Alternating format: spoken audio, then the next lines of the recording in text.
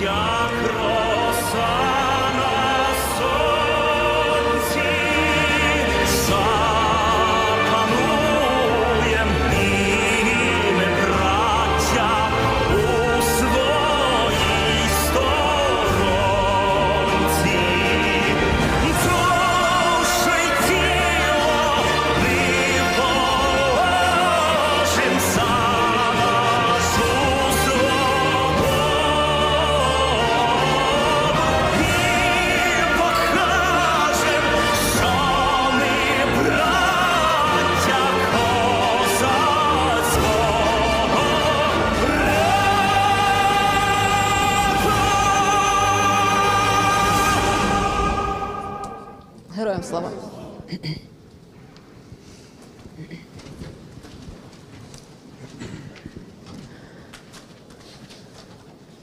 Ми вже за мить розпочнемо старт і вітальні слова. І перш ніж я передам таке перше слово, я би хотіла, щоб ми всі сьогодні відчули цей момент, коли вся зала співала, так, такий півтоном, ледь-ледь. Але ми всі були на одній хвилі, і нехай сьогодні ця емоція і ця солідарність з нами будуть протягом всієї роботи, всієї нашої зустрічі. І далі хотіла би запросити до слова Олександра Корнієнка, першого заступника Голови Верховної Ради України. Це буде онлайн-звернення. Пане Олександре, вам слово.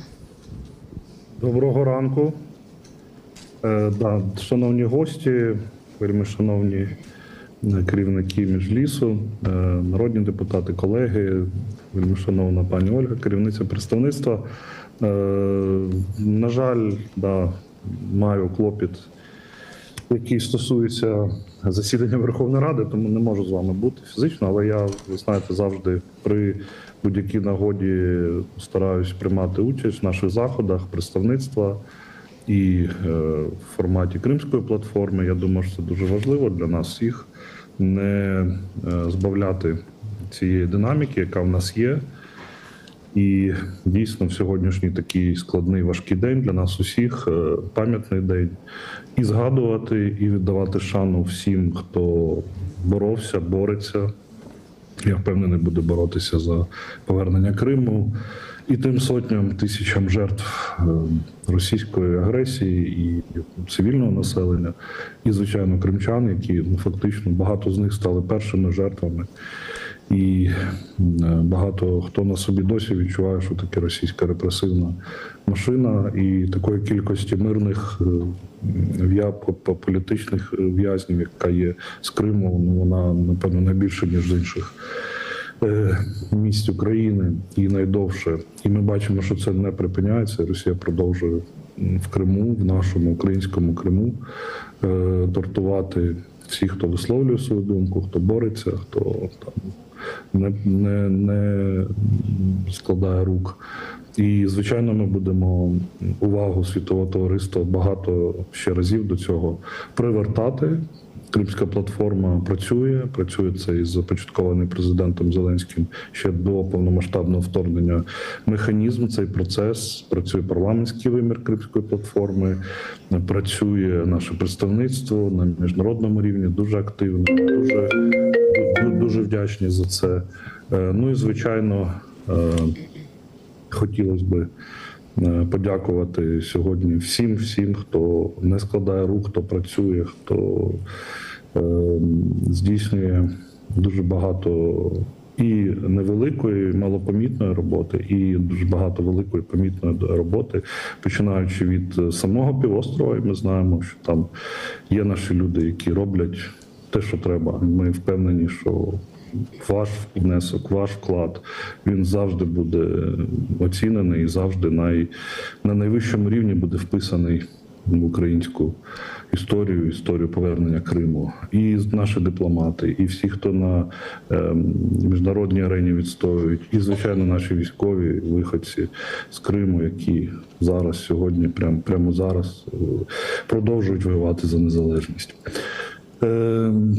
Дуже серйозні теми сьогодні. Хотів би подякувати за такий дуже серйозний контекст. І наш вже давно пропрацьований трек щодо того, що війна почалась з Криму, і все, що там відбувалося останні 12 років, починаючи з 2014 року, це все потім масштабувалось, на жаль, і перекинулось вже на всю нашу Україну. І те, яке майбутнє може бути при такому розвитку подій, якщо світове співтовариство перестане на це звертати увагу. І це безпека на морі, і це, звичайно, стан прав людини, який абсолютно найгірше з того, що може бути. Дякую за цей перелік тем, дякую за ці обговорення. Бажаю плідної сьогоднішньої зустрічі. Ще раз велика вдячність, ще раз вітання всім. І давайте будемо продовжувати тримати увагу до питання повернення Криму. І ми віримо, що рано чи пізно цей день настане. І кримські татари, і українці, і всі, хто вважають Крим своєю домівкою, зможуть туди повернутися, зможуть там розгорнути український прапор, кримсько-татарський прапор, і разом всі святкувати повернення Криму. І такими подіями, як сьогодні, ми наближаємо цей день. Дякую. Слава Україні! Крим – це Україна! Героям слава! Далі хочу запросити до слова Ольгу Куришко. Це постійна представниця президента України в Автономній Республіці Крим. Прошу, пані Ольго.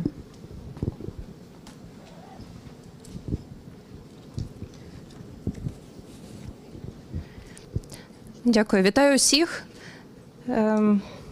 Знаєте, сьогоднішній день завжди, як і, напевно, кожен день розпочинається з того, що ми питаємо один одного, ну як ніч, як ти?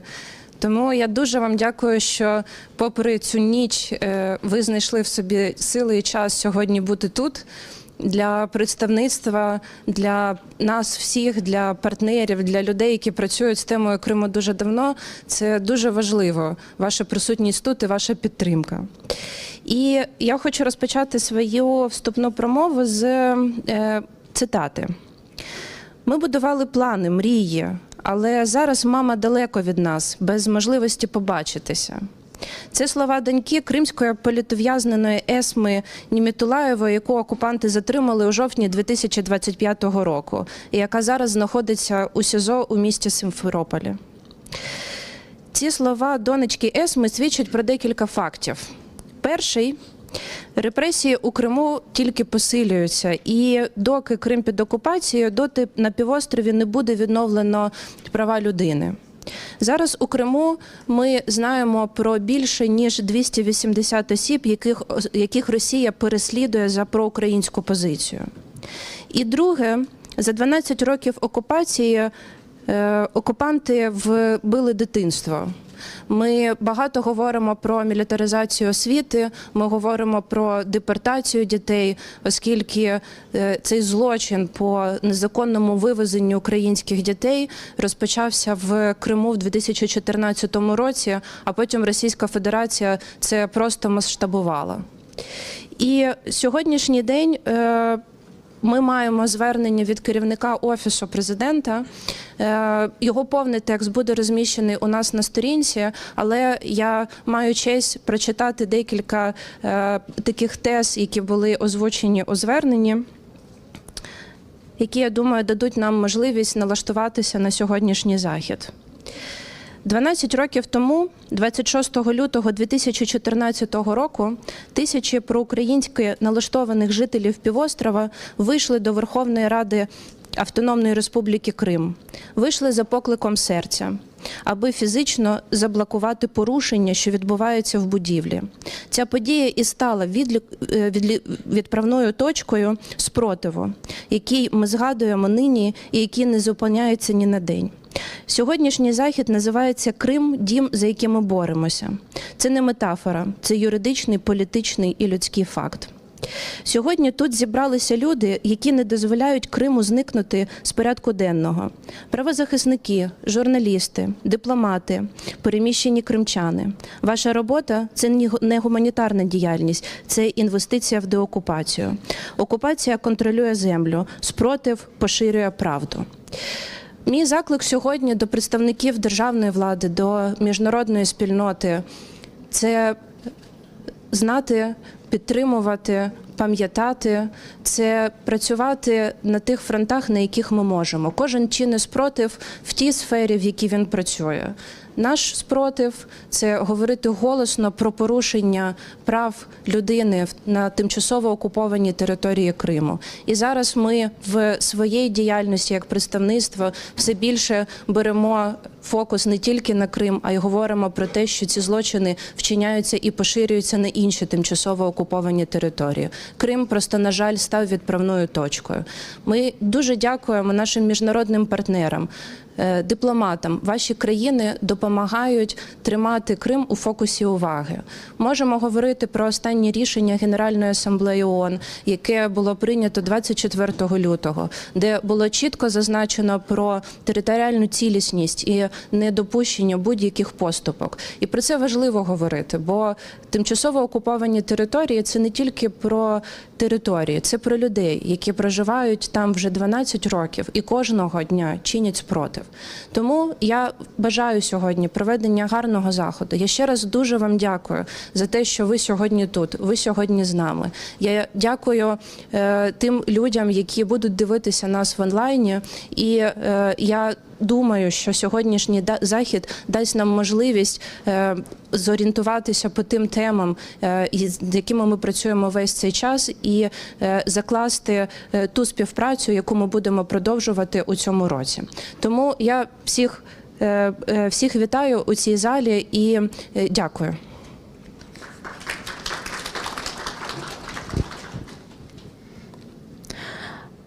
продовжуємо нашу зустріч, продовжуємо говорити про Крим, дім, за який ми боремось. І хочу запросити до слова заступника міністра закордонних справ України Євгена. Це Євген Перебийніс. Прошу до слова.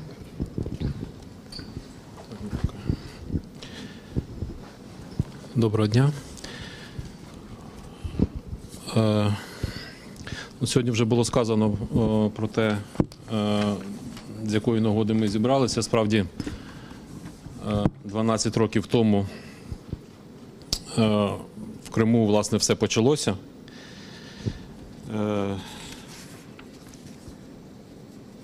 І, власне, тоді світ ще не усвідомлював масштаб того, що відбулося. Багато хто сприймав ці події як якусь локальну кризу. Але сьогодні ми знаємо, що саме з окупації Криму почався російський наступ на Україну і на міжнародний правовий порядок. Але водночас тоді справді розпочався і спротив. Спротив людей, для яких не стояло питання, чий має бути Крим, бо Крим був, є і завжди буде українським. Це був вибір людей, які, ризикуючи свободою, безпекою, а іноді й життям, стали на захист своєї держави. І, власне, минуло вже 12 років від початку окупації Криму. І Росія продовжує намагатися переконати світ, що питання Криму більше не є актуальним, що воно нібито закрите, що Крим нібито повернувся, як вони кажуть, в родну гавань. Але реальність інша. Якби Росія була впевнена у своїй версії історії, вона б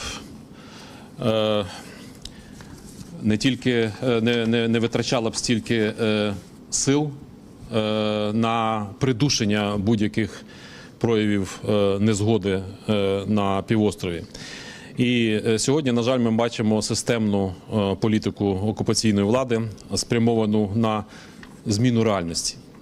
Йдеться про, на жаль, про зміни, про спробу змінити демографічний склад півострова, не тільки спроби, але це вже реальні дії, примусова паспортизація, мілітаризація,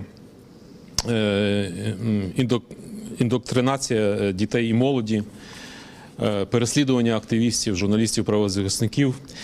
І світова спільнота дуже чітко зафіксувала свою позицію. Росія порушила статут ООН, принципи Гельсінського заключного акта, норми міжнародного гуманітарного права, права людини. І саме тому Крим залишається на порядку денному міжнародних організацій і держав-партнерів. Ви знаєте, що щороку Генеральна асамблея ООН ухвалює резолюцію «Ситуація з правами людини на тимчасово окупованих територіях України». В грудні минулого року оновлений проект такої резолюції підтримало 79 країн-членів ООН. Ви знаєте, що важливим елементом міжнародної консолідації зусиль залишається діяльність міжнародної Кримської платформи. За результатами 5-го саміту цієї платформи, який вперше, до речі, відбувся минулого року на майданчику ООН, було ухвалено Нью-Йоркську декларацію, яка наголошує на необхідності продовження політики невизнання спроби анексії Криму. І до дня спротиву окупації Криму учасники міжнародної Кримської платформи також ухвалили комеморативну заяву, яка відповідно підтверджує рішучість наших партнерів міцно стояти на боці міжнародного права. Тому я хочу подякувати представництву президента в Автономній Республіці Крим правозахисним організаціям, експертам, громадським ініціативам, разом з якими ми щодня працюємо над тим, щоб тема Криму залишалася у фокусі міжнародної уваги. Крим сьогодні – це місце репресій, мілітаризації, страху, місце, яке чекає на світло у своїй пітьмі. На жаль, Кремль продовжує переслідувати кожного, хто не погоджується з окупацією. Під ударом кримські татари, українські активісти, незалежні журналісти, релігійні діячі.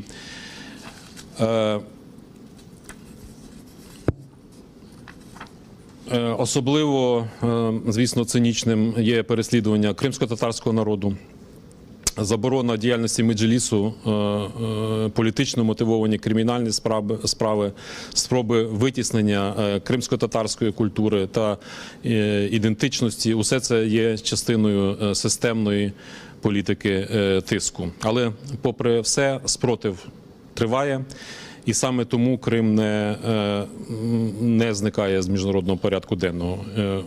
Україна не змирилася і ніколи не змириться з окупацією. Ми пам'ятаємо кожного нашого громадянина, який залишається на півострові, і продовжуємо працювати задля їхнього звільнення, задля відновлення справедливості і для повернення Криму.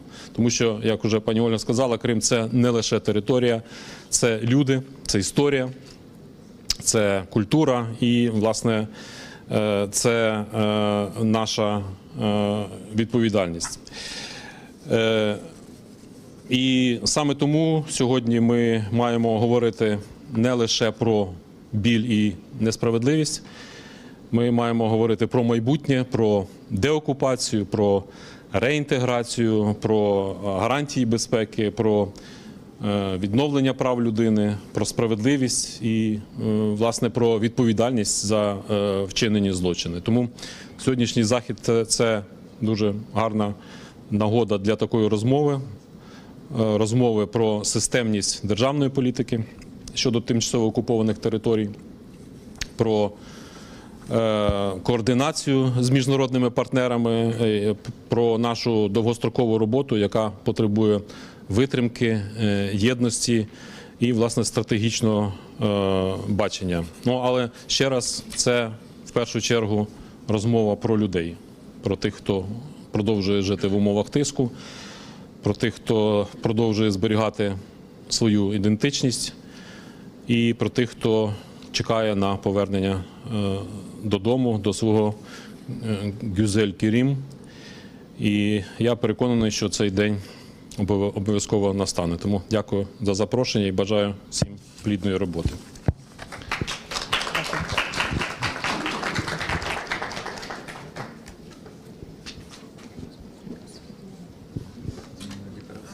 Дякую дуже. Продовжуємо нашу роботу. Я би хотіла далі передати слово для онлайн-звернення. Це ми почуємо голос Петри Байер, це президентка Парламентської асамблеї Ради Європи, голова комітету із зовнішніх зносин Національної ради Республіки Австрія, а також менторка політов'язненої журналістки та правозахисниці Ірини Данилович. Прошу.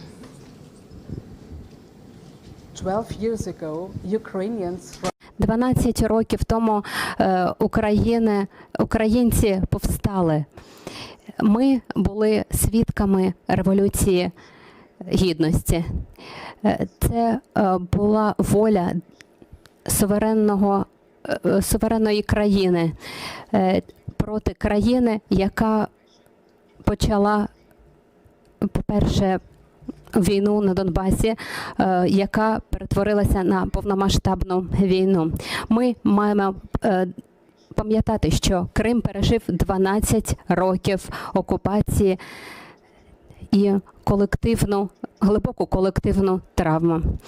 Як ментор політичної ув'язненої Ірини Данилович, я вперше почула усні свідчення окупації, переслідувань і інші грубі порушення прав людини.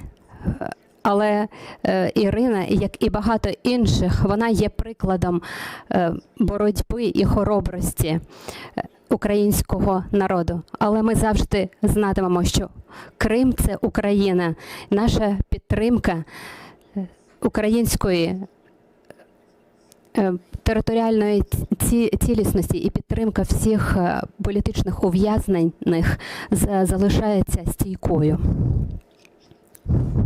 Коли ми говоримо про Крим, пам'ятати про те, що це не лише територія на мапі, але й найрідніше місце. І ми далі побачимо історію про це. Історію про Крим як місце сили, Крим як місце дитячих спогадів, родинного тепла, морського вітру, гір, які пам'ятають покоління і покоління. Для багатьох українців Крим – це дім. Дім, який живе у серці, навіть якщо сьогодні ми далеко від нього. І сьогодні кримчани серед тих, хто тримають оборону в лавах Збройних сил України, серед тих, хто працюють в науці, медицині, енергетиці, освіті, у всіх критично важливих галузях. І разом з усіма громадянами України з різних регіонів вони щодня зміцнюють стійкість нашої держави в умовах війни. І ми побачимо історію про пам'ять, історію про відповідальність, про втрату, але і про незламність, і про любов до рідної землі. Я запрошую вас подивитися на екран. Війна Росії проти України почалася з окупації Криму. І вже 12 років триває спротив. Сьогодні Крим разом з усією країною у війську, науці, спорті, бізнесі та волонтерстві працює, бореться, тримає державу. Я помічник ректора Національної академії Державної прикордонної служби. Проходжу службу на кораблі морської охорони. Я працюю в Укрзалізниці. Журналіст, спортивний функціонер. Працюю менеджером. Ресторан працює не як ресторан, а як пункт безламності. Військовий журналіст. Викладаю в Східноукраїнському національному університеті. Фотограф. Служив бойовим медиком в морській піхоті. Чимало кримчан воює. Щодо повернення наших територій. Крим чекає Україну. Спротив триває.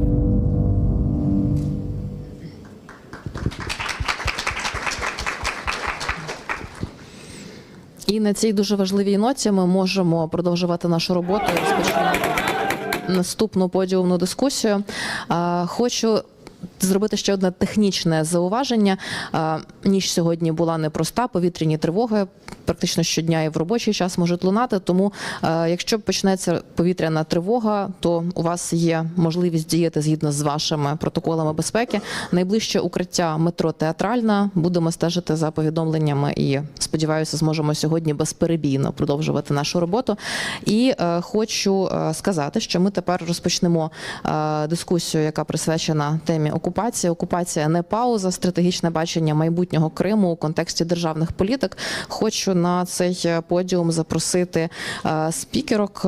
Це, по-перше, модераторку Дар'ю Свиридову, адвокатку і партнерку Азонс, і також пані Ольгу Коришко, постійну представницю президента України в Автономній Республіці Крим, Олексія Рябикіна, заступника міністра розвитку громади території України, Наталю Гонтаренко, ВО начальника управління утвердження української національної та громадянської ідентичності Міністерства молоді та спорту, і Альону Луньову, директорку з адвокації в Центрі прав людини «Зміна». Прошу, далі.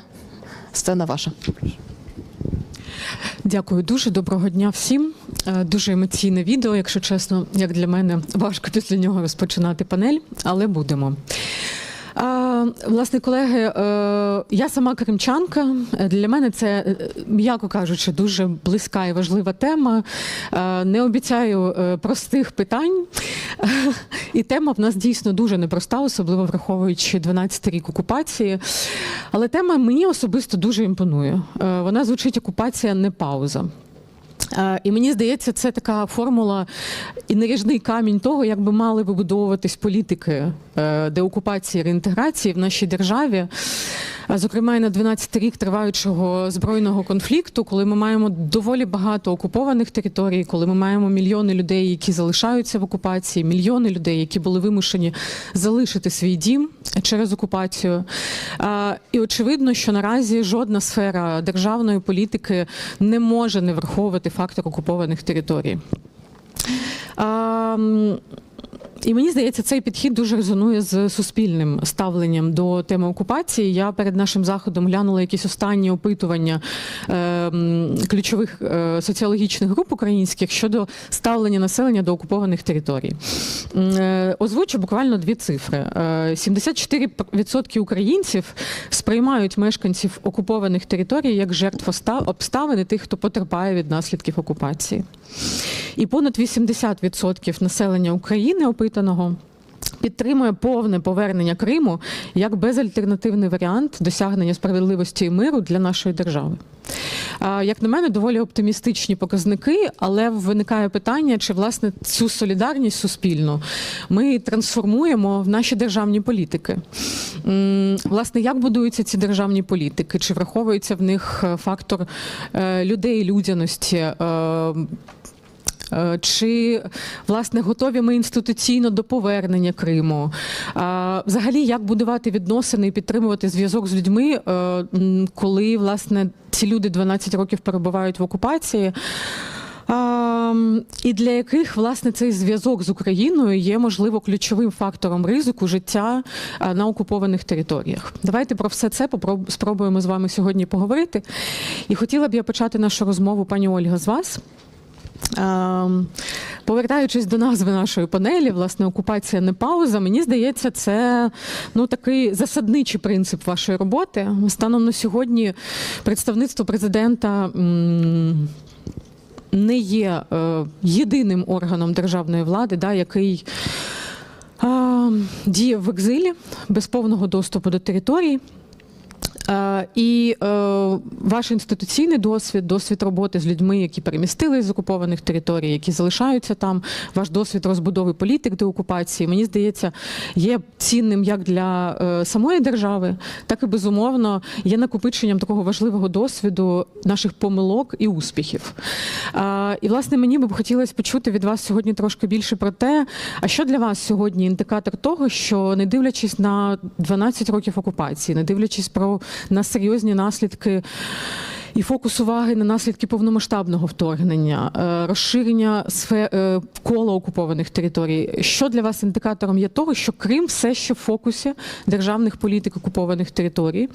І, власне, що ви вважаєте є задачею вашої команди для того, щоб ці державні політики, власне, підтримували зв'язок з населенням окупованих територій і на 12 рік окупації не перетворились, власне, на таку ментальну інституційну прірву, ризик якої, безумовно, є в умовах такої тривалої окупації?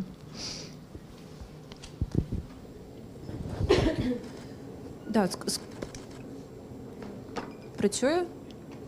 Де наша технічна? Працює? Ні? Ще раз.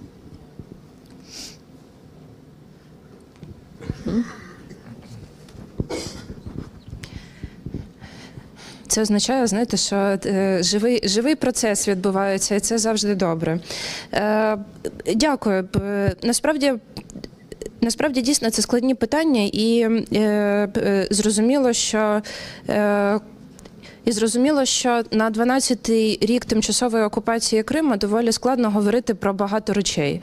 І треба бути чесним стосовно цього. І, напевно, я би почала з того, що питання реалізації напрацювання державних політик стосовно тимчасово окупованих територій має бути переглянуто, зважаючи на декілька факторів. Перший, на жаль, це збільшення кількості тимчасово окупованих територій. Бо є розуміння того, що фактично у нас є території окуповані з 2014 року, і є території, які вже були окуповані після 2022 року. Є території, які були звільнені, і є території, які досі залишаються під окупацією. Тому, коли ми всередині команди обговорюємо і формуємо підходи, ми, наприклад, говоримо про те, що наша робота і наші напрацювання за весь цей період можуть бути основою для формування державної політики стосовно інших тимчасово окупованих територій, бо ми пройшли цей шлях. Ми пройшли його разом з експертами, ми аналізували виклики, спричинені триваючою окупацією, і після повномасштабного вторгнення побачили, що Російська Федерація швидше, але застосовує ті самі методи і способи окупації, які були реалізовані в Криму. Примусова паспортизація, документування громадян України російськими окупаційними документами, форматування системи освіти, переписані підручники, створення свого історичного наративу. І ми бачимо, що наш досвід зараз може, такий гіркий досвід, але він може бути корисним для тих територій і для тих державних інституцій, які відповідальні за інші тимчасово окуповані території. І повертаючись до іншого питання, якою ціллю, що ми собі бачимо в роботі представництва, якісь певні моменти вже були пройдені. Ми маємо декілька стратегічних документів, вони є консолідованими, вони є розробленими за участі представників експертного середовища, громадських організацій, державних інституцій, представників корінного народу України. І ми говоримо про те, що ці документи можуть бути основою, але ми маємо рухатися далі. Бо насправді під час формування державної політики стосовно окупованих територій є два рішення. Перше – залишити все як є і не чіпати до звільнення території, і цьому також є певні аргументи. Наприклад, про те, що ми не знаємо, в якому стані буде територія після звільнення. Ми не можемо спрогнозувати, наприклад, скільки потрібно для відновлення і що саме потрібно. Але з іншого боку, наша інституція і державна політика вже ці 12 років вибирає інший шлях. Ми говоримо про те, що ми можемо зробити зараз для тимчасово окупованих територій і які найкращі практики, як і світові, так і вже нашого досвіду, в тому числі і за рахунок наших помилок, ми можемо інтегрувати вже зараз. І мені видається, що якраз минулий рік, 2025, став цією певною точкою розуміння для нас, бо в певний момент збиралися якісь проблеми, там документування, люди, які з окупованих територій перебувають на території іноземних країн, і як ми можемо до них дотягнутися, як ми можемо їм надати допомогу, як ми можемо забезпечити освіту, як ми можемо працювати з молоддю. І була критична, це моя так особиста, напевно, більша думка, була критична маса, яка зібралася якраз в минулому році, і це змусило державні інституції шукати варіанти рішень. Саме від цієї точки починається розвиток багатьох проєктів, які стосуються реінтеграції до окупації. І якщо буде можливість, ми поговоримо про них пізніше, але наша команда працює в межах законодавства. У нас є свій функціонал, своя відповідальність, і основне наше завдання на даний момент – це аналіз викликів, спричинених окупацією, бо вони ніби очевидні, але є зовсім не очевидні. Є консолідація зусиль як громадянського суспільства, експертів і державних інституцій навколо необхідності вирішення цих питань і пропонування державним інституціям, Офісу Президента, формування державної політики стосовно тимчасово окупованих територій про те, які рішення мають бути прийняті, як має бути комунікована тема тимчасово окупованих територій. Дякую, пані Ольга. Чи чути? Якщо дозволите, одне питання ще до вас. Я б все ж таки хотіла уточнити. Очевидно, що, мабуть, викликом ключовим останніх років, і воно спричинено, звичайно, наслідками повномасштабного вторгнення і відмінністю в побудові політик, на мій погляд, є те, що наразі раніше для представництва було дуже важливим підтримувати зв'язок з населенням окупованих територій. Мені здається, це була ваша унікальна задача, робота. Щорічно ви через представництво проходили тисячі звернень громадян з різними питаннями, пов'язаними з наслідками окупації, реалізацією своїх прав. тощо. І це, власне, було можливим через те, що працювали КПВВ з Кримом, і у вас був фізичний дотик з людьми, які проживають в умовах окупації. Зараз цієї можливості немає. Чи це змінило щось в вашій роботі? Як взагалі ви вибудовуєте пріоритети, орієнтири, коли дуже важко почути голос людей з Криму? Це найбільший виклик для нашої інституції, оскільки одним із основних завдань це захист прав і свобод жителів тимчасово окупованих територій. Але дійсно, як це можна зробити, коли в тебе немає доступу до цих людей? І є ще одна складова про те, що Російська Федерація впроваджує відповідальність за комунікацію з державними інституціями країни, яка визнана небажаною для Російської Федерації. Очевидно, що це Україна. Да? І під час проходження фільтраційних заходів, проходження через ці фільтраційні центри, якщо у людини в лептопі десь знаходять інформацію про те, що вона зверталася за отриманням українських послуг, або вона якимось чином комунікувала з державними інституціями, вона може проходити 5-6 годин допиту, і тут питання до того, чи знайдуть до чого причепитися, як притягнути до відповідальності цю людину. Ми змінюємо зараз фокус при комунікації і більше орієнтуємося на територію третіх країн, оскільки ми знаємо, що є декілька хвиль виїздів людей з тимчасово окупованих територій. Перший це був у 2022 році, коли почалося повномасштабне вторгнення. Потім це залежало від рішень, які приймаються Російською Федерацією стосовно окупованих територій. Наприклад, питання по власності, або примусова мобілізація чоловіків, або якісь інші складові. В якийсь момент люди приймають для себе рішення виїхати. Але вони через безпекові ризики не можуть їхати на підконтрольну територію України.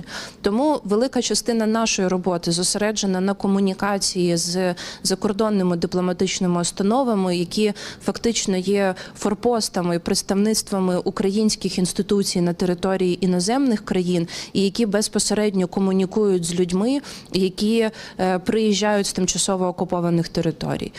Я бачу в цьому перспективу, я бачу в цьому можливість для комунікації, і ми маємо по цифрам, я можу вам сказати, що в минулому році ми бачимо зростання звернень до представництва, якщо говорити просто сухою статистикою, ще плюс близько 1000 звернень порівняно з попереднім роком. Це означає, що є запит на отримання інформації, є запит на отримання певних послуг, але, звичайно, тут є історія з законодавчими обмеженнями, бо, наприклад, представництво може діяти на території України, бо ми державний орган з певним функціоналом.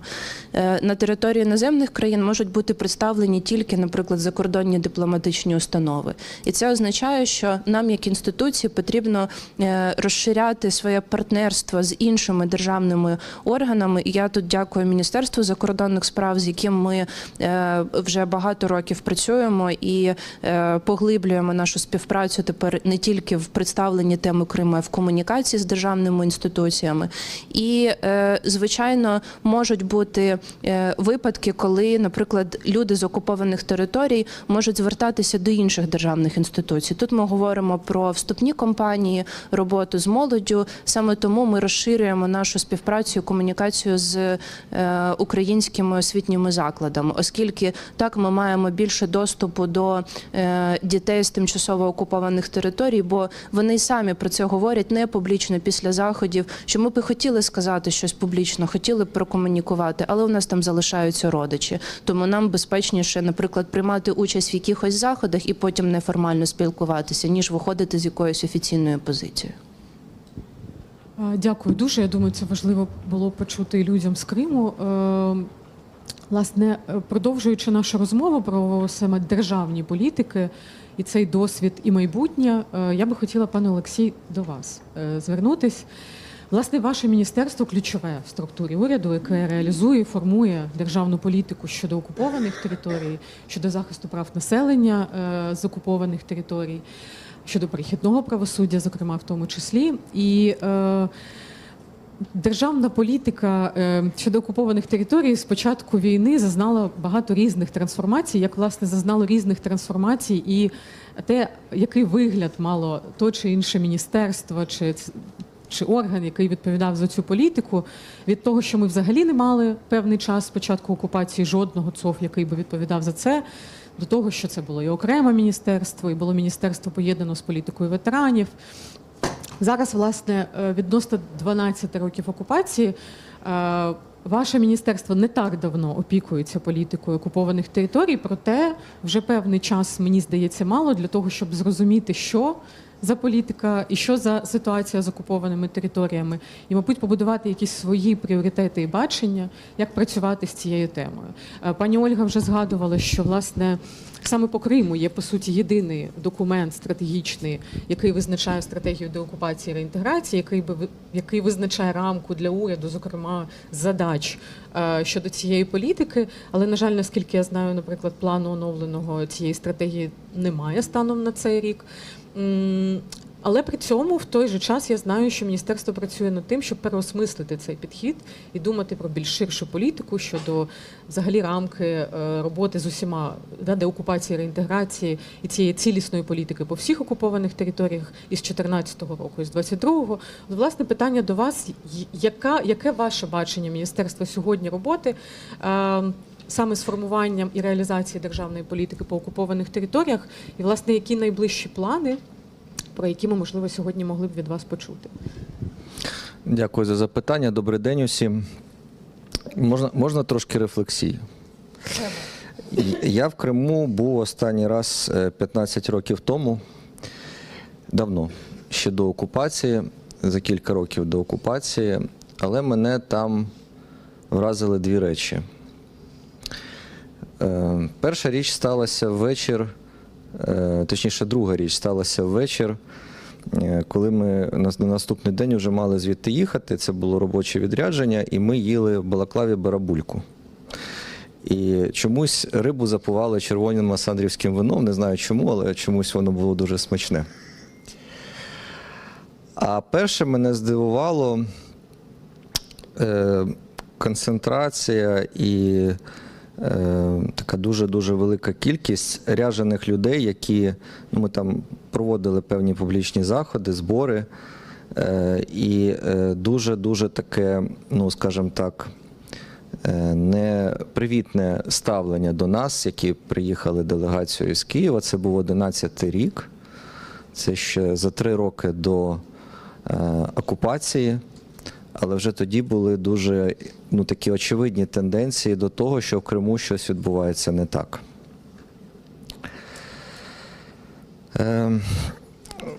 Насправді війна почалася в 2014 році, і політика, власне кажучи, необхідність формування політики, державної політики щодо тимчасово окупованих територій, власне, виникла саме тоді, коли були перші території України тимчасово окуповані агресором Російською Федерацією. Але давайте поговоримо зараз про ті, власне, виклики, які є, але які ми могли би подолати. До прикладу, у нас на всій території України, ви знаєте, що це дуже успішна реформа, відбулася реформа децентралізації, утворилися нові адмінтеродиниці, відбулося укрупнення районів і таке інше і тому подібне. З певних причин Криму цей процес не торкнувся. Але разом з тим не торкнулося також Криму питання взагалі перегляду системи державної влади, бодай тимчасової державної влади на тимчасово окупованій території. І, на жаль, як би пані Оля не старалася в представництві працювати і досягати успіху, це їй робити дуже складно, тому що статус її насправді як органу, який насправді має допомагати президенту ухвалювати певні управлінські рішення, він недостатній, мені здається. І я думаю, що важливо було б уже нарешті випустити ті законодавчі акти, які давно напрацьовані нашим міністерством, і які, власне кажучи, дають можливість певної управлінської організації саме на тимчасово окупованому Криму. Розумію, що це питання надзвичайно чутливе, що у нас триває переговорний певний процес, Але, знаєте, за 4 роки, мені здається, вже багато було сподівань, надій, очікувань, що ми будемо пити каву у Криму буквально дуже скоро, але разом з тим чогось кардинального, на жаль, не відбувається в частині саме звільнення Криму. Тож мені здається, що перше, що треба було б зробити, це все ж таки переглянути статуси і утворити певні органи, які б допомогли, власне кажучи, реалізації державної політики щодо тимчасово окупованих територій, зокрема в Криму. Власне, коли ми говоримо про Крим, звісно, ми віримо про те, що рано чи пізно відбудеться деокупація. Але питання в тому, що у нас насправді наразі немає певного кадрового резерву, для того, щоб швидко зайти в Крим і забезпечити, принаймні 100 тисяч людей, фахівців, які би могли зайти на ці території, відновити правовий режим України, зафіксувати злочини, які там є, і будуть відбуватися до того часу, поки відбудеться деокупація. Для того, щоб почати надати певні публічні послуги для людей, які там є, і таке інше. Тобто робити багато різних правильних потрібних речей.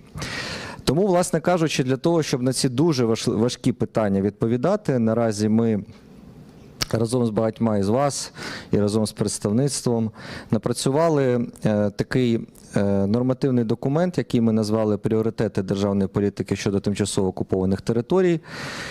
В тому числі це стосується і Криму. Наразі відбувається обговорення цього документу. Я думаю, що найближчим часом він буде внесений для розгляду урядом.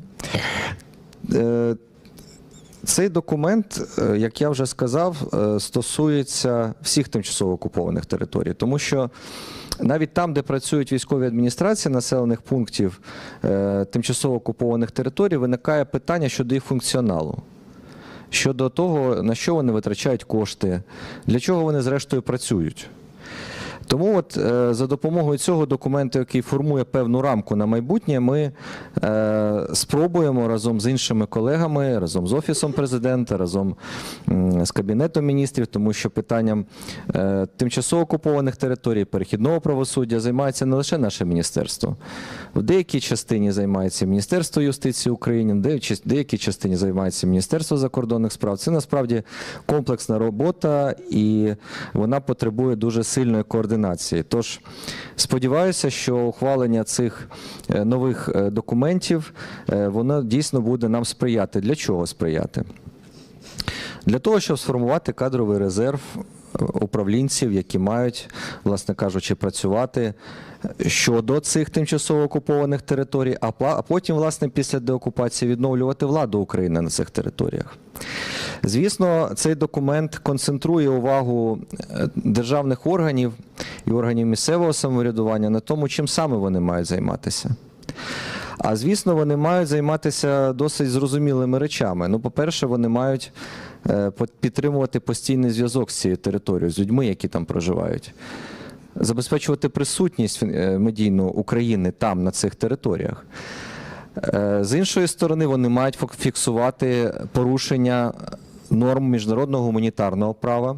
По-третє, вони мають моніторити стан і соціально-економічний, і демографічний, екологічний, в різних абсолютно галузях і напрямках стан цієї території, тому що, як правильно пані Оля сказала, нам дійсно треба розуміти, в якому стані територія знаходиться, для того, щоб після деокупації швидко мати, власне, свій план, як ми будемо цю територію реінтегровувати і відновлювати. Є там і інші важливі напрямки, зокрема, дуже важливий, мені здається, напрямок, це полягає в тому, щоб якомога більше дітей і молоді забрати звідти і перевести на підконтрольну Україні територію. Чому це важливо? Тому що дітям треба забезпечити майбутнє. В тоталітарному суспільстві, в тоталітарній державі це майбутнє, воно дуже сумнівне. І насправді я радий, що в минулому році були ухвалені певні рішення, зокрема, які стосуються підтримки фінансової дітей, які переміщуються з тимчасово окупованих територій України на підконтрольну Україні територію. Тому що, звісно, жоден батько, мати при пам'яті не відпустить свою дитину довгим шляхом через тимчасово окуповану територію на підконтрольну територію України, якщо не буде розуміти, що з дитиною буде більш-менш все гаразд і зрозуміле майбутнє. І звісно, що ці рішення, вони матимуть не моментальний ефект, вони матимуть ефект поступовий. Але разом з тим підвалини цього ефекту маємо і закладаємо вже зараз. Власне, чесно, досить складно говорити про Крим мені, тому що це не є моєю батьківщиною, але для мене це Україна. Ви знаєте, коли починалася війна, я для себе думав, а що мені робити? Я тоді ще не був працівником органів державної влади, я був звичайною людиною, і ще до 24 числа я поставив собі питання, а що робити, от, якщо, наприклад, там Київщину окупують? І це питання надзвичайно складне, тому що ми всі чудово знаємо, що коли окупанти заходили вже під час повномасштабного вторгнення, у них були відповідні списки, вони знали, хто чим займається, хто де живе, до кого коли прийти і по що. Тоді я собі ухвалив певне рішення, і я його дотримуюсь, власне кажучи, і зараз. Але люди різні. І, мабуть, це знову ж таки рефлексія, з рефлексії почав, рефлексію закінчу. Мабуть, держава і державні інституції мають опікуватися саме тими, які найбільш вразливі. Тому що, не виконавши цю вправу, складно масштабувати далі політику. Власне, я хочу подякувати всім, хто долучається до цих дуже складних питань, до формування цих дуже складних політик, тому що насправді, скільки б ми не говорили про політики, скільки б ми не говорили про території, скільки б ми не говорили про нормативні документи, все одно це все про людей, про конкретних людей на конкретних територіях, в конкретних обставинах, в яких вони перебувають. Тож дякую всім, хто долучається до формування цих політик. Насправді дякую представництву президента в Криму, пані Оля, особисто вам дякую. Я думаю, що поступово дійсно ми сформуємо те, що стане основою для повноцінної деокупації і реінтеграції всіх тимчасово окупованих територій України, зокрема і особливо Автономної Республіки Крим. Дякую. Та міста Севастополь. Дякую дуже. Пане Олексій, я все ж таки, якщо ви дозволите, хотіла би вам два уточнюючих питання, користуючись можливістю. Одне дуже коротке, то все ж таки, чи чекати нам на оновлення плану до стратегії деокупації, який, по суті, є дороговказом для уряду реалізації політики реінтеграції деокупації. Це все ж таки позиція, що має бути загальний документ, і ці пріоритети, це такий старт узагальнення політик по деокупованих територіях, це позиція міністерства. І друге питання, мені дуже відгукнулась ваша позиція щодо того, що пріоритетом таких політик, очевидно, має бути молодь і діти. Мені це дуже відгукується, мені це важливо почути від команди керівництва міністерства, але в той же час я не можу не згадати про, буквально за останній час кілька кричущих випадків, коли власне молодь з окупованих територій, іноді навіть попри волю своїх батьків, виїжджає з Криму і просто не маючи належних паспортних документів українських, в силу того, що вони не могли їх фізично отримати, бо територія була окупована на момент, коли вони були ще дітьми, але вони мали бажання повернутися на підконтрольну уряду України територію, але стикалися з тим, що це не просто логістичне пекло, да? Заїхати з Криму, окупованому на підконтрольну уряду території України, а ще й часто вони стикались з почесною бюрократичною байдужістю і неможливістю відновити документи, добратися перетнути український кордон. Чи маємо ми чекати ухвалення нових стратегічних документів, щоб щодня, можливо, приймати рішення по цих поточних питаннях і викликах, як от робота з тим, щоб допомагати реально молоді виїжджати з окупованих територій, які дуже прямо впливають на успішність політики реінтеграції і деокупації? Можна чесно? Да. Знаєте, я невеликий прихильник великої кількості стратегій. Толку з того, що ми зараз наплодили стратегії по всім абсолютно випадкам життя. Пишемо ми ці стратегії, формуємо ми ці плани. Розумієте, от у нас була довга дискусія з колегами з приводу стратегії внутрішнього переміщення. Довга дискусія, в результаті вони мене зламали, сказали, ні, треба окрема стратегія внутрішнього переміщення. Писали окрему стратегію внутрішнього переміщення, написали стратегію внутрішнього переміщення. Сподіваємося, скоро вона буде ухвалена вже Мінсоцом. Мінсоц там займається, хай займається. От я вам скажу з практики. Давайте так, от ми приїхали зненацька на Доманово. Знаєте, що таке Доманово, да? Не знаєте? Не знаєте. Доманово – це єдиний сухопутний коридор, контрольно-пропускний пункт, через який люди можуть дістатися з тимчасово окупованої території через територію, як правильно, Московії чи Росії. Ви зрозуміли, країни-агресора, Білорусь на територію України. Ми приїхали, побачили і відчули запах сигарет і мишей, завішені брудними ковдрами вікна, людей, які під дощем сидять на вулиці на поламаних стільчиках, під навісом. Оце такий «Вітаємо в Україні» називається. Ми не писали стратегію, ми не ухвалювали жодного нормативного документа. Ми просто домовилися з Київською областю, що забираємо звідти один модуль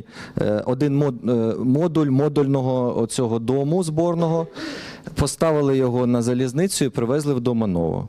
Поїдьте зараз в Доманово, подивіться, як там все відбувається. В яких умовах зараз працюють співробітники правоохоронних органів, в яких умовах люди очікують своєї черги, в яких умовах люди там можуть поспати, прийняти душ, сходити. На пропускному пункті не було ні каналізації, ні води. Ви уявляєте собі це? І для цього не треба стратегія, насправді. Для цього треба просто, щоб всі зібралися докупи, міжнародні партнери, яким я дякую, які підтримали цю історію, і, власне, представникам влади, які просто можуть і хочуть щось зробити. От і все. Тому, я ще не закінчив. Ви ж задали питання, я зараз буду відповідати. Тепер повернемося до стратегії внутрішнього переміщення. Я всім говорив, ребят, у нас є державна стратегія регіонального розвитку. І там є окремий блок інтеграції внутрішньо переміщених людей. Більше того, це обов'язкова стратегія, вона обов'язково каскадується на регіональний і на місцевий рівень. Мені сказали, да, хорошо, але всі ми хочемо стратегію внутрішнього переміщення. Окей, побачимо, як вона буде далі каскадуватися. Я буду, звісно, сприяти цьому, щоб вона дійсно каскадувалася. Тепер у нас є закон по ТОТу, да? У нас на виході оці принципи. Давайте тепер подивимося, окей, план планом, але наскільки стратегія враховує безпосередньо нинішні виклики часу, тому що окупація, вона повзуча. Можливо, в певних там засадничих моментах вона дійсно там якогось глобального перегляду не потребує, а можливо і потребує. Тому, колеги, все, що має зробити міністерство зробить. Будуть публікації, їх буде багато або небагато. Я, чесно кажучи, думаю, що краще робити, аніж робити публікації, робити справу. Хоча дійсно публікації теж важливі. Пані Альона, тут я сподіваюся, що ви будете допомагати. Тому от така моя відповідь. Зобов'язання виконаємо, разом з тим будемо переглядати всі засадничі документи для того, щоб вони дійсно відповідали поточному стану речей з однієї сторони, а з іншої сторони, щоб їх не було багато, щоб вони були виконувані. Це насправді найголовніше. Десь так.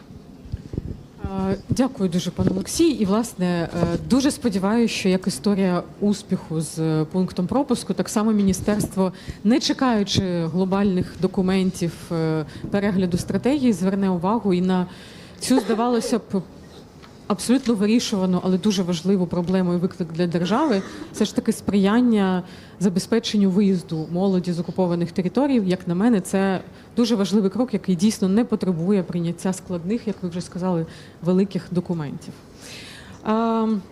Раз вже, пані Альона, вас згадали, не можу не дати вам слово. І, власне, хотіла би...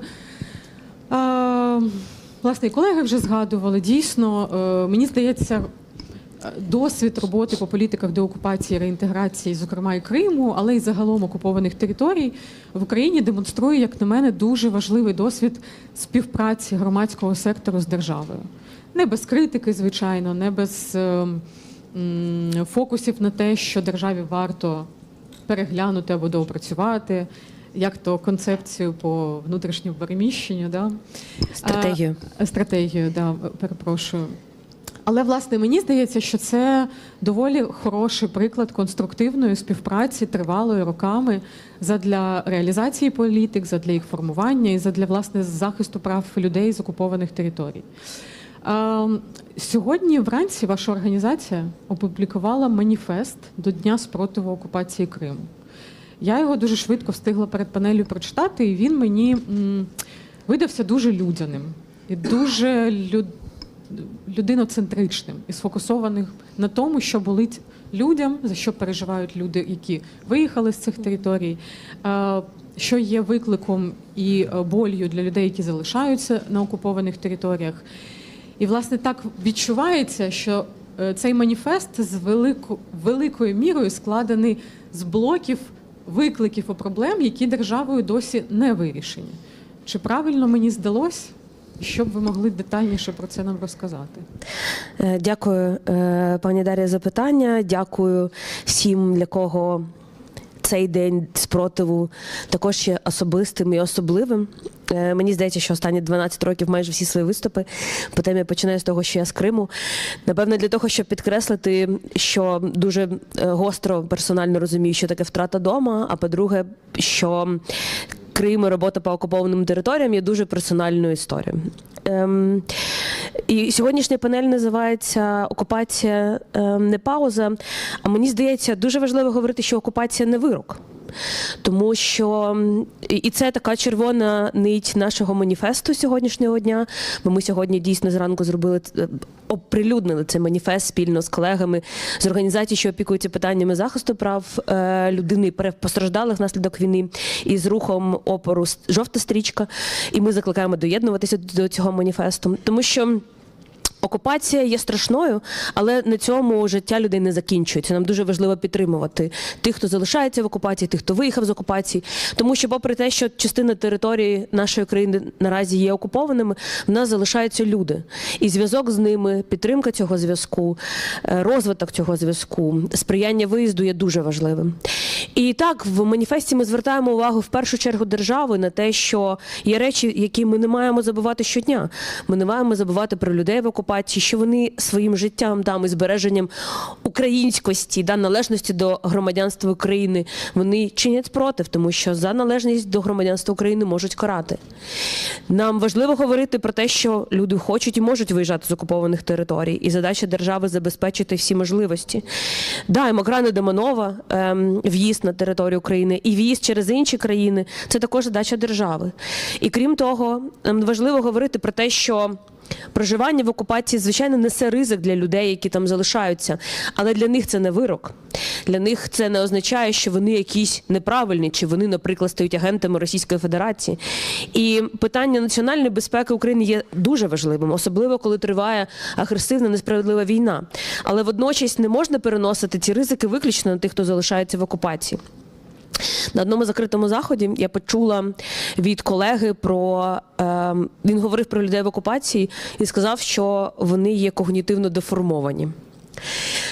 І це справило на мене непересічні враження, тому що він наче транслював таку позицію ставлення, зокрема держави, спеціальних служб до людей в окупації, що вони якісь не такі, що вони через те, що живуть в окупації, вони піддаються пропаганді, і відтак вони несуть для національної безпеки України ризик. І ми це бачимо і чуємо на зустрічах, ми бачимо це в державних ініціативах. Зокрема, в нещодавно зареєстрованій, я сподіваюся, що її відхилять, ініціатива, яка передбачає, що люди, які влаштовуються на роботу до державних органів, вони мусять, і вони походять з окупованих територій, мусять пройти поліграф, щоб переконатися, щоб працедавець міг переконатися через СБУ або Національну поліцію, що ці люди отримали російські паспорти в примусовому порядку, а не якось іншим чином. І мені здається, що такі ініціативи є дуже сильним сигналом. Можна нічого не говорити, що ви, люди в окупації, ви для нас ризик. Але є ініціативи законодавчі, є позиції державних органів влади, які це транслюють. І нам важливо зменшувати ці сигнали. Нам важливо говорити про те, що ми всіляко вітаємо тих людей, які виїжджають з окупованих територій. Ми готові їх підтримувати так, як можемо. Бо і держава, і громадські організації, які також визнані небажаними на території Російської Федерації, відтак на території, що є Російською Федерацією окуповані, ЗМІ не є такою організацією. І співпраця з нами є також, може нести негативні наслідки. Але ми можемо створювати умови для людей, і готовність їх виїжджати є для нас найбільшою оцінкою роботи держави. І чим більше людей буде готові виїжджати, чим більше людей буде довіряти країні, і довіряти своїх дітей, довіряти молодь, тим насправді краще, тим для нас це вища оцінка нашої роботи і залученості. Тут, можливо, на завершення зараз цього блоку я хочу розповісти таку теж персональну історію. Бачите, Олексій задав тренд рефлексій. Моїй доньці зараз 6, і вона народилася вже після того, як Крим був окупований, і про нього вона знає виключно з розповідей старшого брату, моїх родичів, які також виїхали чи залишаються в Криму. І вона, моя донька, каже, що ми обов'язково повернемося в Крим після того, як всіх москалів звідти виженемо. Я думаю, що якщо 6-річна дитина це знає, розуміє, я впевнена, що ми можемо переконати і дорослих, які є народними депутатами, і представниками урядових структур, правоохоронних органів, що насправді це є наша ключова задача, це наша вища мета – повернутися додому. І цей дім, за який ми боремося, це дім, який чекає Україну, цей дім, який нас врешті дочекається. Я в це свято вірю. Дякую. Дякую дуже, пані Альона. Це Щемко про доньку, і дуже важливо, я погоджуюсь. Я б хотіла вас ще дещо уточнити, а може, щоб ви поділились досвідом роботи вашої організації. Я знаю, що, власне, ви дуже багато працюєте з темою євроінтеграції. Здавалося б, це трошки паралельний процес, не пов'язаний з темою окупованих територій, але очевидно для всіх, що цей процес євроінтеграції, особливо його прискорення відверто, відбувається на фоні повномасштабної війни, великої кількості окупованих територій і великої групи осіб, які часто зазнають дискримінації в зв'язку зі своїм зв'язком, вибачте за тавтологію, з окупованими територіями, чи то проживанням там, чи то виїзду з цих територій.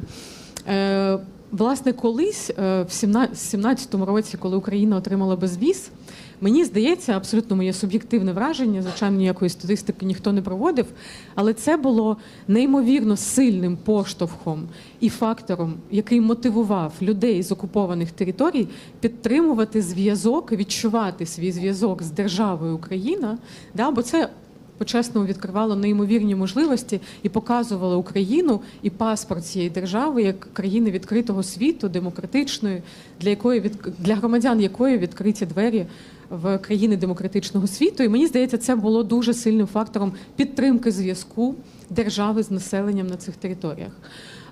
Що сьогодні відбувається з оцим зв'язком і врахуванням фактору окупованих територіях в процесах євроінтеграції, які проводить Україна? І чи взагалі не загублені люди з окупованих територій і їх інтереси, їх права в цьому русі? Дякую дуже. Це насправді цікаве питання. І в мене буде декілька, напевно, ремарок у відповідь. Євроінтеграційний процес України проходить дійсно швидко. І як для інших країн, які йдуть цим шляхом, процес і євроінтеграційний трек є таким дуже потужним паротягом, який може рухати питання, які не рухалися роками. І зрозуміло, що ці питання, їх багато. І з одного боку, ми розуміємо, є позиція Європейського Союзу, вона нам артикульована була вже неодноразово, що не можна державу навантажувати такими зобов'язаннями в сферах, наприклад, подолання наслідків війни, які будуть обтяжувати цей рух. І це справедливо. Справедливо не може Україна, не знаю, щось там забезпечити, не забезпечити виконання всіх зобов'язань на території, що є окуповані. Очевидно, що є речі, які Україна не може зробити. Водночас, і правда те, що говорячи про принципи розділу 23-го, про фундаментальні права, те, що там кластери, які відкриваються першими, закриваються останніми, ми не можемо, і наші партнери не можуть нас переконати, що треба не бачити категорії, які також зазнають дискримінації, які також мають мати доступ до там сервісів, до освіти, мають мати доступ до документів, якщо ми говоримо про базові речі. Тому тут є питання пошуку балансу певного. З одного боку, ми бачимо в репортах і в рекомендаціях по розширенню, які нам кожного року Європейський Союз надає, ми бачимо рекомендації щодо забезпечення прав внутрішньопереміщених осіб. Цього року ми побачили рекомендації в сфері надання або документування українськими документами і свідоцтвами про народження, в першу чергу, тих дітей, які народилися на окупованих територіях. І це питання громадянства і уникнення ризику без громадянства, яке є міжнародним зобов'язанням України. Але водночас третя правда в тому, що мені здається, що Європейський Союз мав би бути більше зацікавлений в питаннях, що стосуються подолання наслідків війни. Тому що є декілька проявів, які, мені здається, мали би бути цікаві нашим міжнародним партнерам. Наприклад, багато українців з окупованих територій знаходяться за кордоном, вони знаходяться під тимчасовим захистом. Частина з них виїжджала тоді, коли можна було, і європейські країни приймали багатьох людей з документами, без документів, але з підтвердженням, що це громадяни України. І насправді, в перспективі, коли тимчасовий захист припиниться, громадяни України з окупованих територій, які, можливо, не бачать своїх перспектив на підконтрольні уряду України територіях, захочуть залишитися в Європейському Союзі, захочуть скористатися різними механізмами, які там є в Європі, механізми, наприклад, біженські процедури. І нам би не хотілося, щоб це відбувалося, тому що українці не мають, і не можуть тікати від власної держави, бо держава не є причиною, чому мільйони українців потребують тимчасового захисту. Причиною цьому є одна – Російська Федерація, війна несправедлива, яку вони розв'язали. Але відсутність документів в українців на територіях окупованих і потім на територіях інших країн може бути питанням, які треба поставити державі України і запитати, а давайте будемо більше давати паспортів українських, тому що це громадяни, свідоцтво про народження, та мають бути процедури документування цими документами або певні процедури проходження ідентифікації за кордоном, тому що ці громадяни за кордоном. Друга історія – це питання люстрації. В Україні немає її ще, але для відновлення довіри до державних інституцій, для подолання наслідків війни ми вважаємо, частина громадських організацій, експертної такої спільноти, вони пропонують запровадити інструменти ілюстрації, перевірки якраз і для уникнення зменшення або нівелювання впливу Російської Федерації. І, в принципі, мені здається, що Європейський Союз міг би бути в цьому зацікавлений, тому що коли українська бюрократія стане частиною європейської бюрократії, то нам би важливо було, скажімо так, провести певні внутрішні перевірки, коли ми говоримо про можливі впливи Російської Федерації, їх зменшення. Тому є питання точно, по яким ми можемо співпрацювати. І, звичайно, коли ми говоримо, що має бути заборонена дискримінація, дивно говорити, що має бути заборонена дискримінація для представників ЛГБТІК-ком'юніті, для національних спільнот і меншин, але не говорити про процеси, які можуть стосуватися наслідків походження з окупованої території. Тобто не може одна і та ж сама рамка міжнародного права бути по-різному застосовано до різних категорій українців. І ми про це постійно з міжнародними нашими партнерами і з Європейським Союзом говоримо. Дякую. Дякую дуже. Мені здається, це теж дуже важливий і відносно свіжий фокус політик, який пов'язаний з окупованими територіями, відкриває певні шанси і можливості для розбудови цих політик, і, можливо, навіть виправлення якихось дискримінаційних практик. Пані Наталія, я, власне, до вас з таким наріжним каменем, мені здається, цієї панелі. Сьогодні дуже багато говорили ми про молодь, про важливість молоді, роботи з молоддю. Не просто як фокусу державної політики, але і як певної опори і напрямку, який буде впливати на деокупацію в майбутньому, на те, як вона буде відбуватися, на те, як буде відбуватися реінтеграція. Власне, ваше міністерство відповідає за реалізацію формування політики роботи з молоддю, зокрема. Було б дуже цікаво почути, по-перше, власне, які ініціативи ваші, вже існуючі чи заплановані, можуть бути таким містком для інтеграції молоді з окупованих територій в українську дійсність, і взагалі, яку свою роль ви бачите в тому, щоб сприяти збереженню української ідентичності молоддю з окупованих територій, яка дуже часто, власне, може навіть і не пам'ятає України як держави, або бачить український прапор на заборонених сайтах і в якихось розмовах з друзями, прихованих навіть іноді від своїх батьків.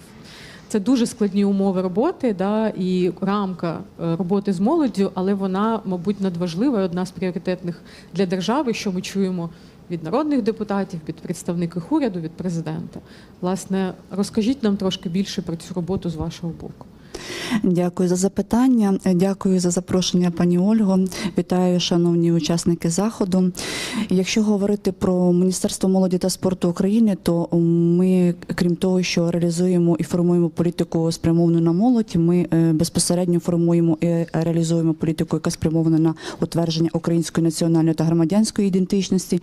І, звісно, якщо ми будемо говорити про те, що відбувається на тимчасово окупованих територіях, зокрема в тимчасово окупованому Криму, ми бачимо системні порушення прав людини, ми бачимо системну роботу, спрямовану на русифікацію і мілітаризацію саме дітей та молоді в Криму.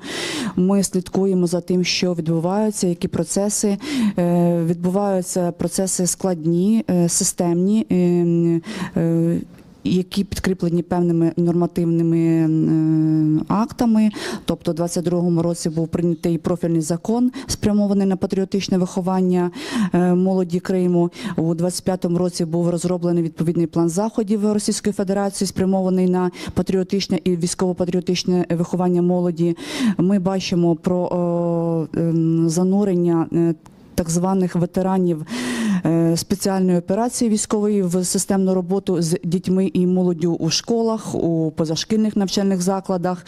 Ми бачимо збільшення з кожним роком клубів військово-патріотичних, які фактично працюють на мілітаризацію молоді, фактично готуючи їх в майбутньому ставати десь у лавах певних своїх збройних формувань. Це насправді дуже великі виклики для нас сьогодні. І якщо говорити про те, що робимо ми, як міністерство, яке формує політику, то можемо сказати про таких 3 блоки. Перший блок – це відповідне нормативно-правове підґрунтя. У нас є профільний закон про основні засади державної політики в сфері ідентичності і, відповідно, низка нормативно-правових актів. Це і державна програма, спрямована на утвердження української національної і громадянської ідентичності до 2028 року, і стратегія, відповідна до 30-го року, і план заходів.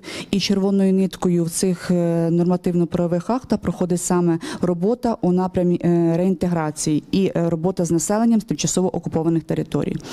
Якщо говорити про те, що ми можемо робити і що ми робимо, я відповім так, що значна увага наразі нами приділяється на те, щоб створювати певний цифровий такий багаж, цифровий портфель продуктів, які можуть бути використані як і на території України, так і на території і тимчасово окупованих територій. Розуміємо про складність, про певні загрози. Якщо, наприклад, молодь і діти будуть заходити на певні сайти, україномовні і так далі, але ми ці продукти робимо, ми розміщуємо їх на відомих стрімінгових платформах, на YouTube-каналі і так далі. Що це за продукти? Це продукти, які спрямовані на популяризацію історії України, це продукти про видатних особистостей українського державотворення, про дисидентство в Україні, про учасників руху опору під час Другої світової війни. Це подкасти із героями сил спеціальних операцій. От такого роду продукти, і ми їх виробляємо і популяризуємо. Як для тих, хто на тимчасово окупованих територіях знаходиться, так і для українців, які вимушено виїхали за кордон в зв'язку з повномасштабним вторгненням. Ще один момент – це відповідний веб-портал, сайт, платформа національної ідентичності, яку ми підтримуємо завдяки спільній співпраці з Асоціацією цифрової освіти. На цьому сайті зібрані і подкасти, і відеоуроки, і різноманітні продукти, які фактично будуть підтримувати зв'язок з Україною і з українським всім. Також ми реалізуємо таку ініціативу для інститутів громадянського суспільства як конкурс з надання фінансової підтримки саме на реалізацію проєктів з утвердження української національної та громадянської ідентичності. І от цьогоріч одним з пріоритетних завдань цього конкурсу є саме робота, тобто формування української національної та громадянської ідентичності у громадян України, які проживають на тимчасово окупованих територіях. Зараз завершився прийом уже отримання заявок, і ми вже отримали таких 9 заявок. Ну, подивимося, що то за проекти і яка то буде ініціатива. І відповідно вже конкурсна комісія буде визначати, підтримує, не підтримує, але в нас ця робота ведеться.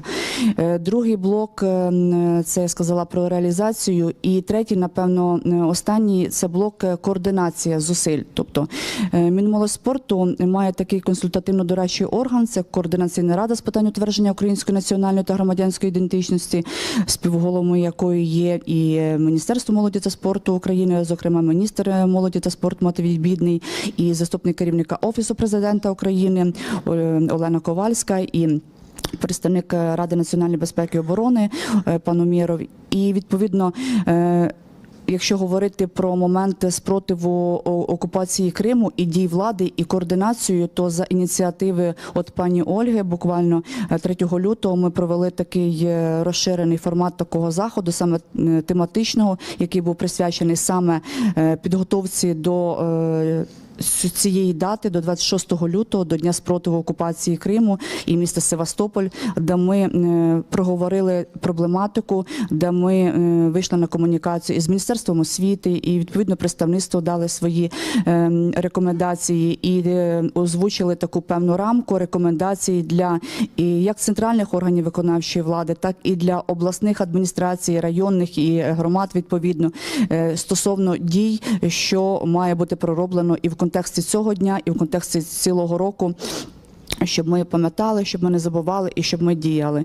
Тому наша робота наразі виглядає так. Ми розуміємо важливість цієї роботи, ми розуміємо, що Крим однозначно це Україна, і ми працюємо на те, щоб як тільки буде деокуповано цю територію, ми активно включилися в процес реінтеграції. І ще один момент, який я хочу озвучити, це підготовка фахівців в сфері утвердження ідентичності саме за напрямом роботи з населенням з тимчасово окупованих територій. Ми таку програму реалізовуємо з університетом, саме Острозькою академією, і готуємо фахівців. Наразі пройшли таке навчання 100 фахівців, які фактично були озброєні певними інструментами роботи з такими людьми, з дітьми і молоддю. Дякую за увагу. Дякую дуже, пані Наталя. Власне, в нас є можливість відкрити таку невелику Q&A-сесію для питань з зали, якщо вони є, і перш ніж наші учасники заходу сьогодні будуть готові задати якісь питання, я, можливо, дозволю собі ще одне. Сьогодні до нас мав долучитися на цю панель пан Рифат Чубаров, голова Меджлісу кримськотатарського народу. На жаль, з певних причин його немає, але, власне, реалізація і формування політик по захисту прав корінних народів є певною важливою специфікою політики деокупації і реінтеграції, саме коли ми кажемо про Крим. Тому мені б тут питання, власне, і до пані Ольги, і, можливо, пан Олексій хотів би щось додати. Що є зараз фокусом і пріоритетом і ключовими задачами в реалізаціях цих політик для держави?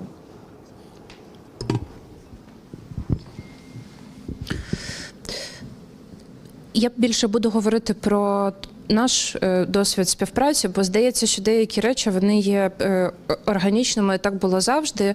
І, звичайно, коли ми говоримо про тему Криму, ми завжди говоримо про корінні народи України. І комунікація, наприклад, представництва і залучення представників корінних народів, представницьких органів корінних народів, вона є історично складеною такою, вона була сформована ще до того, як я прийшла в команду, але і це з те, з чого я починала, що іноді деякі речі видаються, що вони так існували завжди.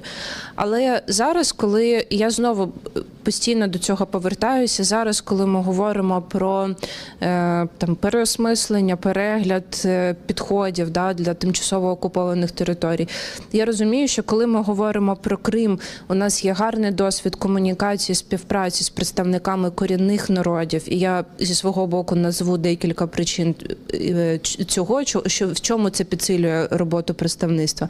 Але з іншого боку, це говорить, що і для інших тимчасово окупованих територій також є важливий контекст і врахування позицій, інтересів широкого кола людей і з представників різних груп. Ми говоримо про корінні народи, про Крим, але ми можемо говорити, наприклад, про національні меншини, коли ми говоримо про інші тимчасово окуповані території. Бо особливо після окупації цих територій, Мелітополь, Маріуполь, інші території, ми все голосніше чуємо голос представників різних національних спільнот, які там історично проживали, у яких також починається запит на необхідність самоідентифікації і заявлення себе як такою певною групою в комунікації з державою. Тут, звичайно, ми в великому партнерстві з Державною службою з питань етнополітики, оскільки вони консолідують зусилля, і ми зі свого консолідують і зусилля, і представництво корінних народів, національних спільнот і меншин.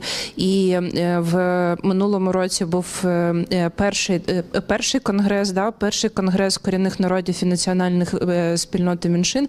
І ми побачили кількість цих людей, які мають свою позицію, вони хочуть, щоб вона була почута, і в них є позиція стосовно їхнього дому, який зараз тимчасово окупований.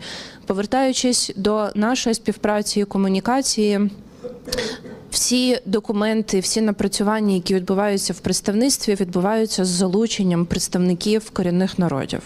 Ми системно працюємо з Меджлісом кримсько-татарського народу, і, звичайно, дуже шкода, що Ріфат Ага не встигнув доїхати. Він про це інформував в Фейсбуці, але він, я думаю, що виконав ту місію в Німеччині і представив тему Криму на багатьох площадках, але ми в своїй діяльності визначаємо один із напрямків – це системна і послідовна комунікація з представниками корінних народів.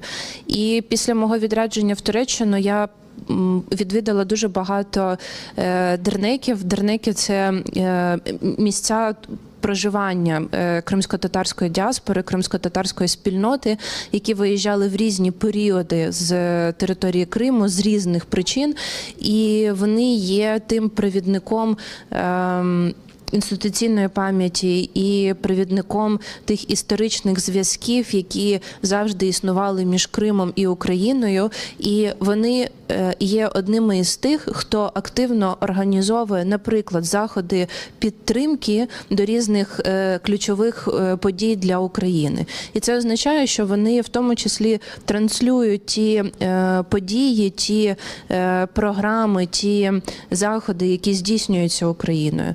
І у нас є багато завдань, скажімо так, є стратегія розвитку кримсько-татарської мови і літератури.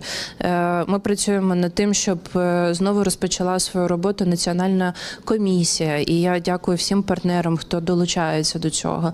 Затверджений алфавіт, ми працюємо над книжками, працюємо над гідним представленням багатогранності Криму. І на даний момент, коли ми говоримо про корінний народ Криму, це нам допомагає, в тому числі ще додатково аргументувати необхідність повернення Криму під контроль України, що це є територією України. І на завершення про цифри ми завжди говоримо про те, що є велика кількість людей, які переслідуються і політичними ув'язненими, тих, хто чинить спротив. І дуже показово, що більшість із цих людей є кримськими татарами.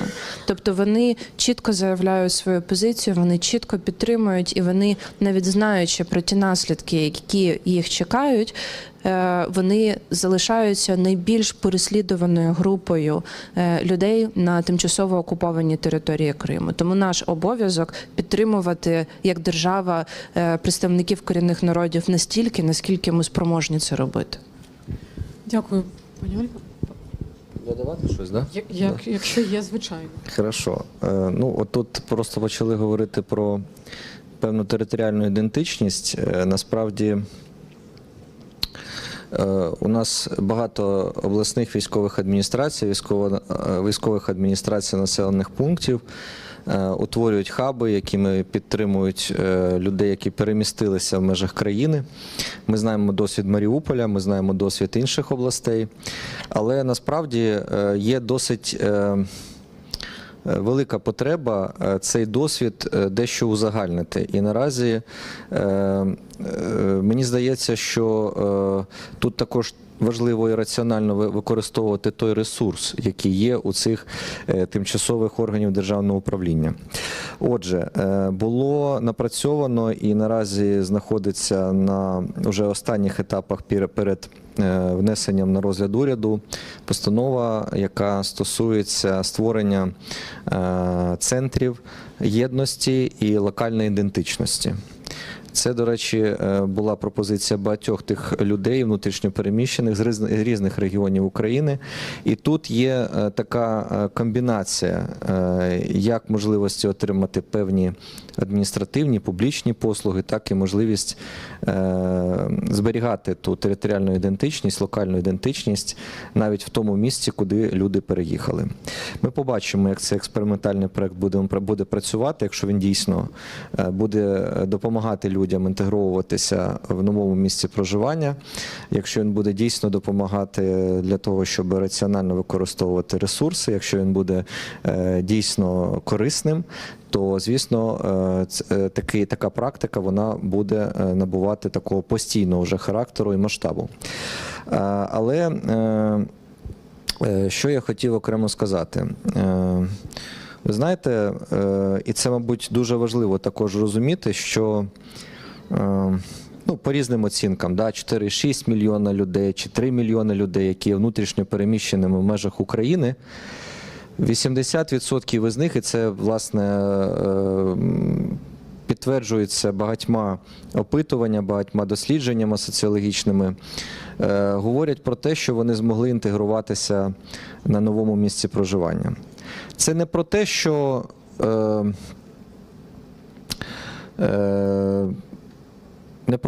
вони там не хочуть повернутися додому. Ні, це не про це. Але це про те, що Україна велика, і в кожному місці є певні свої особливості. Але попри це, люди мають змогу інтегруватися в новому місці проживання. Я в понеділок був у Перечині Закарпатської області і бачив там містечко, яке побудовано релокованим бізнесом релокованим з Донецької області. Там наразі інвестиції для формування фонду тимчасового житла для внутрішньо переміщених людей, тимчасово я маю на увазі соціальне, в повному смислі цього слова. Це абсолютно сучасні енергоефективні будинки, побудовані безпосередньо в межах міста, по суті це такий квартал. Туди інвестовано наразі $300 мільйонів відповідальним бізнесом. І мені ж було цікаво дізнатися, чи були конфлікти, тому що люди переїхали з Краматорська, люди переїхали з Харкова, люди переїхали з Запоріжжя. Вони сказали, були. Були, але вони вирівнялися. І я хочу сказати, що, до прикладу, бюджет міста Перечин з 80 мільйонів гривень зріс на 240. Звісно, масштабувалися проблеми, тому що десь на 30% збільшилась кількість людей, які проживають в Перечині. Звісно, місто не було розраховано на таку кількість людей. Але нові люди, українці з інших територій, вони насправді формують новий потенціал тих територій, куди вони перемістилися. І ще один момент, знаєте, у нас є Кодекс цивільного захисту України, знаєте, да, про такий документ. Це документ, який регулює, власне кажучи, різні аспекти цивільної безпеки. І для мене, і це дуже важливо, оскільки наше міністерство також координує процеси евакуаційні, для мене дуже важливо, що евакуація людей завершується, знаєте, чим? Ну, які варіанти? Чим закінчується евакуація? Поверненням додому. Не інтеграцією на новому місці проживання. Евакуація, як тимчасове явище, закінчується поверненням додому. Тож, нехай буде така можливість повернутися додому всім.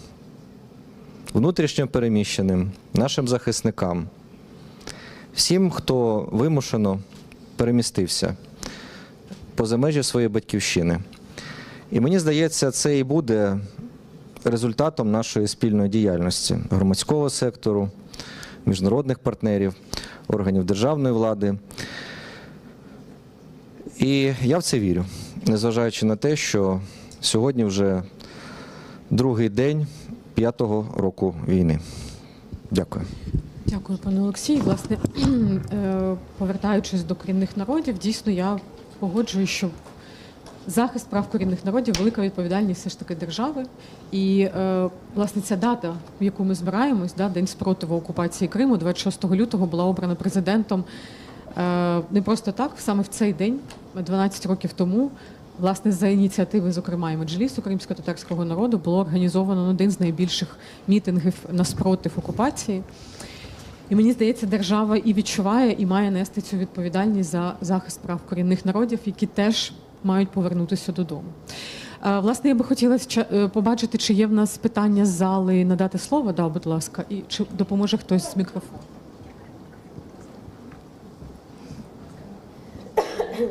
Дякую.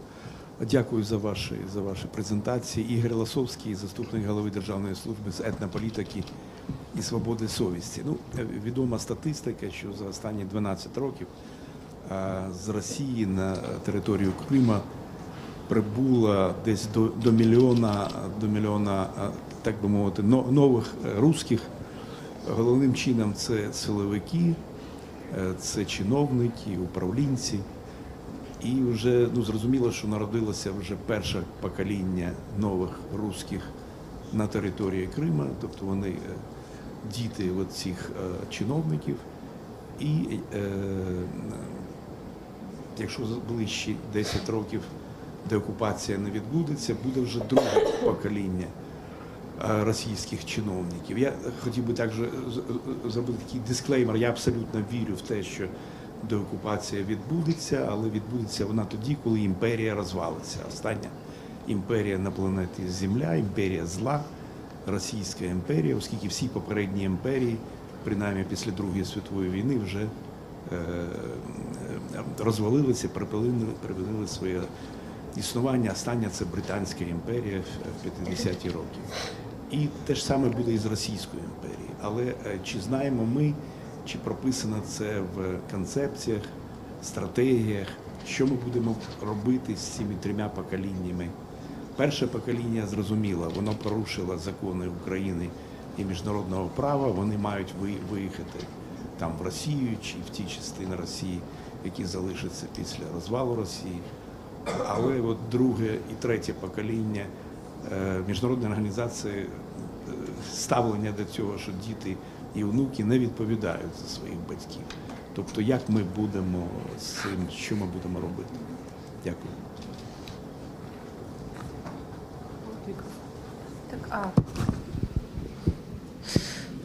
Колеги, я знаю, що у нас трохи є питання по чутності мікрофона. Я думаю, що давайте я повторю питання, яке було з вашого дозволу. Я думаю, що в кавоперерву ми пофіксимо цей процес по мікрофонам.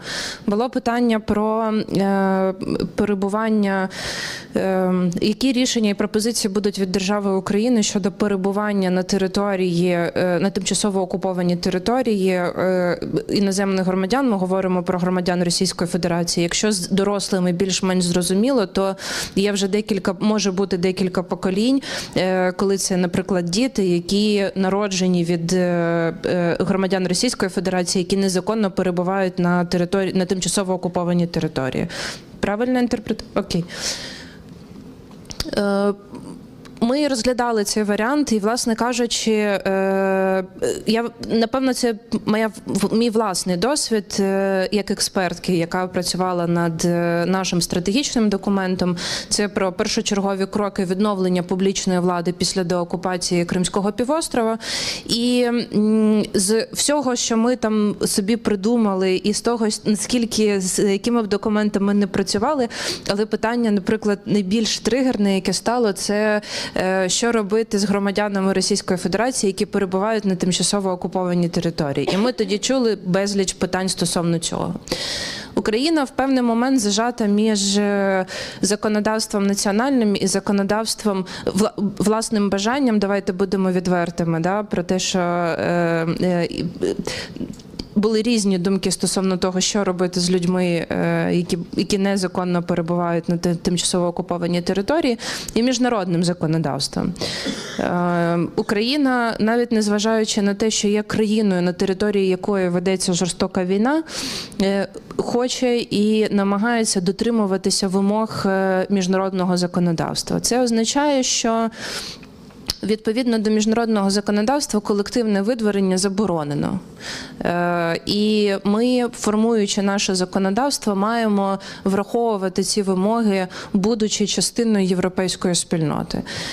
Мали комунікацію з Державною міграційною службою стосовно цього, бо це однозначно буде їх мандат відповідальності. Позиція є чітка. По дорослим це люди, які громадяни іноземних країн, які незаконно знаходяться на тимчасово окупованій території України, які порушили порядок перетину державного кордону. Якщо ми говоримо про дітей, якщо вони народжені від громадян Російської Федерації, вони є громадянами Російської Федерації, це означає, що на них також буде поширюватися законодавство, як і до дорослих. Ми можемо тут говорити ще про воз'єднання родин, тобто зрозуміло, що в нашій концепції ми ніколи не говорили про розірвання, знаєте, родин, що діти окремо, дорослі окремо, тобто говорили про те, що має бути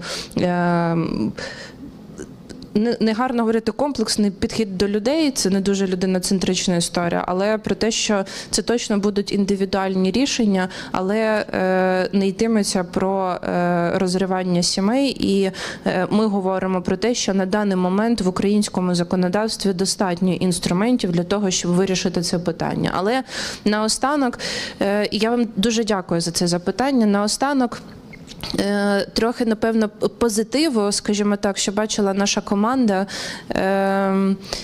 Чим більше Україна має спроможності вчиняти дії щодо тимчасово окупованих територій, тим там менше стає представників Російської Федерації.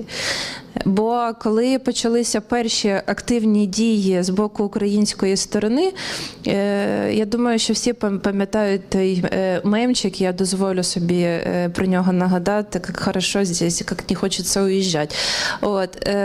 Ми бачили різкий підйом ринку нерухомості, почали дуже активно продавати нерухомість, і це означало, що ті люди, які перебувають там незаконно, вони знають, що вони перебувають там незаконно. І коли починаються активні дії з боку міжнародної спільноти або України, вони збирають свої родини, збирають свої речі і їдуть звідти. Тобто, якщо і нам і буде необхідність розбиратися, це будуть одиниці, які там залишаться з певною мотивацією, і це вже окрема історія. Так, буквально одна фраза, що насправді, якщо ми концептуально приймаємо рішення, що всі громадяни Російської Федерації, які незаконно в'їхали, мають покинути територію, перед нами стає дуже багато технічних питань. І ми сподіваємося, що якраз міграційна служба, Державна міграційна служба України, ну і, власне, можливо, Міністерство внутрішніх справ, вони будуть ініціювати такі обговорення. Тому що це питання відрізнення громадян України від громадян Російської Федерації, якщо вони паспорти отримували на окупованій території. Як ми будемо їх розрізняти?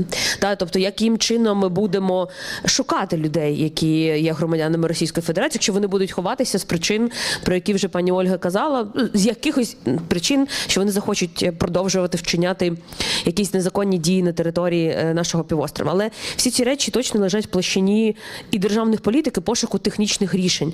Тому що, якщо на окупованій території дуже багато людей, які досягнули молодих людей, які досягнули повноліття і ніколи не мали українського паспорту, нам важливо швидко запроваджувати механізми паспортизації там. І це також вимагає певних технічних від нас рішень. Ми будемо сподіватися, що вони всі вже будуть напрацьовані.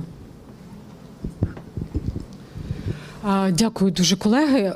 Власне, на жаль, на цьому ми маємо завершувати нашу дискусію. Я дякую кожному спікеру і спікеркам за таку чесну і глибоку розмову. Жодна окупація не є вічною. І, власне, історичний досвід багатьох країн, які переживали десятирічні окупації, навіть підказує нам, що рано чи пізно в нас буде геополітична можливість звільнити наші території, повернути безпеку нашим громадянам. Питання лише в тому, щоб ми були готові до цього моменту. Я думаю, ми зможемо продовжити нашу розмову неформально за кавою. І від себе особисто я хочу подякувати кожному, хто тримає український Крим в своєму серці і фокусі уваги. Дякую.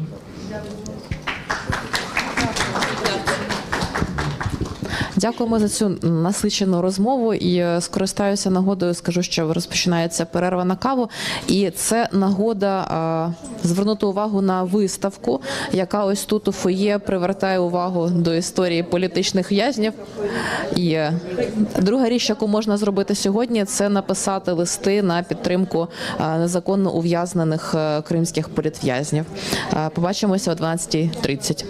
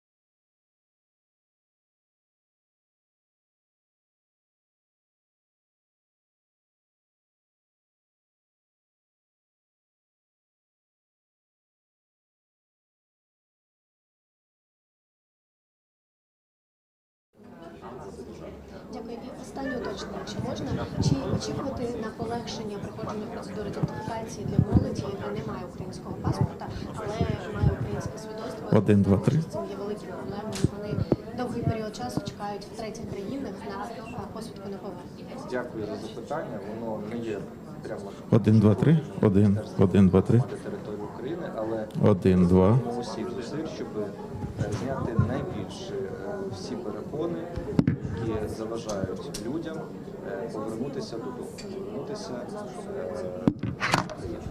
Я вам дуже дякую за приділений час. Дякую. Все, ми йдемо на канал, але у нас є проблема. У нас на 14:30 звідси. Ні. Надай спасибо. Тому що на 14:30 спершу тебе є.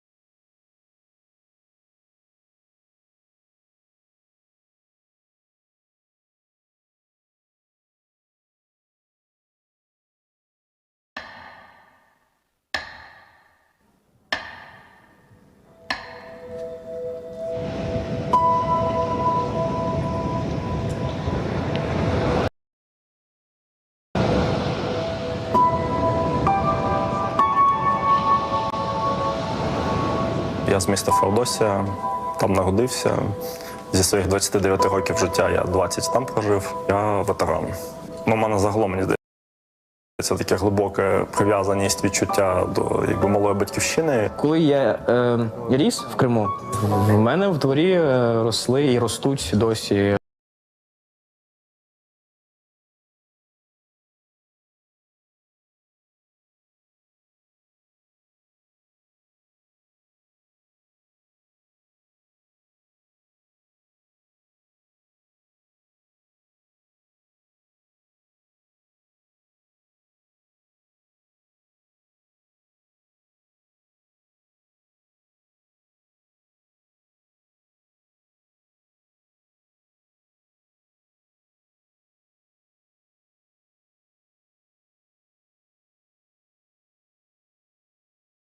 лимони, велика кількість.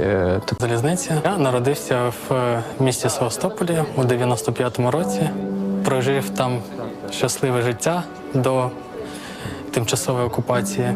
З 97-го року я військовий журналіст, бо я зріс в такому маленькому, але військовому містечку Балаклава, де були підводні човни і моряки. То я своє майбутнє бачив лише у військово-морській формі. З 2003 року по 2014 рік я проходила військову службу в Сімферопольському прикордонному загоні, який дислокувався в Автономній Республіці Крим.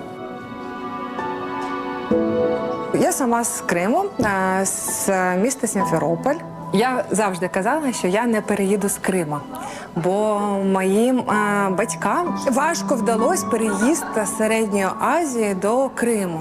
Вони дуже мріяли про це. Це наша земля, і ми приїхали, щоб жити тут. Ми жили своїм життям, жили в Криму, жили в Україні. І ніколи не думала, що може хтось прийти і змусити нас жити по-іншому. Раз, два, три.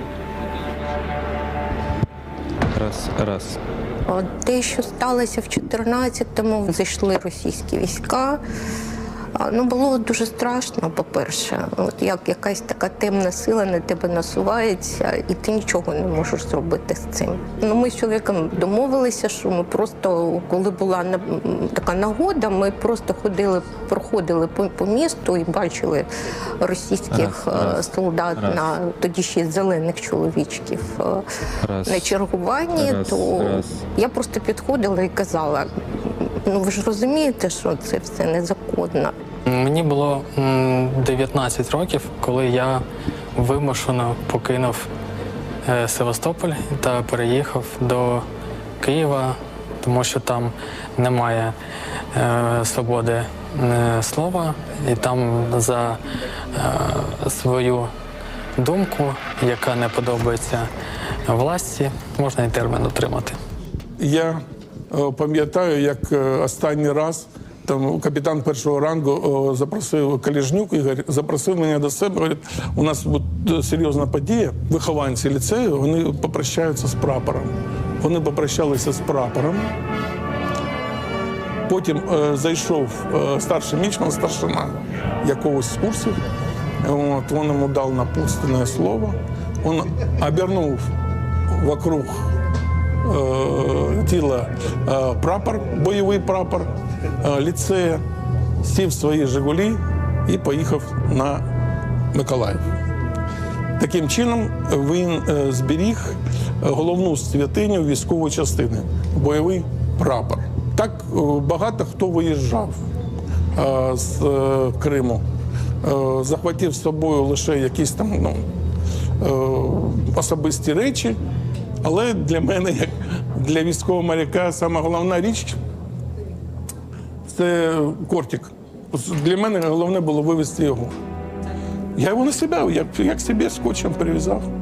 Я служу в Державній прикордонній службі України, а саме в морській охороні. Коли надійшла така інформація про окупацію, ми вийшли в море та деякий час, незважаючи на дуже погані погодні умови, а вони були складні, був шторм, як завжди, зараз пам'ятаю. Ми перебували декілька діб там, безпосередньо в морі. До моменту, коли ми отримали команду перейти в місто Маріуполь. Мій батько, ми разом проходили службу, але, на жаль, у 24-му році він загинув. Я продовжую службу, бо я мушу. Я в душі військовий, я давав присягу, і я не можу це кинути, поки це все не закінчиться. Я відчувала страх, але до того моменту, поки зі мною була моя донька, моя дитина. 1 березня з міста Хмельницького приїхав потягом мій батько і забрав мою доньку, тому що їхав останній потяг на Київ, Севастополь-Київ. Ми якраз купили останній квиток для батька. Я пам'ятаю, коли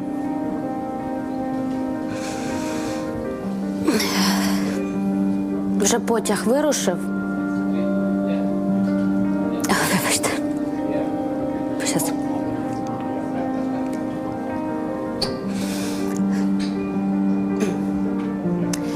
Коли потяг вирушив, я стояла на цьому місточку.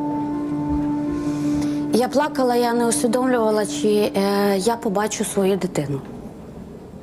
На цьому моменті мій страх зник. І покажем, що ми браття козацького. Я в кінці 2019 року, в жовтні місяці, долучився вже безпосередньо до лав Сил оборони. Служив бойовим медиком в морській піхоті. Я на той момент вчився на 4-му курсі в Таврійському університеті, я вчав там історію. І я після 3-го курсу влітку пройшов вишкіл батальйону госпітальєри. Це на той момент був просто найкоротший шлях потрапити теж на війну. І в жовтні 19-го року я поїхав так на першу ротацію в місто Мар'їнка. Ну, весь цей період, майже осінь, зима, весна, я був під Маріуполем. Навчання відбувалося офлайн, тобто я сидів там в якихось підвалах, робив там ці всі якісь реферати, роботи. Журналіст, спортивний функціонер. Займаюся цим саме журналістикою вже понад 17-го року, це 9 років. І з 20-го року займаюся саме спортом в плані менеджерства, як в якості функціонера, для того, щоб реінтегрувати наших спортсменів, залучати в Україну саме з окупованих територій, щоб вони не представляли країну-агресора, а представляли нашу країну. Один з них повернувся в Україну, навіть не дивлячись, що він молодше 18 років. І сьогодні у складі збірної України чемпіон світу нещодавно став. Живу в Києві вже 11-й рік. Працюю менеджером в ресторані «Мусафір». Наш ресторан допомагає військовим, ми збираємо кошти. Коли почали виключати світло, то ми запустили пункт незламності. Ресторан працює не як ресторан, а як іменно пункт незламності. Ми даємо людям тепло, світло, чай, каву. Ми маємо Крим повертати не тільки заради нас самих, а також заради того народу, який не має іншого місця на землі. За рахунок Кремли, для них, кримських татар. Фронт він один. І я знаю, що чимало кримчан воює. Наприклад, хочу згадати свого теж одногрупника, з яким ми в Таврійському університеті навчалися, Сашко Кравченко.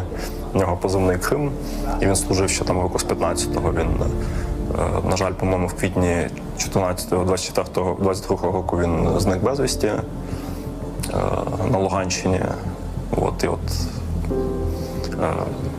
Якщо вживати в одному реченні слова там боротьба і Крим, то це в першу чергу про таких людей, як він.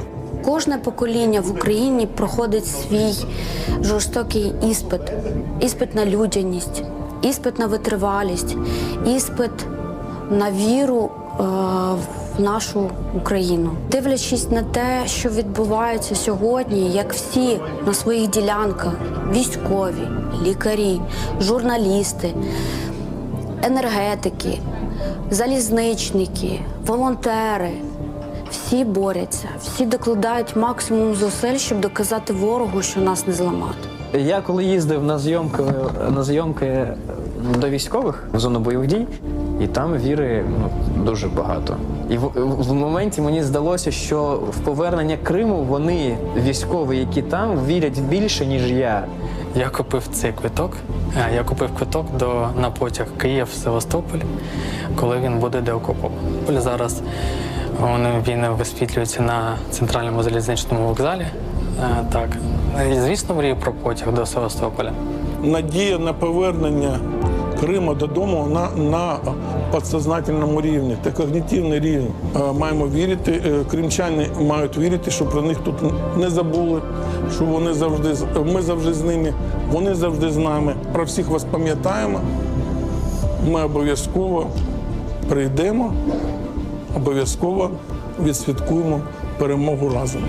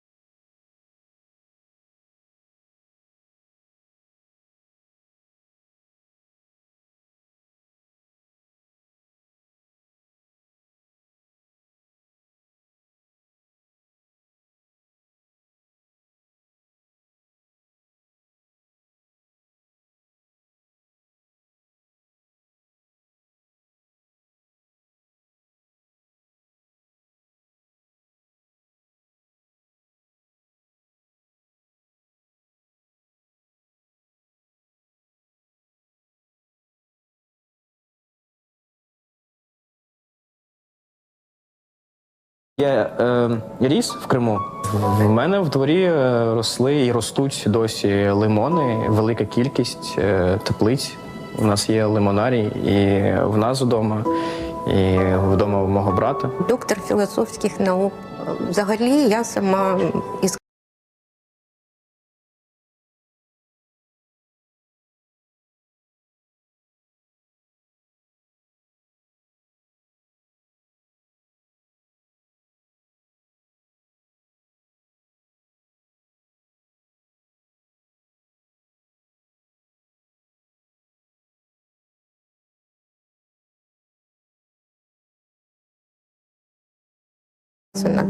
цієї землі.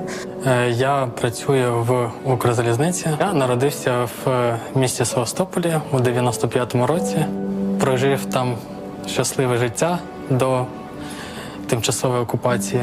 З 97-го року я військовий журналіст, бо я зріс в такому маленькому, але військовому містечку Балаклава, де були підводні човни і моряки. То я своє майбутнє бачив лише у військово-морській формі. З 2003 року по 2014 рік я проходила військову службу в Сімферопольському прикордонному загоні, який дислокувався в Автономній Республіці Крим.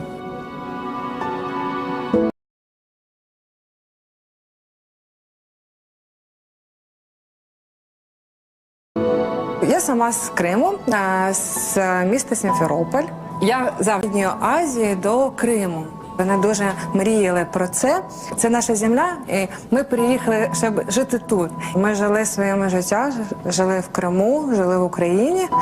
І ніколи не думала, що може хтось прийти і змусити нас жити по-іншому.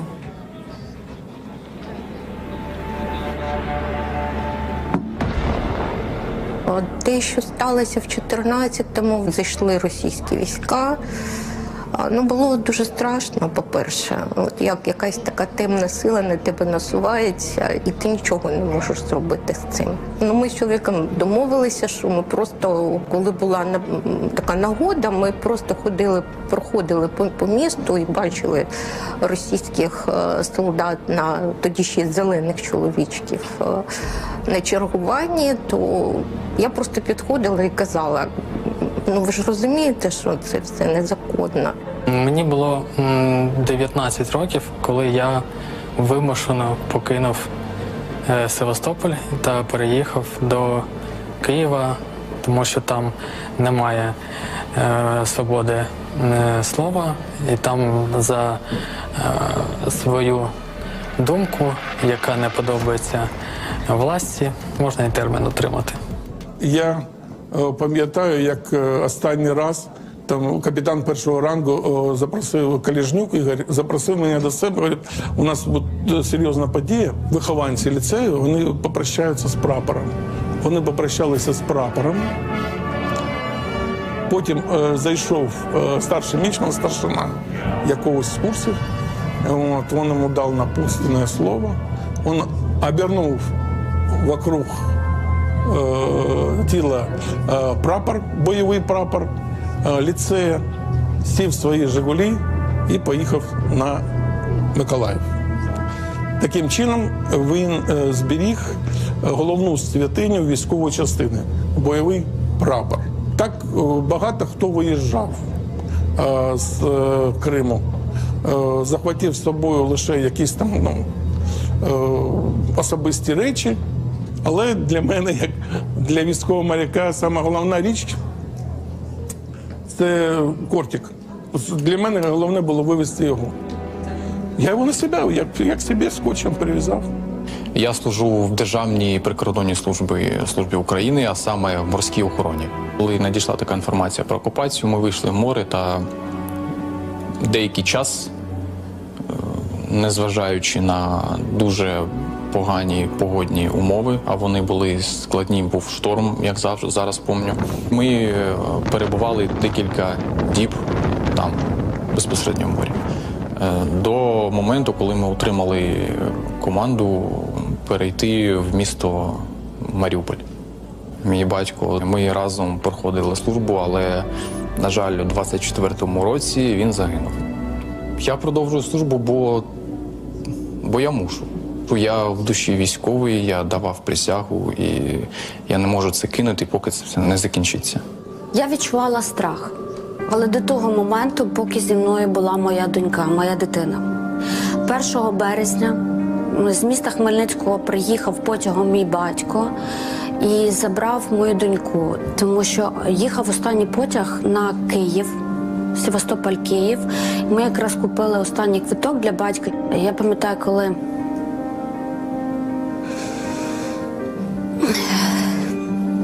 вже потяг вирушив. Вибачте. Щас.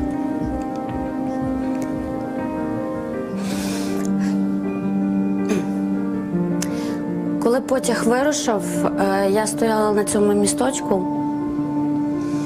Я плакала, я не усвідомлювала, чи я побачу свою дитину. На цьому моменті мій страх зник. І покажем, що ми браття козацького.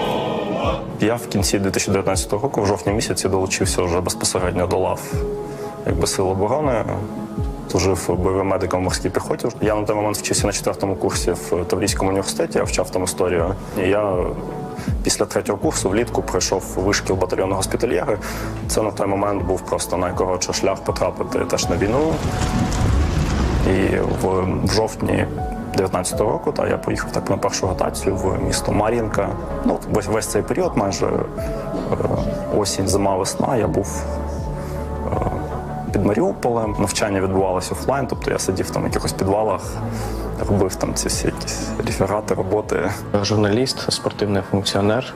Займаюся цим саме журналістикою вже понад 17-го року, це 9 років. І з 20-го року займаюся саме спортом в плані менеджерства, в якості функціонера для того, щоб реінтегрувати наших спортсменів, залучати в Україну саме з окупованих територій, щоб вони не представляли країну-агресора, а представляли нашу країну.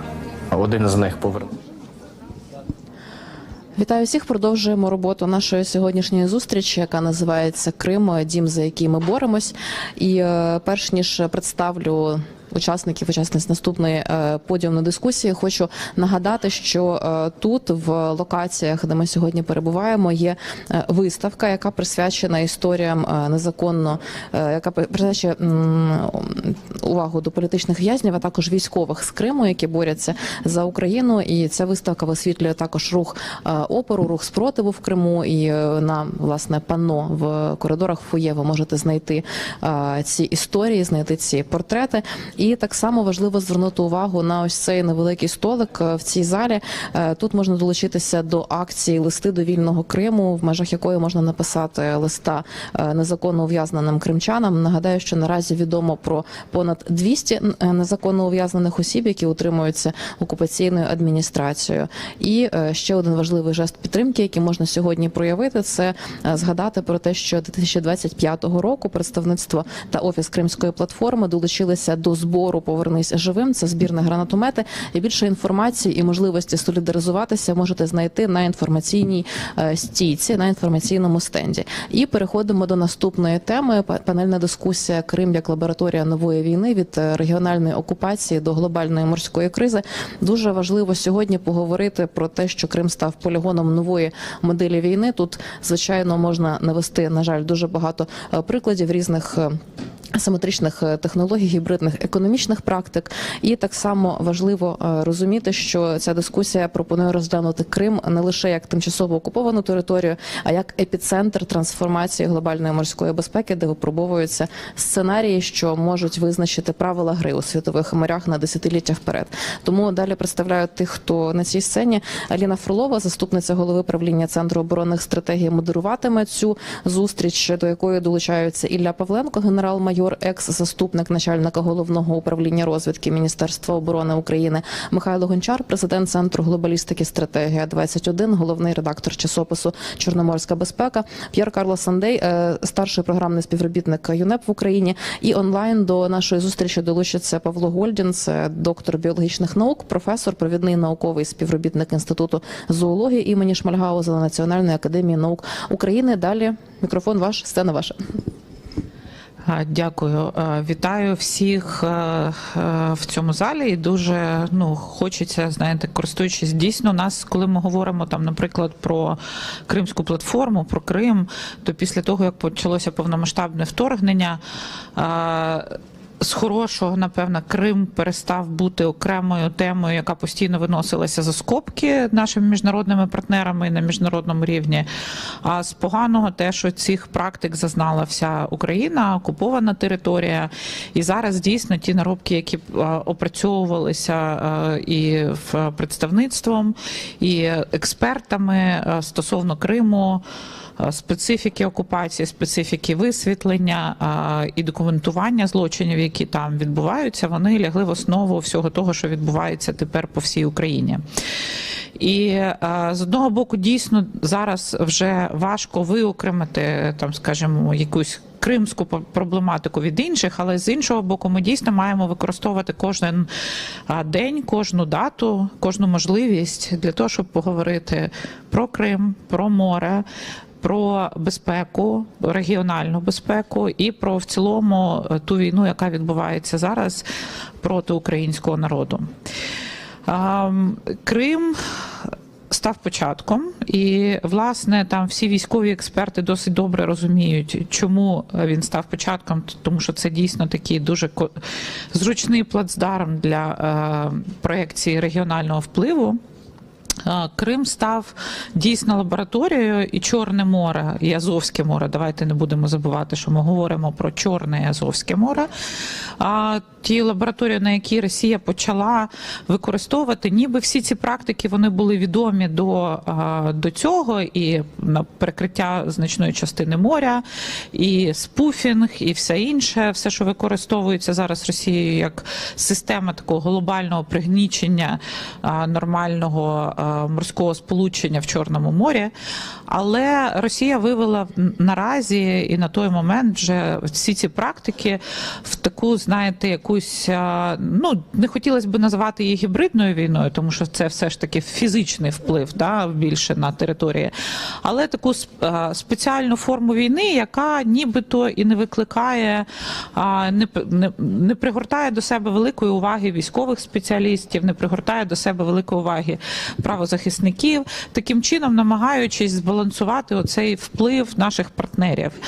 А власне те, що відбулося після того, Росія втратила, після 22-го року, Росія втратила можливість свою ключову робити мілітарний, прямий мілітарний вплив на морі завдяки діям українських збройних сил, наших спецслужб. І зараз наразі використовує всі свої спроможності військово-морських сил в основному для запуску ракет, які атакують мирне населення або континентальну Україну, і не використовує спроможності своїх військово-морських сил для того, щоб, власне, робити фізичний мілітарний вплив. І в цій ситуації ми бачимо, що ніби встановився такий баланс, який Україна тримає на морі, з періодичними сполохами активності, і відбувається така нормалізація обмеженої війни. Да? Знову війна на морі, вона нібито зникла з радарів міжнародних наших партнерів, вона нібито, ну тому що там більш-менш все добре. Да? Росія загнана в якісь куточки, можна не приділяти цьому увагу, можна не думати про те, як бути присутнім. Європейський Союз нещодавно прийняв Чорноморську стратегію, в якій, власне, про Чорне море нічого нема. І про те, що там війна, нічого нема. Да? Тобто там є одна фраза, там або пару фраз про те, що є небезпека, давайте щось з цим робити. А в НАТО стратегія по Чорному морю не є для них цікавою як окремий елемент. Вони вбачають, що це складова будь-якої морської стратегії, уникаючи цього факту, що, власне, ми маємо відкрити військові операції в морі, і що в морі відбувається формування нового типу взагалі війни. Тобто, знову ми маємо ситуацію, коли нібито проблема є, але насправді її нема.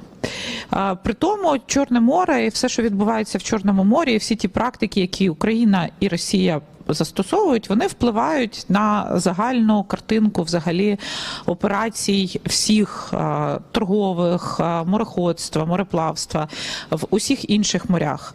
Україна демонструє свою спроможність діставати тіньовий флот навіть за межами Чорного моря. Америка дуже активно взяла, скажімо так, на озброєння можливості морського примусу, називаємо це так, да, і застосовує їх в своїх власних економічних інтересах на жаль, в меншій пропорції до російського тіньового флоту, в більшості там до всіх інших своїх економічних інтересах. Тобто ця нормалізація примусу на морі, вона стала такою загальною практикою, яку вже почали розтягувати по всіх інших морях. І, вочевидь, Чорне море стає таким, в якійсь мірі, напевно, поганим трендсеттером нової конфігурації безпеки на морі. Але це нам дає шанс, в тому числі, випрацювати і підходи до встановлення нової конфігурації безпеки, нових правил безпеки на морі. І Україна тут може бути лідером, Україна може пропонувати власне рішення, і Україна може пропонувати власне бачення, тому що, по-перше, ми маємо достатньо сили для того, щоб пропонувати це бачення, а по-друге, ми маємо той досвід, який навряд чи має жодна інша країна, на жаль, на сьогодні. Тож давайте перейдемо. Коли ми будемо сьогодні говорити про безпеку, ми будемо намагатися говорити про всі компоненти, і про енергетичну, і про безпеку транспортування, і про мілітарну безпеку, і в тому числі про екологічну безпеку, яка є невід'ємною складовою функціонування будь-якої екосистеми на морі. Ну, почну все ж таки з такого загального питання, і хотілося б зрозуміти позицію експертів стосовно того, що ми можемо зробити от з протидією цій нормалізації. Нормалізації того, що відбувається в Чорному морі, нормалізації того, що відбувається взагалі на морях, да, випадінню цього фокусу. Як ви бачите, які міжнародні правові механізми, або неправові, або механізми впливу ми можемо використовувати для того, щоб проблема моря, проблема визначення безпеки на морі, повернення нормального функціонування, або якщо воно можливо як повернення, або формування нових правил на морі було, щоб ця дискусія хоча б була розпочата на міжнародній арені. Пане Михайло, можливо, з вас? Як скажете? Працює? Працює. Працює, так? Добрий день до всіх. Передусім дякую за запрошення.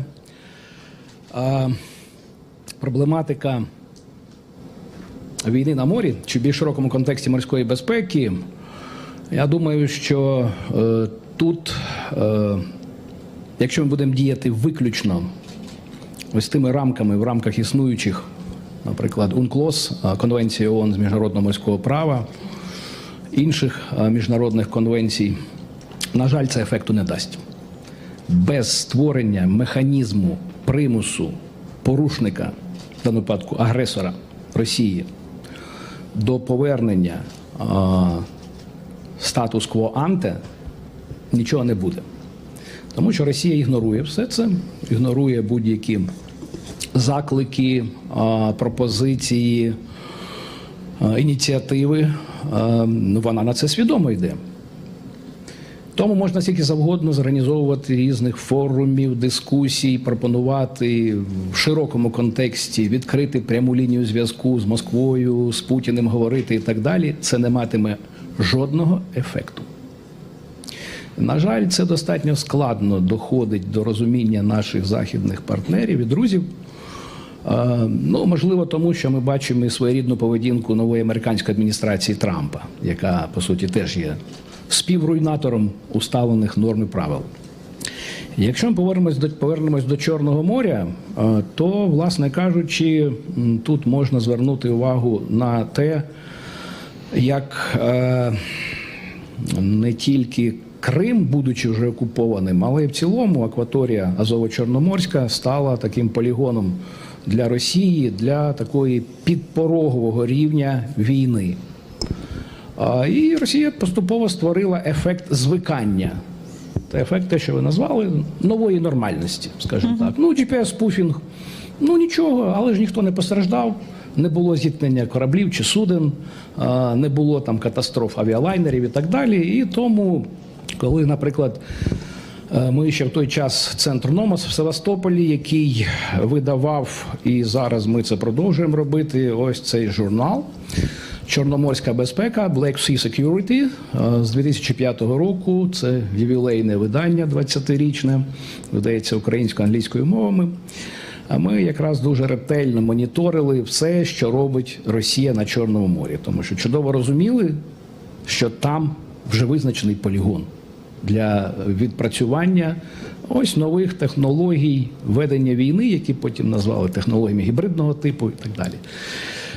Я пригадую 99-й рік, 1999 рік, що Росія вже тоді закидала думку, такий наратив, що після реалізації проекту газопроводу «Блакитний потік» з Росії через Чорне море в Туреччину, от зараз Путін говорить, що Україна збирається його підірвати, його і турецький потік і так далі. То ще в 99-му році, коли «Блакитний потік» був тільки введений в експлуатацію, вони ж говорили про те, що є плани знищення цього трубопроводу. І ці плани виношує хто? Ну, Сполучені Штати, звичайно, тому що глибина Чорного моря – це не глибина Балтійського моря, це 2250 метрів. Тому тільки американці можуть там щось зробити. Але вони вже тоді чітко позначили, хто є ворог. Ну, а оскільки Україна оголосила про перспективу членства і намір приєднатись до Північно-Атлантичного договору, ну, автоматично Україна теж стала ворогом. І тому, якщо ми пригадаємо, там після GPS-спуфінгу пішли якраз ось ці перекриття морських акваторій, де, наприклад, для навчань Сі-Бріз Україна і НАТО, Україна робила це згідно там конвенції СОЛАС-74, відповідний букінг акваторії, де будуть спільні навчання. Що робила Росія? Вона одночасно подавала заявку на проведення своїх навчань і частину цієї акваторії відрізала. Яка була відповідь з боку країн НАТО? Ну, ми, звичайно, заявили про те, що не можна це толерувати. В Альянсі сказали, ну нічого, нам вистачить і цієї акваторії. Тобто це Росія розцінила як слабкість, і далі це все пішло працювати як технологія кожного року.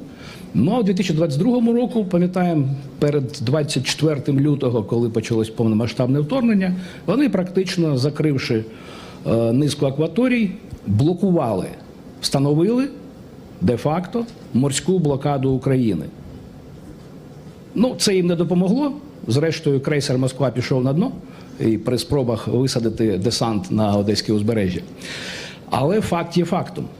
І тому ми зараз бачимо більш нахабну поведінку Росії не тільки в Чорному морі, ми бачимо передусім на Балтиці, де йде основний нафтовий трафік Росії, який приносить доходи в бюджет війни не тільки проти України, а й для підривної діяльності проти Європи, середини Європи. І в цьому контексті, звісно, що ми, якби бачачи зусилля наших європейських партнерів, передусім,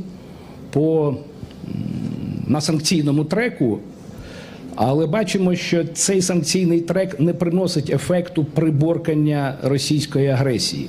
Тому ми змушені йти на мілітарне доповнення цих зусиль, що, в принципі, є в інтересах не тільки України, але й Європи так само. Тому ви вірно зауважили, що ми змушені діяти проти Росії мілітарними методами не тільки в акваторії Чорного моря. Всі морські простори мають стати небезпечними для ворога. До речі, обмежень для військово-морської діяльності з точки зору міжнародного морського права, тої ж конвенції УНКЛОС, немає. Інакше вона не була б прийнята. Так, потрібно було би, це, напевне, моя остання репліка, потрібно було би внести якісь кардинальні доповнення, уточнення, правки в Конвенцію ООН. Але ж ми пам'ятаємо, як вона приймалась. Вона 82-го року набула чинності десь в кінці 90-х років. Тобто її складно було прийняти.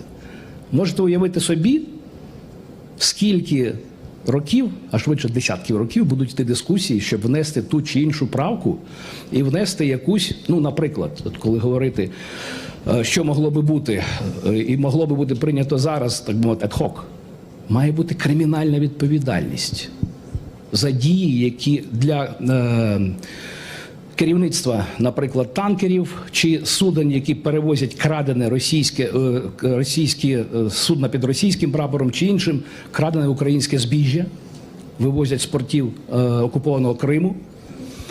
Тобто так, є перелік суден під санкціями, передусім так званий тіньовий флот танкерів. Але капітани цих танкерів і керівництво екіпажу не несе жодної відповідальності.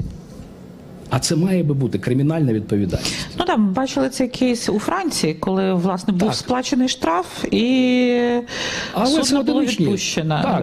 І жодних таких серйозних санкцій, наслідків не відбулося. А у випадку з арештом, наприклад, минулого року танкера «Евентін» з вантажем нафти майже 100 тисяч тонн на борту німецькою владою, судно було затримано, конфісковано і танкер, і нафта. Але німецький суд наприкінці минулого року прийняв рішення, що це були незаконні дії з німецького боку.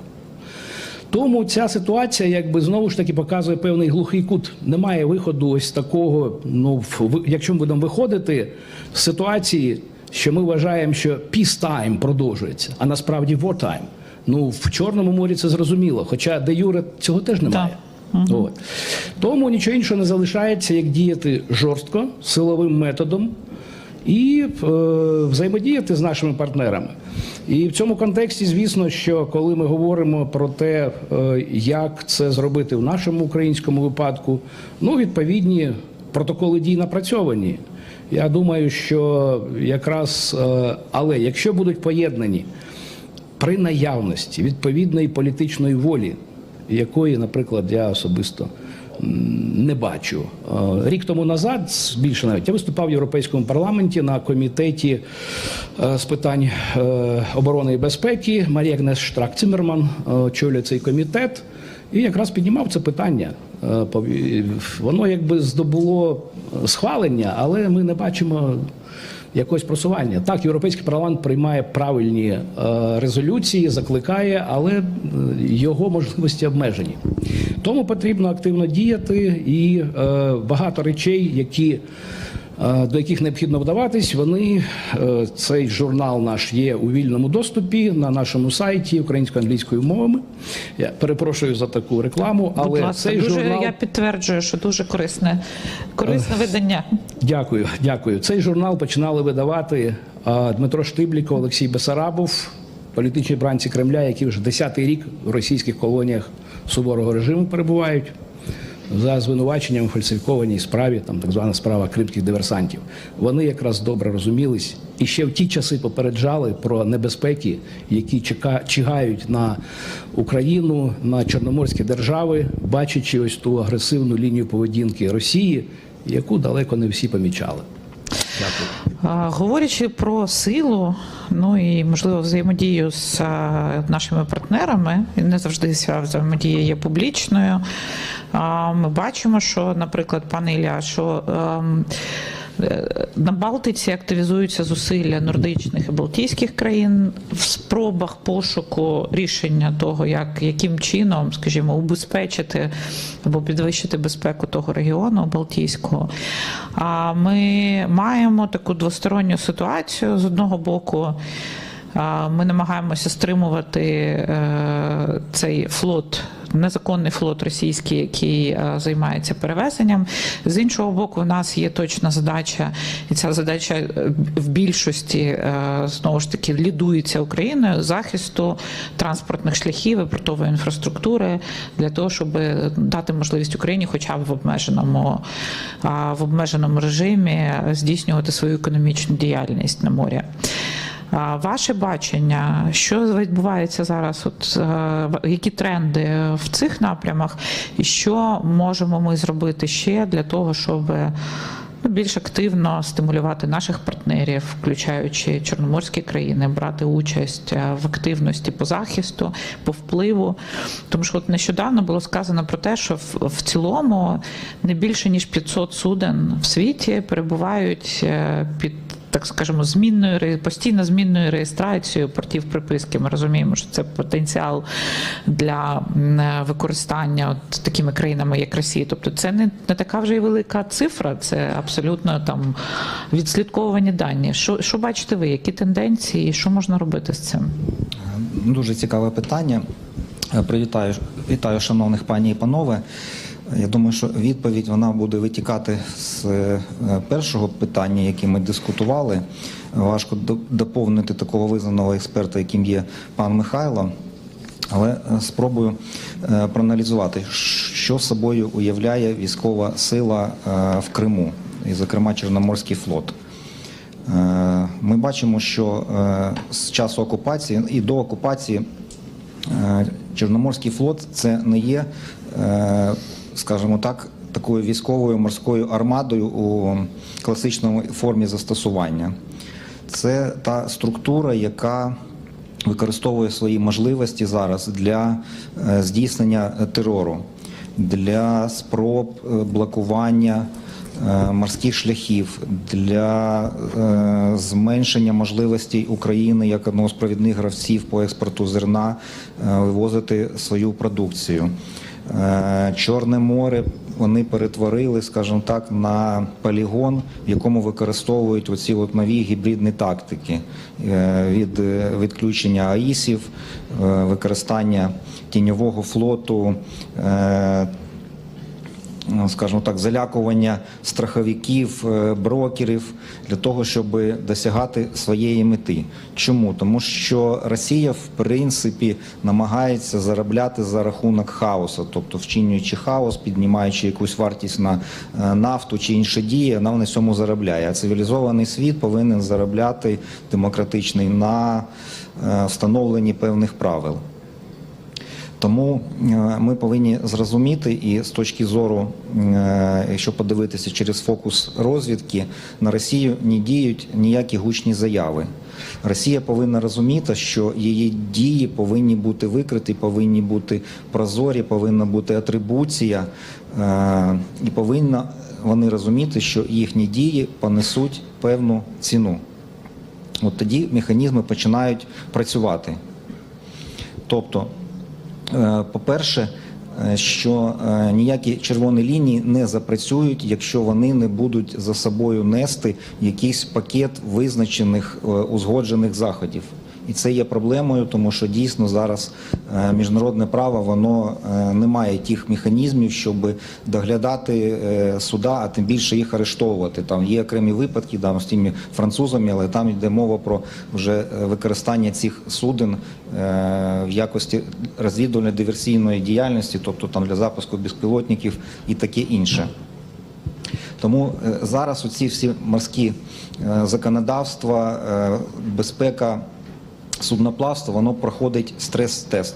І якраз наш Крим і Чорне море, воно не повинно стати якимось фактором заморозки, а воно повинно стати фактором збору доказів для того, щоб трансформувати оце міжнародне законодавство, для того, щоб світова спільнота переосмислила, що є таке морський транспорт, що це життєво важливо не тільки для економіки, а взагалі і для сфери безпеки, в тому числі глобальної безпеки. Тому, на нашу думку, по-перше, що це дійсно потрібна реакція. Це, от, як ми говорили в першому питанні, загроза полягає дійсно в тому, що Росія сподівається, що це все нормалізується і світова спільнота звикне усіми їхніми всіми практиками. І це дуже погане, що може статися. Неможливо це допускати. Ми маємо інформацію, що в цьому році Росія хоче інтенсифікувати і прикласти максимум зусиль для того, щоб легітимізувати захоплення Криму. От наше завдання якраз теж в цьому аспекті полягає цього не допустити, тобто ввести власні механізми, створити якийсь міжнародний трибунал, на якому визнати, що захоплення і мілітаризація Криму – це є військовим злочином, бо воно так і є. Вони не тільки сам флот, вони і сам півострів перетворили, як колись казав їхній диктатор, на непотопляємий авіаносець. Тобто це і ракетне озброєння розміщення, яким в тому числі берегові, які б'ють по інфраструктурі цивільній в тилу України. Це і аеродроми, це і засоби розвідку, і С-300, і РЕП, і все таке інше, в тому числі і флот. Тобто вони, якщо казати термінами НАТО, хочуть, верніше, намагалися створити так звану зону A2ID, тобто територію без доступу.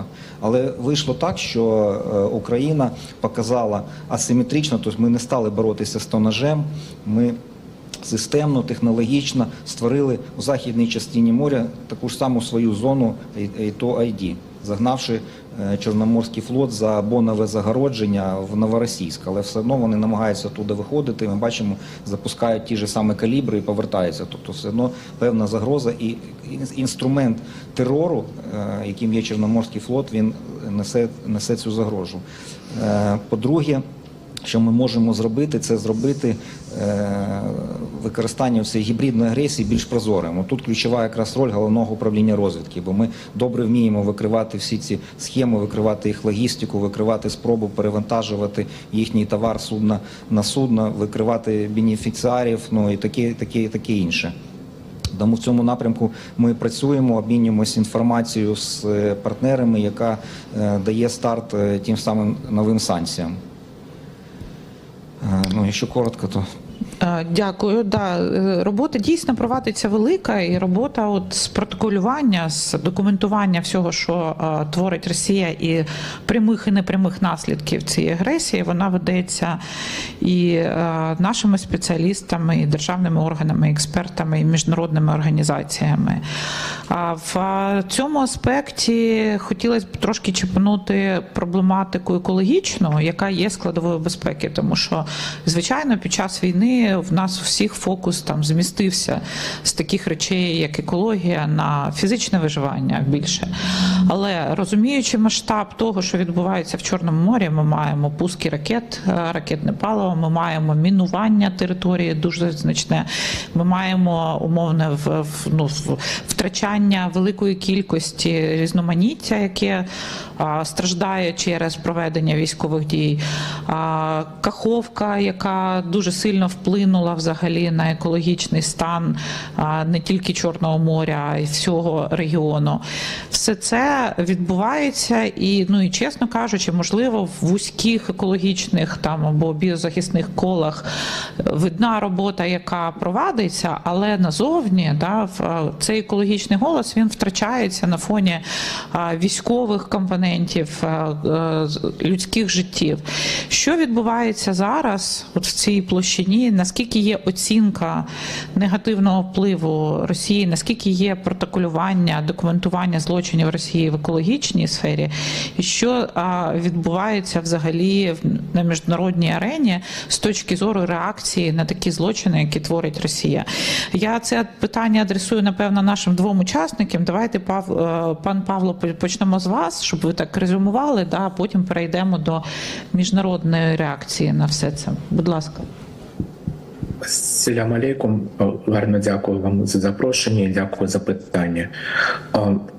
Дійсно, те, що ми спостерігаємо вже 12 років, це величезна проблема впливу на довкілля. І, як ми бачимо, вплив російськими окупантами відбувається як через бойові дії, так і через небойові дії. І ми, професіонали, біологи, зокрема, розглядаємо це як єдиний комплекс впливу війни на довкілля, тому що ті дії, які формально не є бойовими, наприклад, будівництво і підтримка у теперішньому стані Керченського мосту, формально це будівництво, але по факту це одна з тих дій, яка підтримує російську воєнну військову машину, і завдяки якій вона взагалі існує, і відбулось повномасштабне вторгнення і так далі.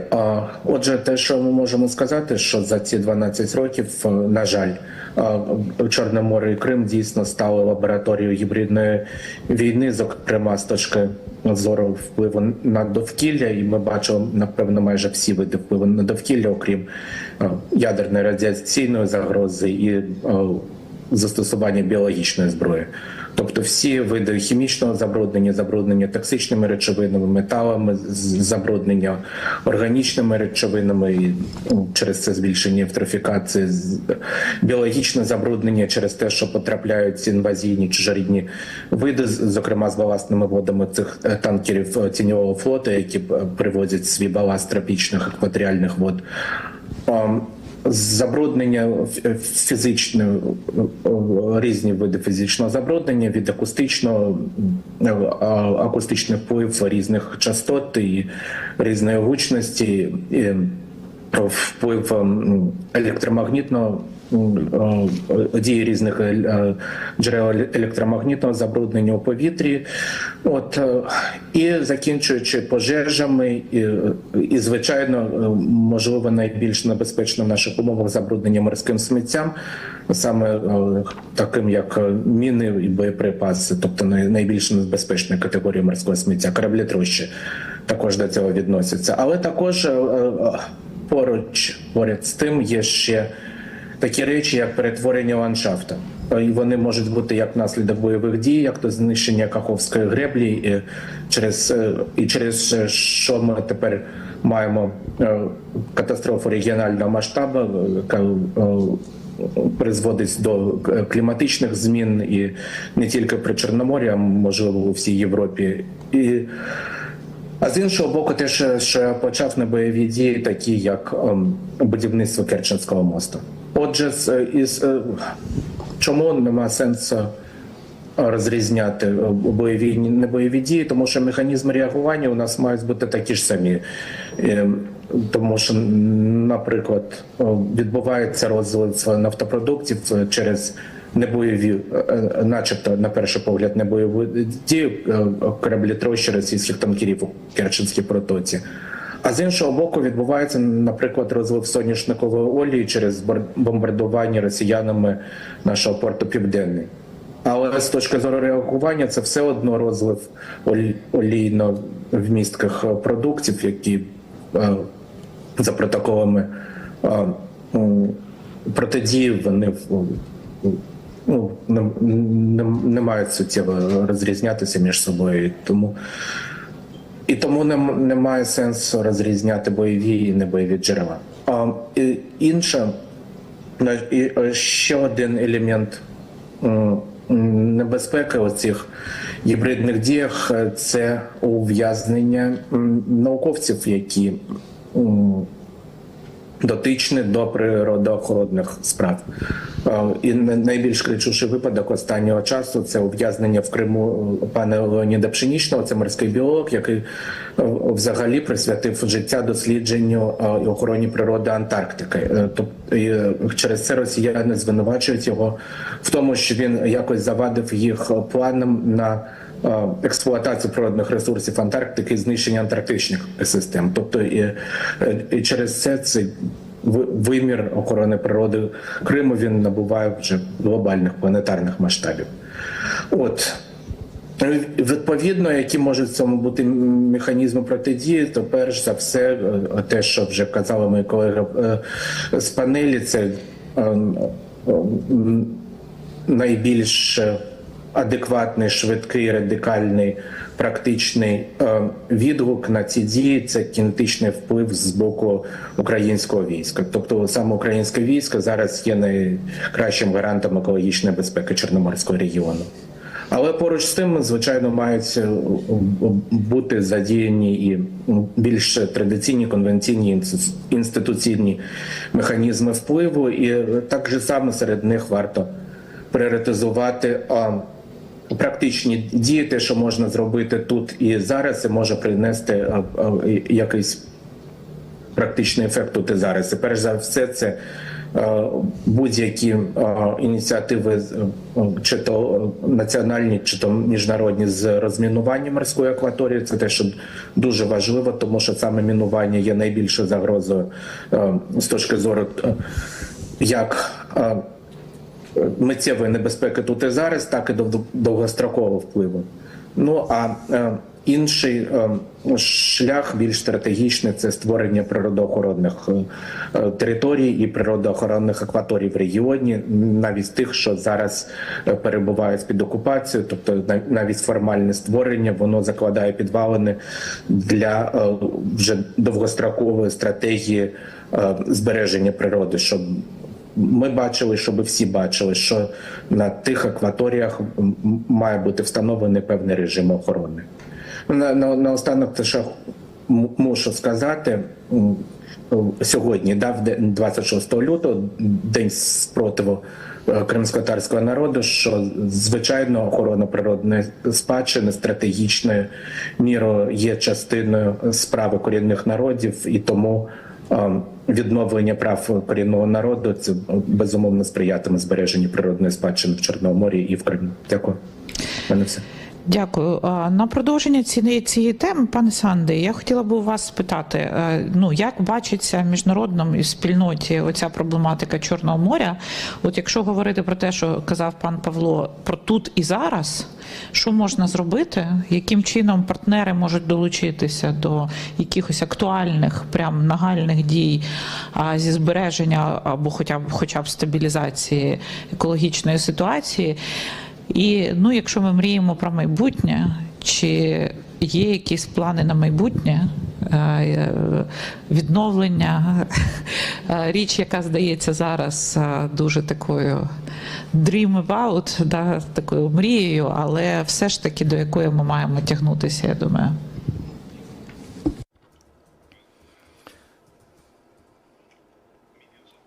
Насправді мільйони складних питань, але, по-перше, я хотів би подякувати за те, що мене запросили. Це важливий день і для мене. І коли як людина, яка повернулася з Венеції, це також для мене важливо, тому що в певний час я займався вже Кримом, питанням Криму, і я підтримував різні ініціативи, пов'язані з Кримом. Тому я дуже багато уваги приділяю до питань екології прибережних зон. І стосовно ваших питань, екологія є дуже важливим аспектом кожного конфлікту. Вона дуже часто про неї забувають. І зрозуміло, що під час війни пріоритети, вони більше стосуються гуманітарної, військової допомоги, це зрозуміло. І, звичайно, це треба про це пам'ятати і застосовувати заходів. Але довкілля дуже страдає від війни, від конфлікту. І, крім того, дуже часто складно забезпечити медійну увагу до питання екології. Тому що партнерам, міжнародній спільноті потрібні цифри, скільки було пошкоджено, що потрібно зробити. Ми нещодавно запустили ініціативу з оцінки пошкоджень і шкоди, нанесеної Україні за війну. І це дуже складно виразити цю шкоду у цифрах, у цінах. Можна порахувати, скільки було знищено будинків, і далі ви порахуєте, скільки вартуватиме відновлення цього будинку, а скільки ж коштуватиме відновлення лісу? Ліс – ці дерева можна відновити, але на це потрібно певну кількість років для того, щоб ця система повернулася до того ж самого рівня. І це те, що ми бачили з Каховською греблею. Це була штучна споруда, але вона стабілізувалась. Там був певний рівень води, там були болота, там були заплави. І, тобто, це була певна екосистема, яка надавала такі, так би мовити, екологічні послуги довкіллю.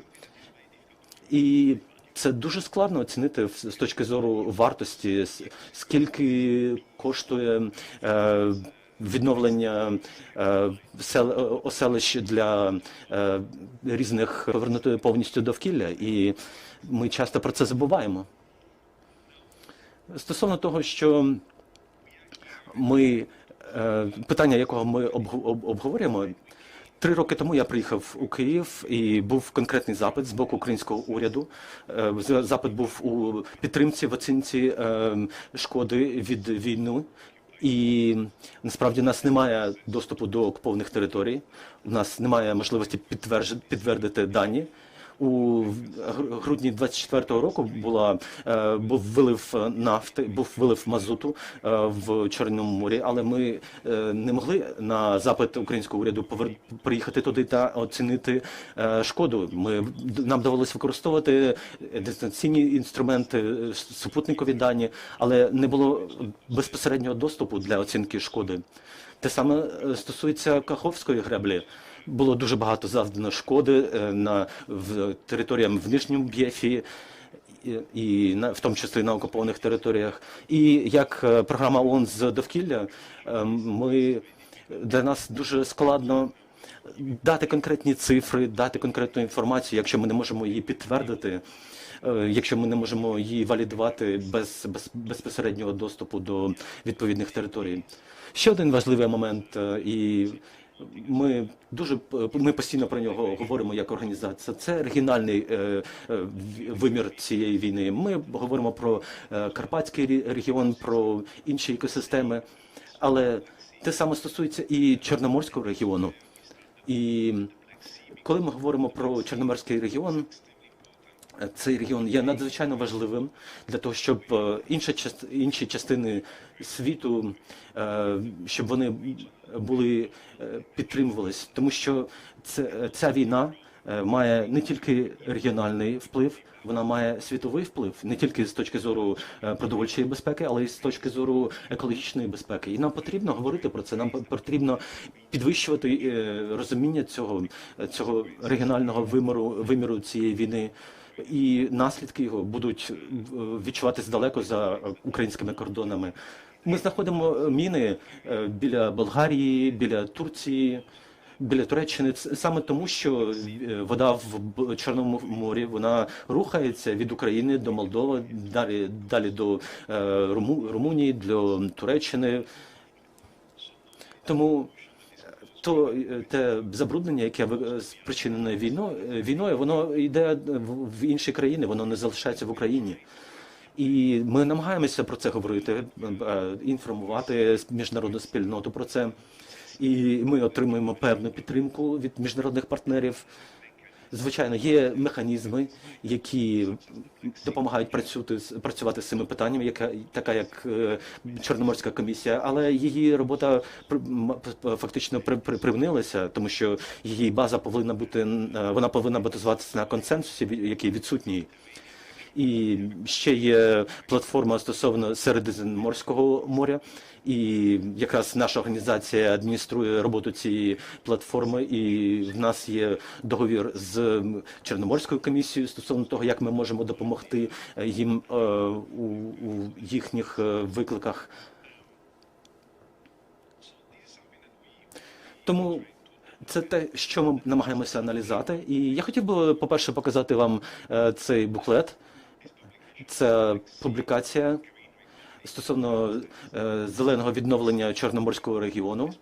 Це, звичайно, можна сприйматися як мрія, особливо з точки зору кримців. Але нам потрібно зберігати мрії. І в ООН це насправді наш мандат формувати бачення майбутнього. І тут ми дуже чітко підійшли до підкреслення, що була порушена суверенітет України. І ви бачите, що тут чітко показано, що ця ситуація, це статус-кво до 2014 року, і до нього ми повинні повернутись. І він показує, що Україна мала найдовшу територію в Чорноморському регіону, більше, ніж у інших країн в цьому регіоні. І як Павло та інші колеги казали, є дуже багато проблем з точки зору забруднення. Дельфіни та інші гідробіонти мігрують, і є забруднення мінами. І це дуже складна екосистема, тому що вона тісно пов'язана одна між своїми компонентами. Чорне море – це, по суті, велике озеро, яке є невеличкий канал з Середземноморським морем. І з іншими океанами через цей канал. І це дуже крихка екосистема, її потрібно захищати. І потрібно враховувати цю екосистему з точки зору шкоди завданої війни. Її потрібно відновлювати, тому що якщо вона зникне, ми не зможемо її відновити ніколи. І дуже багато забруднення потрапляє в Чорне море з землі. Дуже багато через бомбардування територій. І море саме себе не забруднює. Це ми забруднюємо море, тому ми повинні аналізувати, як ми можемо забезпечити зелене відновлення прибережних територій, щоб захистити море. Добре. Море – це така субстанція, яка може швидко топити докази тієї чи іншої екологічних злочинів росіян. Тому, на думку розвідки, було б слушно поєднувати можливості розвідки з можливостями провідних науковців. Бо розвідка має можливість виявляти, фіксувати такі злочини екологічні, знає про контекст, а науковці могли би не тільки шляхом моніторингу, але й фіксації, документації того чи іншого злочину, все це занотовувати. На жаль, в міжнародному законодавстві немає визначення, на відміну від українського злочину, екоцид, але, можливо, з юридичної точки зору було б перспективно доводити, що екологічні злочини – це є ті самі військові злочини, тому що, розв'язуючи ті чи інші агресивні дії, війну, підрив Каховської ГЕС, будівництво Керченського мосту, знищення екофауни Кінбурзької коси і таке інше, росіяни не могли не усвідомлювати, що вони чинять екологічні злочини. І важливо в майбутньому, щоб такі злочини не повторювалися. Мабуть, як ми вже обговорювали, як казав пан Михайло, в цьому випадку треба йти не тільки шляхом відповідальності держави, а й намагатися зробити механізм відповідальності конкретних виконавців, тобто командирів російських, чиновників, операторів тих чи інших механізмів, які чинять ці злочини. І тут якраз саме важливо збор доказової бази.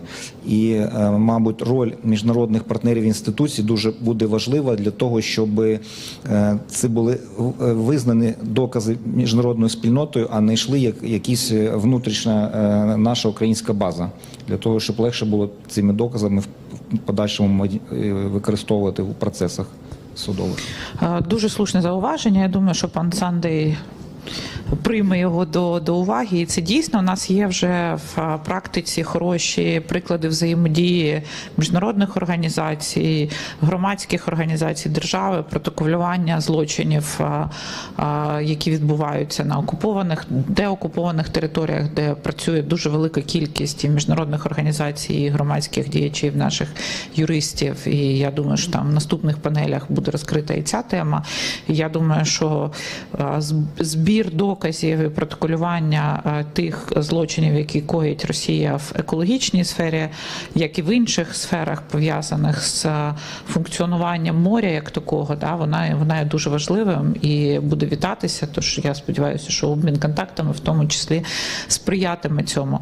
Я, напевно, хочу почути від кожного з учасників ще буквально одну коротку репліку стосовно, скажімо, того, що б ви визначили як пріоритетні напрями дій на найближчий період, для того, щоб уникнути нормалізації, можливо, досягнути якоїсь стабілізації, або рухатися до визначеної стратегії стосовно Чорного моря в майбутньому, а після того відкрию сесію питань-відповідей, то буквально коротенько, що б ви бачили вашим пріоритетом на цей рік, вашим пріоритетом або пріоритетом держави, міжнародної спільноти на цей рік стосовно Чорного моря і Криму? Пане Ілля, давайте почнемо з вас. Я б в своїй відповіді розділив би на короткострокову перспективу пріоритети і середньострокову перспективу. Короткострокова перспектива – це не дати можливості росіянам використати Крим і Чорноморський флот як інструмент I2ID. І Головне управління розвідки і Сили оборони України, ви бачите, читаєте новини, системно цим опікуються. Тобто постійно вишукуємо можливості знищувати якраз ті елементи, які і складають оцю систему I2ID. Це різноманітні роздари, пускові установки С-300, засоби РЕП. І це ми робимо не тільки за рахунок використання технологій. Ви знаєте, що Головне управління розвідки здійснювало декілька розвідувально-ударних рейдів на територію Криму, проводило знищення там російських якраз частин, які займаються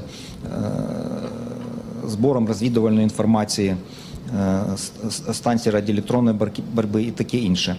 А на середньострокову перспективу ми бачимо, що неможливо допустити використання Росією Крима як майбутньої логістичної бази і відновлення можливості погрожувати з території Криму сусіднім країнам і взагалі Чорноморському регіону. Це можливо зробити через збільшення вартості утримування росіянами в Криму своїх військових підрозділів, частин, і таке інше. Друге, це пошук можливості і створення механізмів спільної взаємодії. Ну, от, наприклад, як група з розмінування, яка створена Туреччина, Румунія, Болгарія, визначено певний маршрут, на ротаційній основі вони працюють. Це не несе ескалації, і це нормальний механізм. По-третє, треба думати про те, що буде у випадку домовленості замороження конфлікту на суходолі. Тобто потрібно розуміти, які будуть домовленості і гарантії безпеки на морі. Тобто взяти, наприклад, конвенцію Монтре. Наразі Турція закрила протоки і не запускає російські військові суда на територію Чорного моря. Для нас бажано добитися, мабуть, того, щоб це положення воно діяло до повної деокупації Криму, тобто не визнавати Крим і не давати можливості росіянам збільшувати свій військовий потенціал шляхом заводу нових військових кораблів в акваторії Чорного моря. Дуже дякую. Практичні поради, пане Михайло. Дякую. В принципі, от пан генерал запропонував достатньо комплексне бачення того, як потрібно робити. Я б назвав би це примусовою демілітаризацією Криму завдяки діям Сил оборони України, різних Збройних сил, Головного управління розвідки Міноборони, Служби безпеки України і так далі. Тобто ми бачимо серйозний прогрес в цьому напрямку і, в принципі, ми ж розуміємо чудово, що з Криму агресія Росії розпочалась, в Криму вона має завершитись. Кримські війни мали фатальні наслідки для Росії, ми повинні це повторити у взаємодії з нашими партнерами європейськими, які все ж таки ніяк не можуть перейти Рубікон нерішучості, я б так сказав. Але тут, я думаю, що складно взаємодіяти в таких формальних рамках з НАТО і Європейським Союзом, як такими, оскільки консенсус там нема, на жаль, і навряд чи буде. Але ось так звана коаліція рішучих, там є ті, хто розуміють серйозні загрози, які, по суті, згенеровані Росією в Чорному морі, але зараз вони актуалізовані і в інших, зокрема в Балтійському морі, Північне море ми бачимо. Тому тут потрібна, знову ж таки, комплексність підходу, що з одного боку ми маємо взаємодіяти з цією коаліцією рішучих, з тим, щоб посилити санкційний режим, і якраз в контексті того, про що я говорив, криміналізації і персональної відповідальності капітанів суден, які порушують санкції. Раз ти порушуєш санкції, ти це свідомо робиш. Ти маєш нести відповідальність. Везеш ти крадене українське збіжжя чи підсанкційну російську нафту. Так само судновласники. Тобто по всьому цьому ланцюжку, ці ланцюжки насправді відомі. І от поєднання зусиль, пов'язаних з посиленням санкційного режиму, передусім в рамках коаліції рішучих, плюс силові дії Сил оборони України, оце може дати той ефект, на який ми розраховуємо. Тобто, коли ціна для агресора, ціна його зусиль буде надто великою. Але ми знаємо російський принцип, ми за ціною не постоїмо. Тому так чи інакше суть полягає в тому, щоб знерухомити ворога, або знищивши його сили і засоби на території окупованого півострова, який виглядає як плацдарм для дій Чорного моря, або зробити їх непридатними для використання, скажімо так, через логістичну ізоляцію окупованого Криму. Це цілком досяжні речі з урахуванням тих нових засобів ураження, які з'являються в Сил оборони України. Дякую. Пане Павле, якими ви бачите пріоритети для себе і для спільноти? Пріоритети лишаються незмінні. Це перше, це оцінка, друге, це пряма дія. До оцінки наукової належить оцінка як наслідки впливу, те, що ми маємо станом на сьогоднішній день, чи на той момент в майбутньому, коли ми зможемо цю оцінку провести, так і оцінка подій, які відбулись в минулому. З цього приводу я дуже дякую і щиро вітаю пропозицію пана генерала до того, що якщо навіть будуть розвідкою будуть розкрити деякі архівні дані з 2022 року, це теж буде величезна допомога науковцям. А метод оцінки вже, звичайно, залежить від конкретного об'єкта і групи, хто з чим працює. А щодо прямої дії, то, як вже було сказано, невідкладним пріоритетом є розмінування і безпечне поводження з боєприпасами, які зараз знаходяться на морському дні, і це має починатися з нетехнічних засобів, тобто виявлення, відстеження шляхів, якими вони переміщуються течіями, до їх безпечного знешкодження. І це створення, все ж таки, це те, що можуть зробити наші органи влади, зокрема за допомогою представництва президента в Криму, це створення природоохоронних акваторій. Дякую. Дякую. Пане Санди. Sorry. Well, two priorities. One...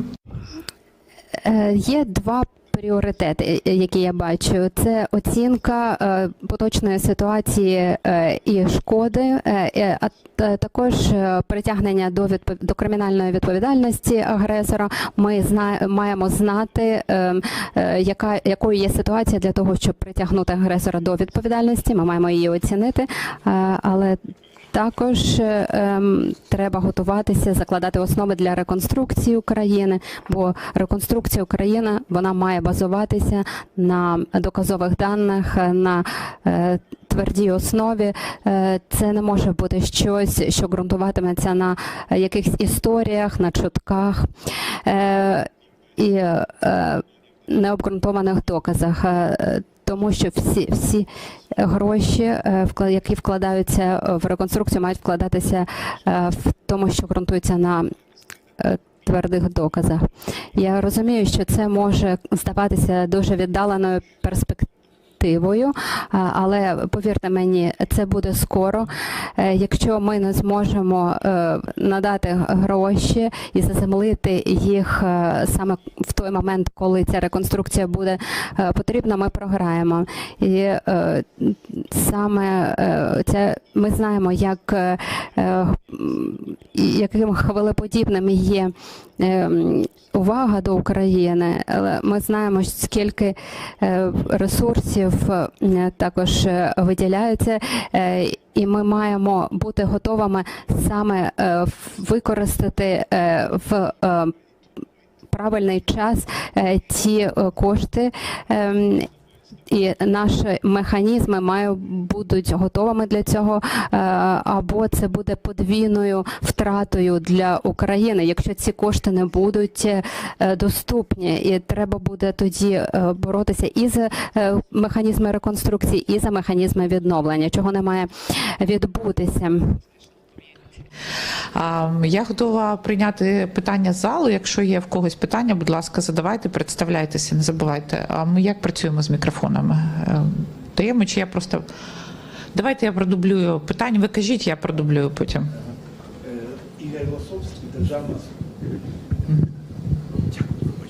Ігор Лосовський, Державна служба з етнополітики, свободи, совісті.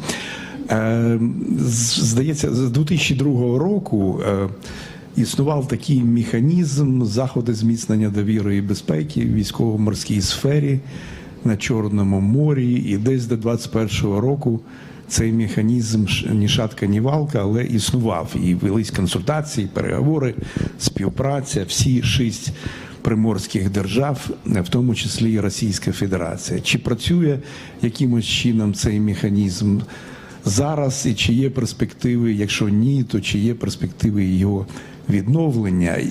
У мене 3 коротких питання. Друге, з радянських часів мені мама про це розповідала. Існували в Феодосії було депо по зберіганню ядерної зброї. Чи є та ядерна зброя зараз на Кримському півострові? І третє, останнє питання, вибачте, що так багато. В 24-му році, по-моєму, було ухвалена в Україні морська стратегія, чи якщо я не помиляюсь, і чи передбачено цією стратегією повноцінне будівництво військово-морського флоту в Україні? Дякую. Пане Михайло, да? Почнемо з вас. Добре. Почну з третього. Оскільки я був тривалий час членом міжвідомчої робочої групи, яка розробляла цю стратегію при Раді національної безпеки і оборони України, і зараз так само є міжвідомча робоча група по виконанню цієї стратегії в рамках Міністерства оборони України. Стратегія є.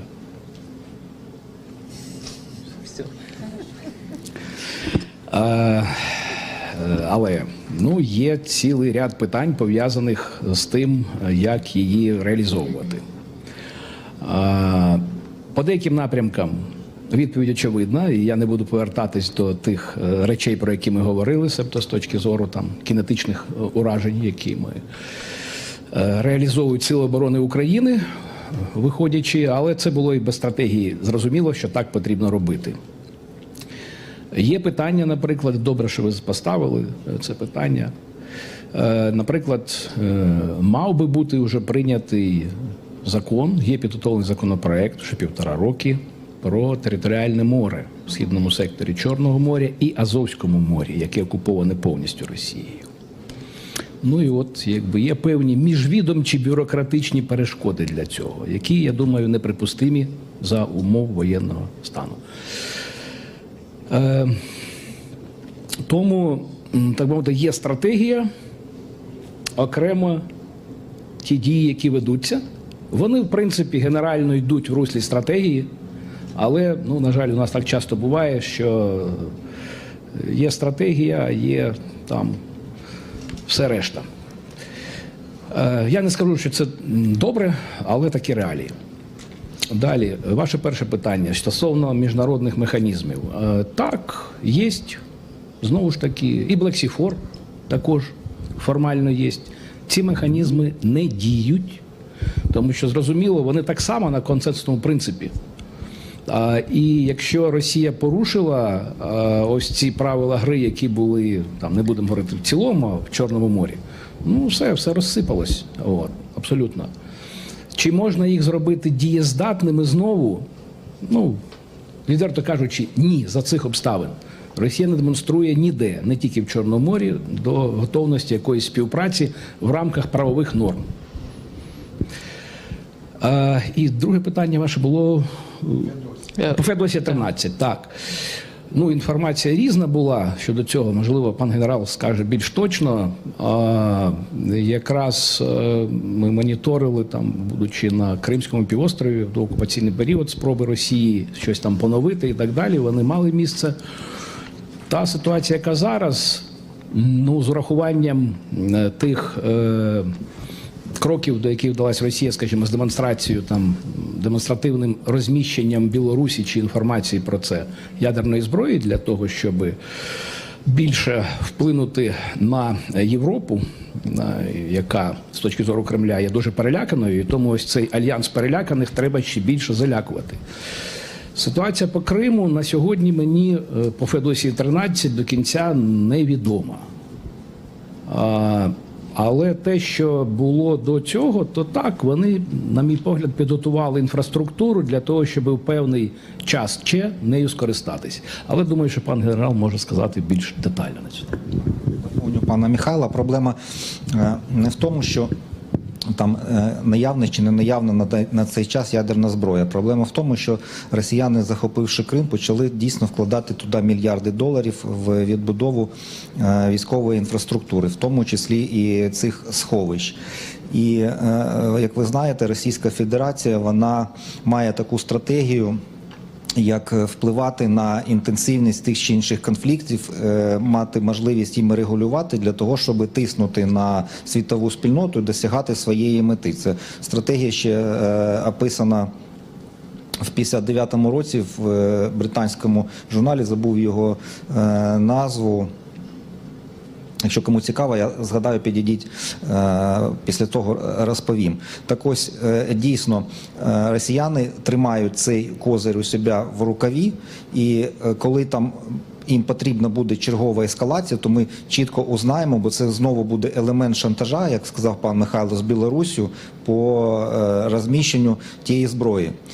З військової точки зору, там логіки і потреби немає, тому що засоби доставки, ми знаємо, що Росія порушувала, розробляла ракети, які можуть донести ту чи іншу тактичну зброю не тільки з Криму, а й з території безпосередньо Російської Федерації, а тепер і з території Білорусі. Тримати вже і Північну Європу, і інші країни Європи під загрозою, під шантажом. Тому тут проблема більш комплексна. Проблема дійсно в мілітаризації і окупації Кримського півострова в цілому. Дякую. Чи є ще питання? Будь ласка.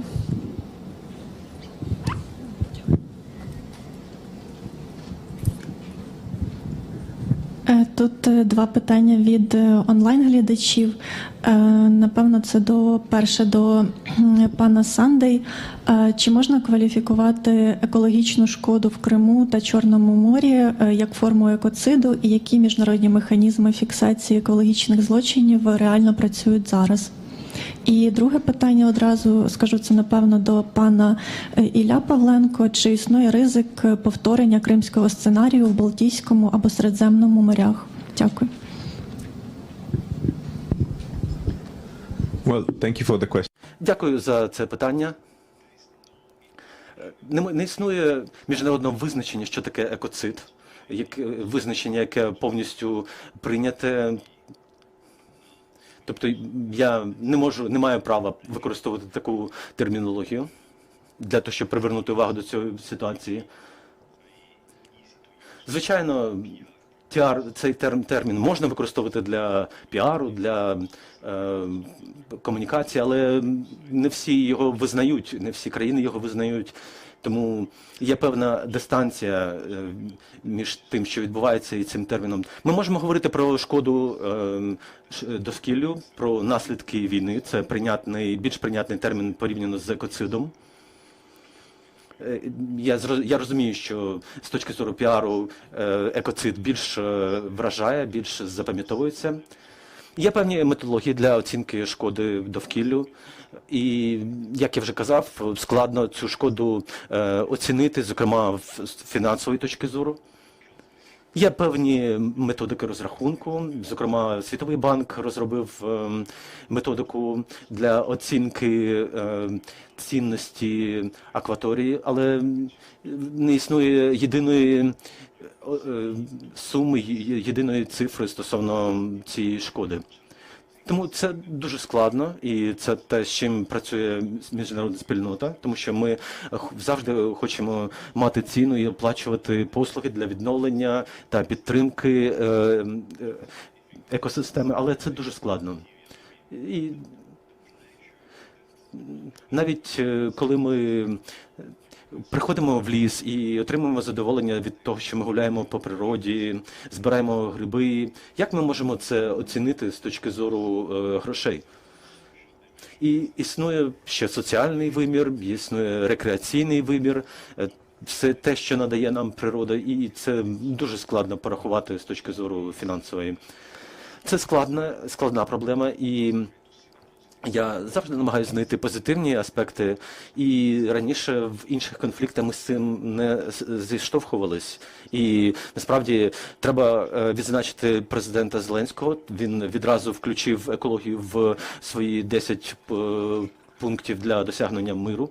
І це те, про чим потрібно працювати, і Україна стає, по суті, прикладом для інших країн, в яких відбуваються збройні конфлікти, і це демонструє лідерство України в цій сфері.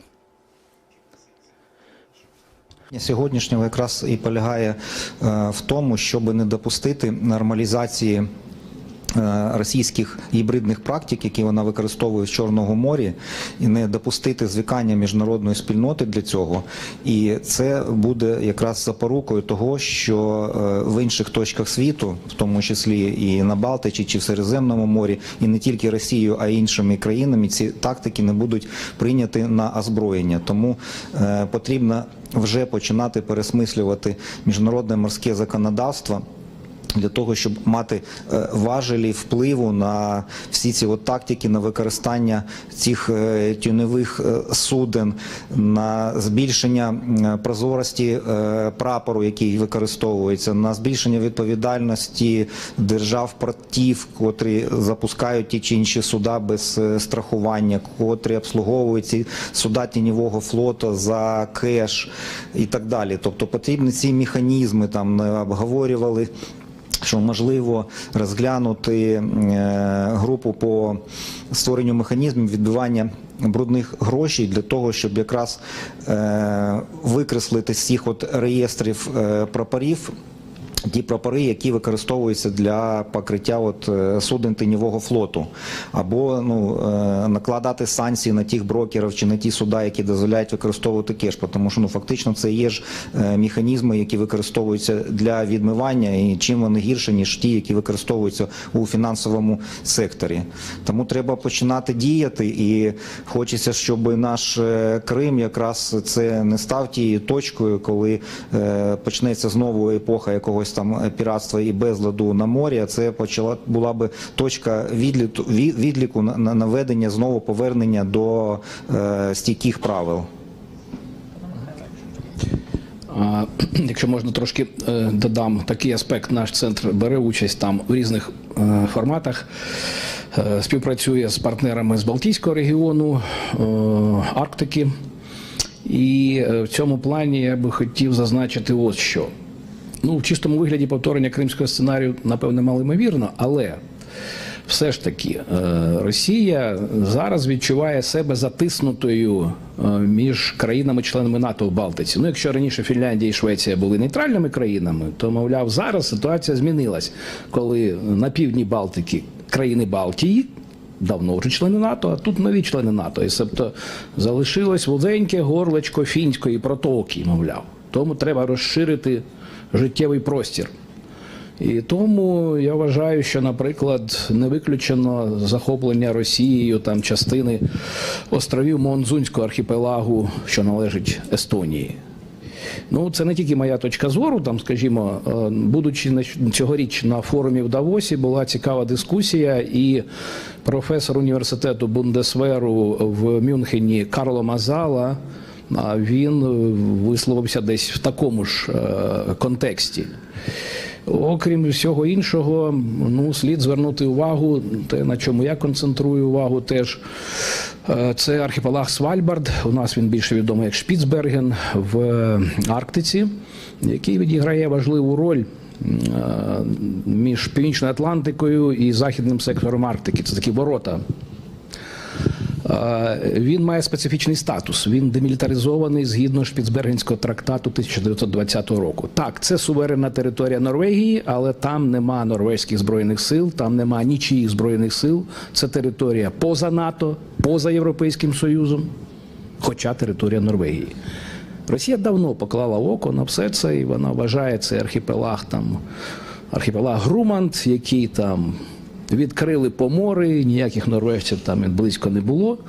І з урахуванням того, що свого часу Кріксмаріне, нацистський флот, якраз захопивши цей архіпелаг, контролював якраз оті конвої з допомогою, які йшли зі Сполучених Штатів, Канади до Радянського Союзу. І тому це теж важливий момент і зараз.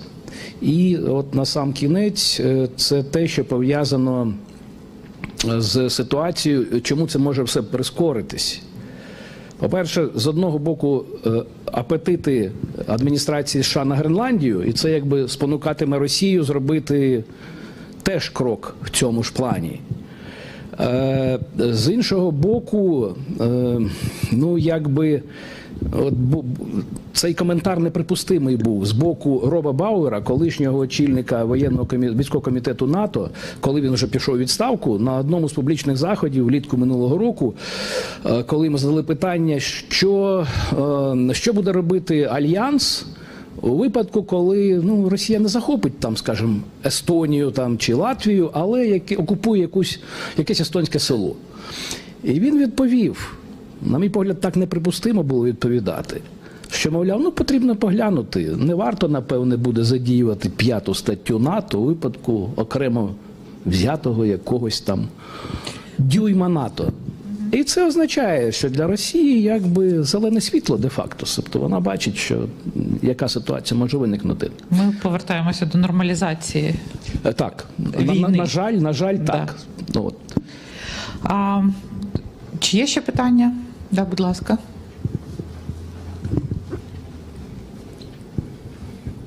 Так, ще одне питання від онлайн-глядачів, напевно, до пана Павла Гольдіна. Чи зафіксовані ви вже якісь випадки вимирання видів тварин, живих істот в Криму? Можливо, ви про це знаєте. Дякую. На жаль, так, наскільки мені відомо, звичайно, не можна достеменно зараз підтвердити на 100%, але повідомлялось про напевне можливе вимирання щонайменше одного виду равликів у гірському Криму, яке могло відбутись внаслідок всіх цих будівництв траси Таврида та інших, що там відбувалось у 17-19 роках.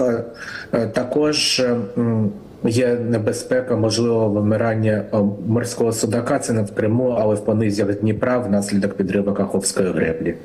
Але тут треба розуміти, що, як вже було сказано, можна дистанційно більш-менш надійно відстежити, наприклад, шкоду від пожежі або від повені, але з тваринами це так не працює. Тобто, щоб в чому запевнитись на 100%, то треба вже прийти на цю територію ногами і має бути фізично присутній дослідник на цій території. Також хотів додати до попередніх питань і відповідей, що так, на мою думку, існує сильна небезпека повторення гібридних сценаріїв, зокрема якраз в полярних регіонах, як в Арктиці, так і в Антарктиці, і в регіонах, які знаходяться поза межами національних юрисдикцій у відкритому морі. І щодо дієвості міжнародних механізмів, дійсно, ми переконалися за ці роки в тому, що механізми конвенції, засновані на консенсусі, вони перестали працювати, тому що окремі держави їми зловживаються. Напевно, під час або після війни треба створювати інші механізми, які не засновані на консенсусі. Дякую. Мені здається, що це чудова теза для закінчення нашої панелі. Резюмуючи все, що ми говорили, хотілося б сказати, що Україна знаходиться в стані війни. Вона сприймає будь-які свої дії через призму війни. На жаль, більша частина наших партнерів ще не сприймає ситуацію, яка склалася в регіоні, як для себе загрозу рівня війни і, відповідно, діє цивільними методами, цивільними підходами, не розуміючи, що і безпекова інфраструктура, і багато підтримуючої інфраструктури екологічної, вона, власне, обвалилася, і як би нам не хотілося, повернення до попереднього часу не буде. Ми або втратимо себе в існуючому хаосі, що, власне, і було метою Росії, коли і є метою її політики взагалі, яку вона провадить, або ми вибудуємо нову архітектуру. І моя думка, говорячи про пріоритети, про те, що ми маємо змусити цього року наших партнерів почати сприймати все, що відбувається в Україні, в Чорному морі, як частину власної оборонної операції. Якщо ми перейдемо до логіки військових в цій ситуації, то в нас є шанс на консолідацію дій, на прийняття швидких рішень, на інший рівень логістичного забезпечення, на інший рівень фінансування, підтримки операцій, включаючи екологічні аспекти. Тому що ми бачили, як діють військові навіть в ситуації ковіда, коли здавалось би, не було необхідності впровадити військовий підхід, але військові були задіяні. І мені здається, що це і є пріоритетом, особисто для себе я визначаю саме так. Перемкнути цю логіку з логіки мирного часу на логіку військового часу, не тільки в Україні. Тож бажаю всім наснаги, передаю, якщо нас чує хто-небудь в Криму, не просто вітання і підтримку, а впевненість в тому, що цей шлях буде подолано, що про Крим ніхто не забуває, про Чорне море ніхто не забуває, і дуже багато людей вкладає свої зусилля в те, щоб такої нормалізації не відбулося. Дякую нашим учасникам, була дуже рада поспілкуватися і дізналася багато чого нового для себе про екологічний компонент, за що вдячна. І, звичайно, представництву президента теж вдячна.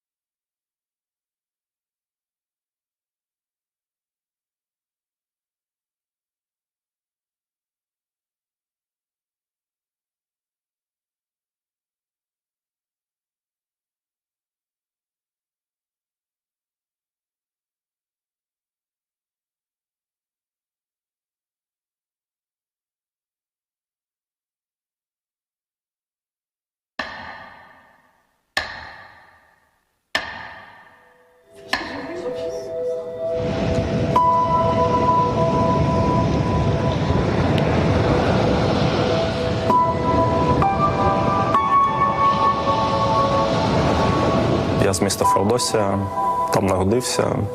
Зі своїх 29 років життя я 20 там прожив. Я ветеран. У мене загалом, мені здається, таке глибоке прив'язаність, відчуття до малої батьківщини. Коли я ріс в Криму, в мене в дворі росли і ростуть досі лимони, велика кількість теплиць.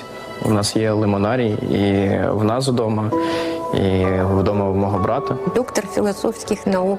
Взагалі я сама із Криму народилася в Сімферополі. Я людина абсолютно кримська. Я коли лягала там спати в Криму, я знала, де у мене перекоп, де у мене, з якого боку, справа чи зліва, чи де Мисая, чи де Міганом, чи де Тарханкут. Я все це чудово знала.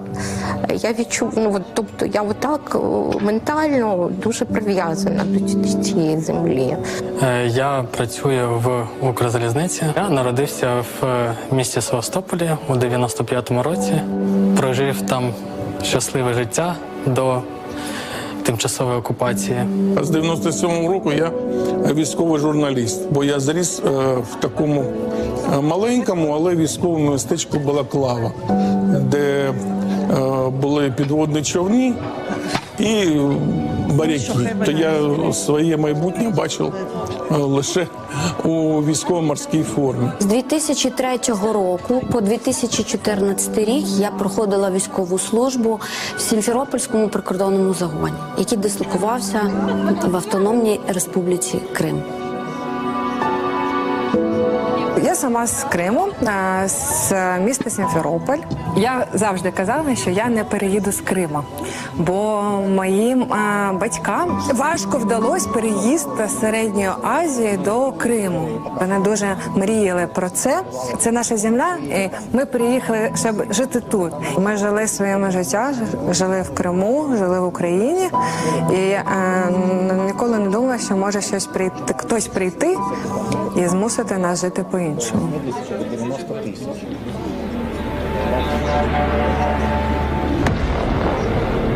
Те, що сталося в 14-му, зайшли російські війська. Було дуже страшно, по-перше. Як якась така темна сила на тебе насувається, і ти нічого не можеш зробити з цим. Ми з чоловіком домовилися, що ми просто, коли була така нагода, ми просто проходили по місту і бачили російських солдат, тоді ще зелених чоловічків, на чергуванні, то я просто підходила і казала, ви ж розумієте, що це все незаконно. Мені було 19 років, коли я вимушено покинув Севастополь та переїхав до Києва, тому що там немає свободи слова, і там за свою думку, яка не подобається власті, можна і термін отримати. Я пам'ятаю, як останній раз там капітан першого рангу запросив Каліжнюк, Ігор, запросив мене до себе, говорить, у нас буде серйозна подія, вихованці ліцею, вони попрощаються з прапором. Вони попрощалися з прапором. Потім зайшов старший мічман, старшина якогось з курсів. Он ему дал напутственное слово. Он обернул вокруг тіла прапор, бойовий прапор ліцея, сів в свої «Жигулі» і поїхав на Миколаїв. Таким чином він зберіг головну святиню військової частини – бойовий прапор. Так багато хто виїжджав з Криму, захватив з собою лише якісь там особисті речі, але для мене, як для військового моряка, сама головна річ – це кортик. Для мене головне було вивезти його. Я його на себе, як себе скотчем прив'язав. Я служу в Державній прикордонній службі України, а саме в морській охороні. Коли надійшла така інформація про окупацію, ми вийшли в море та деякий час, незважаючи на дуже погані погодні умови, а вони були складні, був шторм, як зараз пам'ятаю, ми перебували декілька діб там, безпосередньо в морі. До моменту, коли ми отримали команду перейти в місто Маріуполь. Мій батько, ми разом проходили службу, але, на жаль, у 24-му році він загинув. Я продовжую службу, бо я мушу. Я в душі військовий, я давав присягу, і я не можу це кинути, поки це все не закінчиться. Я відчувала страх, але до того моменту, поки зі мною була моя донька, моя дитина. 1 березня з міста Хмельницького приїхав потягом мій батько і забрав мою доньку, тому що їхав останній потяг на Київ, Севастополь-Київ. Ми якраз купили останній квиток для батька. Я пам'ятаю, коли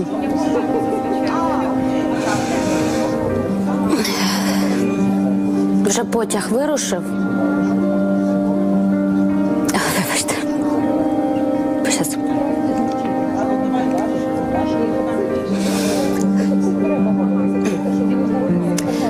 Коли потяг вирушив, я стояла на цьому місточку. Я плакала, я не усвідомлювала, чи я побачу свою дитину. На цьому моменті мій страх зник. Покажем, що ми браття козацького. Я в кінці 2019 року, в жовтні місяці, долучився вже безпосередньо до лав Сил оборони.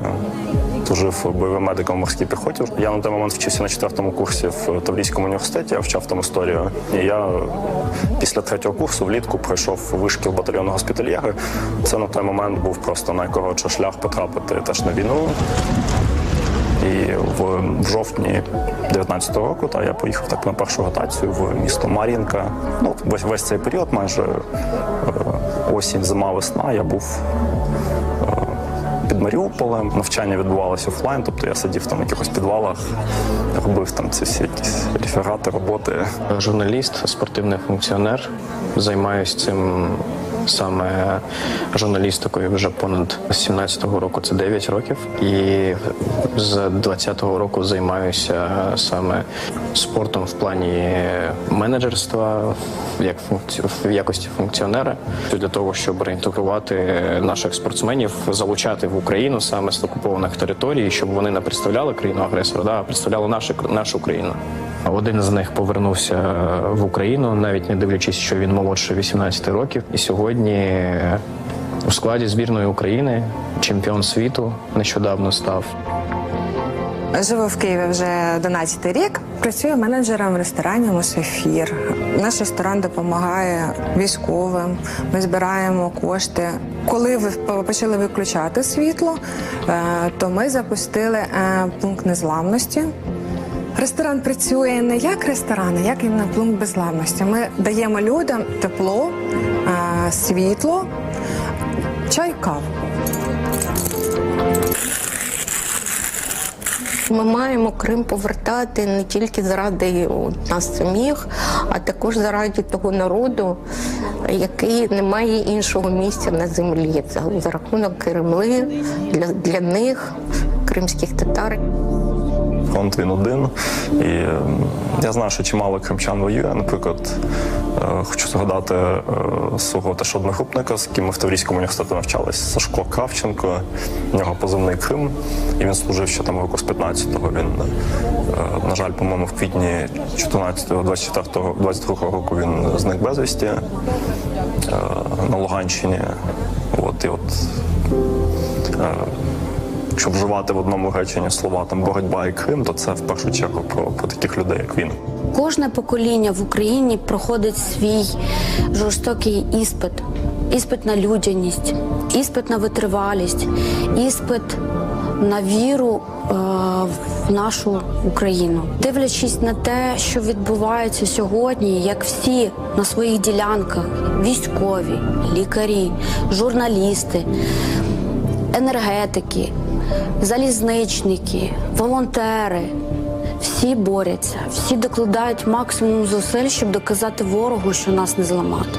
Я коли їздив на зйомки до військових в зону бойових дій, І там віри дуже багато. І в моменті мені здалося, що в повернення Криму вони, військові, які там, вірять більше, ніж я. Я купив цей квиток. Я купив квиток на потяг Київ-Севастополь, коли він буде деокупований. Зараз він висвітлюється на центральному залізничному вокзалі. Так. І, звісно, мрію про потяг до Севастополя. Надія на повернення Криму додому на підсознательному рівні, це когнітивний рівень. Маємо вірити, кримчани мають вірити, що про них тут не забули, що ми завжди з ними, вони завжди з нами. Про всіх вас пам'ятаємо, ми обов'язково прийдемо, обов'язково відсвяткуємо перемогу разом.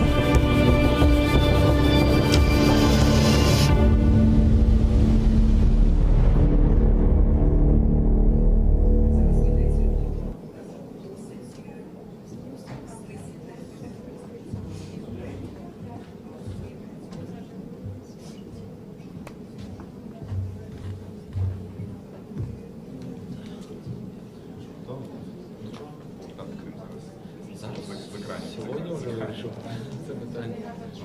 Коли? Це момент поставив. А, ні, беремо.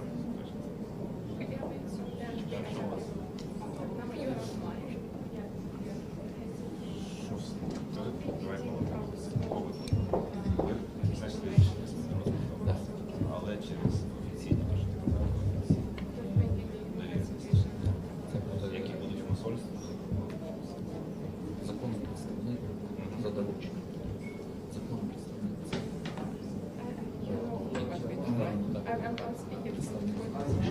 Видає,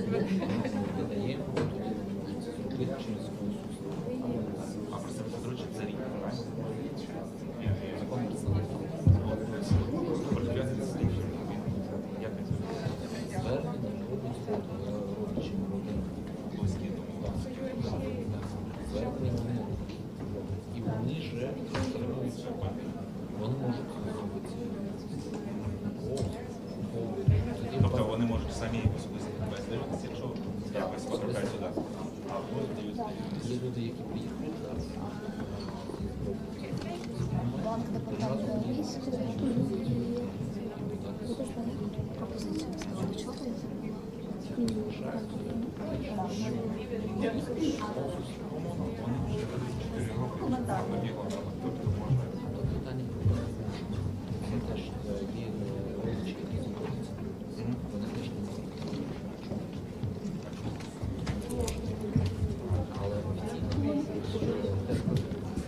Це теж наша умова, що термін протягом якого має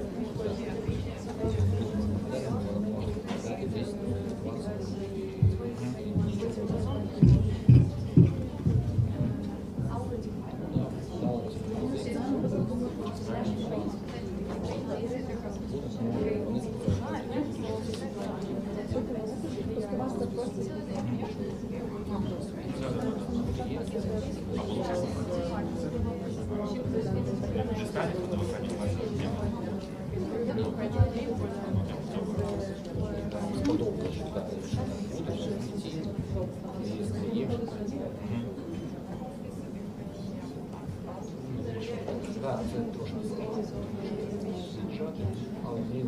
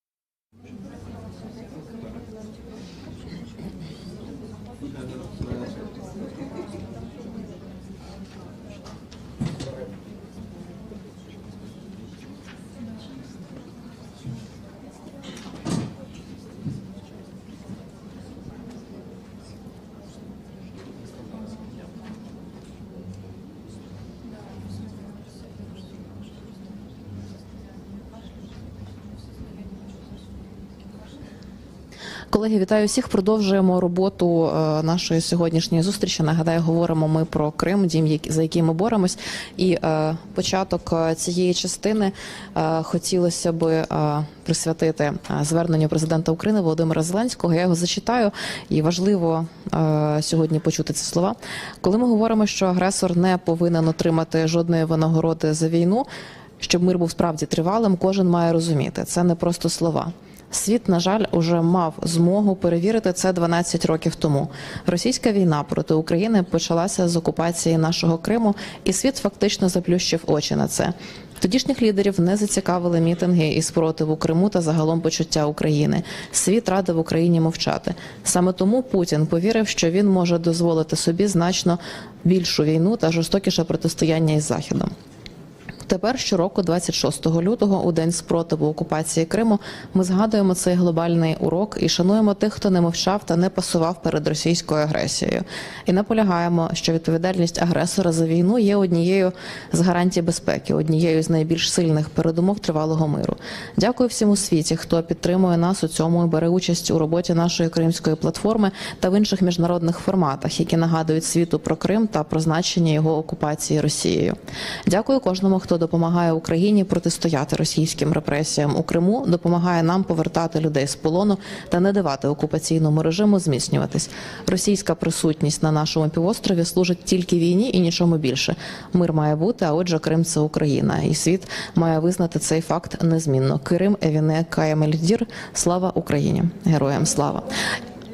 І мені здається, що ці змісти, зокрема нагадування про права людини в Криму і про боротьбу всіх тих, хто сьогодні зазнають репресії, це добрий старт, щоб розпочати наступну подіумну дискусію. Вона присвячена темі прав людини в Криму, масштаби національне і міжнародне реагування. Я хочу запросити на цей подіум спікерів-спікерок. Севгіль Мусаєва, головна редакторка «Української правди», модеруватиме цю розмову. І далі я запрошую всіх, хто долучатиметься. Це Маргарита Сокоренко, уповноважена у справах Європейського суду з прав людини, Віталій Секретар, перший заступник керівника прокуратури Автономної Республіки Крим та міста Севастополя, Ельвін Кадиров, представник уповноваженого з прав жителів Автономної Республіки Крим та міста Севастополя, Аліна Григорас, керівниця відділу окупованих територій, моніторингова місія ООН з прав людини, та Ольга Скрипник, голова правління Кримської правозахисної групи. Запрошую працювати. Дуже дякую, Ірино, за представлення спікерів.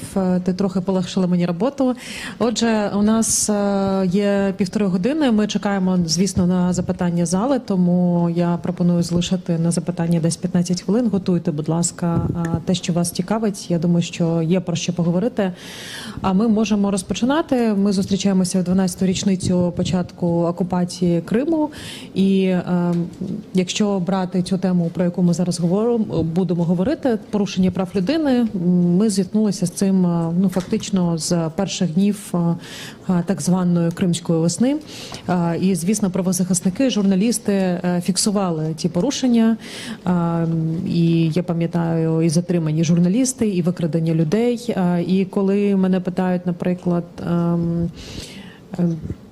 на міжнародних подіях щодо окупації Криму, я завжди відповідаю, що між подіями, які сталися в Бучі 4 роки тому, так, і викраденням Рішата Ахметова є прямий зв'язок, тому що ці речі насправді пов'язані, оскільки порушення прав людини в Криму призвело до більших трагедій у майбутньому, тому що в тому числі не було належної міжнародної реакції, і ці питання ми також будемо сьогодні обговорювати. Звісно, я думаю, що ми маємо сьогодні говорити про динаміку і про те, як змінюються підходи окупаційної влади в Криму. І тут, напевно, я хочу почати з Ольги, тому що Ольга добре пам'ятає, з чого починалася окупація Криму. Ольга починала фіксувати ці порушення з перших днів так званої Кримської весни. Так, я пам'ятаю, що Ольга виїхала якраз в день проведення референдуму 16 березня, так, оскільки залишатися у Криму, в тому числі людям, які фіксували ці порушення, було дуже небезпечно.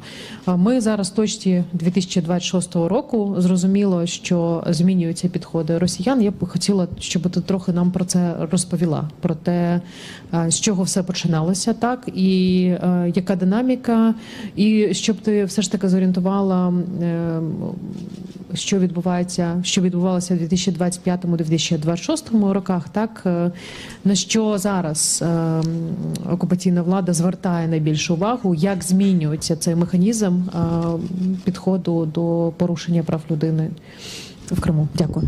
Дякую, Схвіль. Доброго дня всім. Дякую за увагу до цієї теми. Дякую, що долучилися до цього заходу. І дякую всім колегам-партнерам за його організацію. Власне, так, ці дні особливо емоційні, тому що пройшло 12 років від початку війни, але, в принципі, всі ці спогади і досі яскраві, тому що це, в принципі, дні, коли дійсно життя зовсім змінилося. Але на той момент, коли окупація Криму починалася з 20 лютого 2014 року, мені здається, що вже на той момент Україна розбудовувала той самий важливий і, мені здається, унікальний досвід документування злочинів, міжнародних злочинів, тому що це почалося від початку окупації. Тобто, в принципі, з перших днів війни, з перших днів окупації Криму, вже ми мали цей певний досвід і розпочали це документування, що зараз є насправді безцінним, коли ми говоримо про шлях, все ж таки, яким ми йдемо до справедливості. І завдяки якраз роботі багатьох, хто був тоді в Криму, і тих, хто жив в Криму, і тих, хто приїжджав, попри те, що були страшні події на Майдані в Києві, деякі журналісти все ж таки доїжджали до нас, деякі представники міжнародних організацій, але на місцях було багато людей, які вже мали значний досвід, журналістський, правозахисний. І, власне, вони якраз розпочали з перших ніг. Бо я пам'ятаю і наші військові частини України, біля яких завжди були представники правозахисних і медійних організацій, які не просто там були, вони фіксували вже ці захоплення частин. Безумовно, одним з найстрашніших днів того періоду став день 3 березня, коли викрали Ришата Аметова, і сьогодні дійсно ми говоримо про нього як, в принципі, першу відому цивільну жертву цієї війни. І, власне, від початку намагалися розбудувати вже документування. Це якраз тоді почалися викрадення і колег по Євромайдану, як пана Андрія Щекуна і Анатолія Ковальського. І в тому числі протести, які організовувалися, їх було доволі багато. І так само я бачила багато колег, які це не просто моніторили, а вже збирали ці докази, які потім, на щастя, лягли вже в багато проваджень, які на сьогодні розслідуються нашою національною системою. І на перших, напевно, днях це виглядало спочатку, напевно, як поодинокими випадками. Тут викрали, але, в принципі, вже буквально за тиждень-два, ще напередодні так званого референдуму, стало ясно, що, в принципі, це не поодинокі випадки. Це спроба задушити той протест, який був, і сьогодні якраз це день спротиву до окупації, і цей прояв був дуже сильним. І Росія якраз в найбільш брутальний спосіб намагалася його придушити, і, власне, якраз і розпочалися ці злочини. Тому перший, напевно, етап окупації Криму був пов'язаний саме з викраденими. Тоді це була хвиля викрадень кримськотатарських активістів і українських. Частина з них, які, на жаль, їхня доля й досі невідома. Зрозуміло, жодного ефективного розслідування Російська Федерація не забезпечила і досі за всі ці 12 років. В принципі, все це робиться тільки силами України, де ми намагаємося відновити справедливість щодо тих людей. Потім почалися перші сфабриковані справи. З нашого досвіду це був травень, це якраз справа, добре нам всім відома, коли затримали Олега Сенцова, Олександра Кольченка, Геннадія Афанасьєва, Олексія Чернія. І це якраз була та справа, яка, в принципі, розпочала розбудову системи політичних переслідувань. Наступною була, напевно, з однієї таких найбільш яскравих справ, яка показувала якраз ці методики Російської Федерації. Це справа 26 лютого, за якою ув'язнили тоді пана Ахтема Чийгоза. І вже з 15-го року, в принципі, розпочалися вже чіткі дії Російської Федерації, які не можна назвати поодинокими. Це вже була конкретна політика, спрямована на знищення будь-якого спротиву.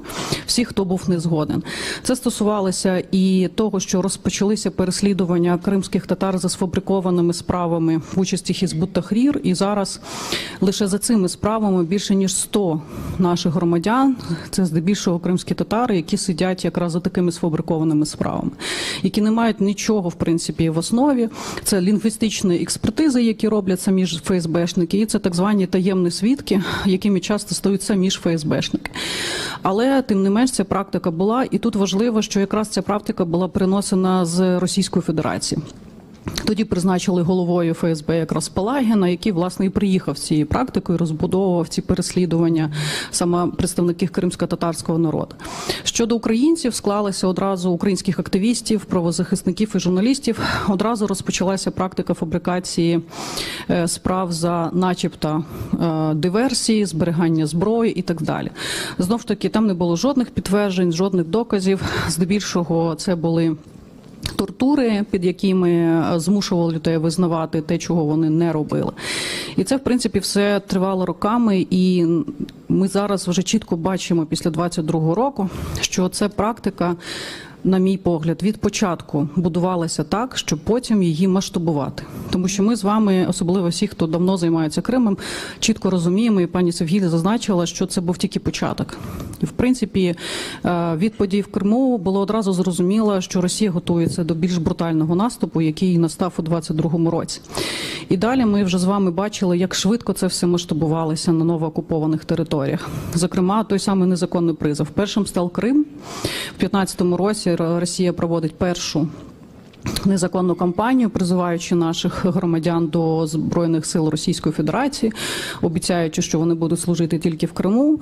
Але зрозуміло, що з 22-го року ми вже бачимо випадки, коли людей, які були призвані на території Криму, в тому числі навіть в рамках примусової мобілізації, є вже випадки, коли вони брали участь, в тому числі в цих діях на території України.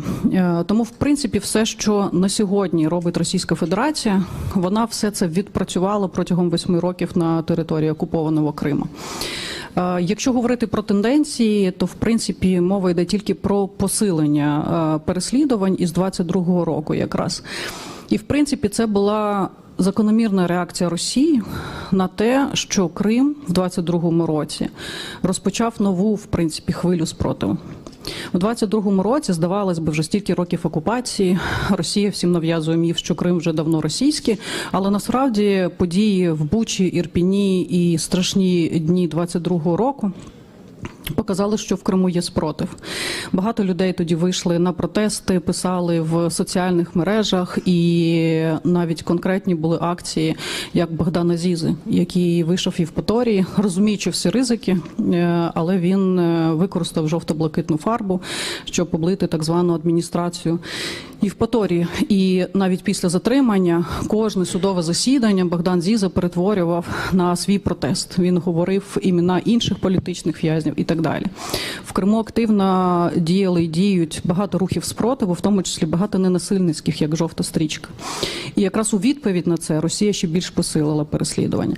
Якщо на початок повномасштабного вторгнення, то в спільних списках правозахисників було приблизно 100-115 наших громадян ув'язнених за політичні мотиви, то сьогодні ми маємо щонайменше 280 наших громадян, які сидять саме за політичними сфабрикованими справами за спротив окупації в різний спосіб.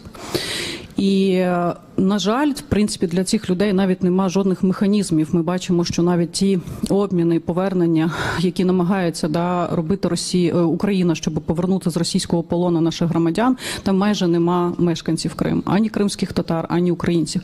Зазвичай це того року це було тільки 2 людини з Криму. До того, на щастя, був звільнений пан Наріман Джелял і Лінія Умерова. Але, в принципі, кримчан майже Росія не віддає. І це теж частина цієї політики.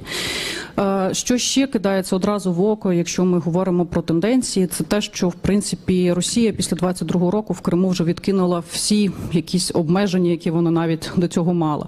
Зокрема, мова йде про жінок. До 22-го року, здебільшого, мова йшла про 3-5 політичних кейсів проти жінок. Зараз таких жінок, які переслідуються кримінально за сфабрикованими справами, більше 60. І серед це в них... основному групи кримських мусульманок, я так розумію. Це є і кримські татари, да, і кримсько-татарські жінки, і українські жінки.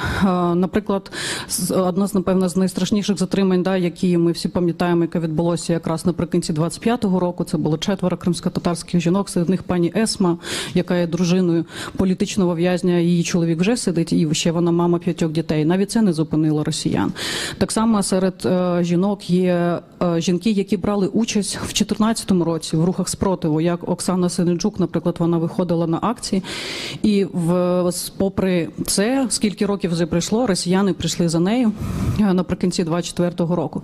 Тому ми бачимо, що жінки стали окремою ціллю переслідування, і мені здається, це в тому числі вкладається в цілеспрямовану політику Росії щодо знищення будь-якого спротиву і залякування, в тому числі населення, через те, що ми готові добратися до будь-кого, до жінок, до дітей і так далі. Тому, власне, сьогодні ми говоримо тільки про те, що це посилюється, але водночас це не зломлює спротиву, який триває в Криму.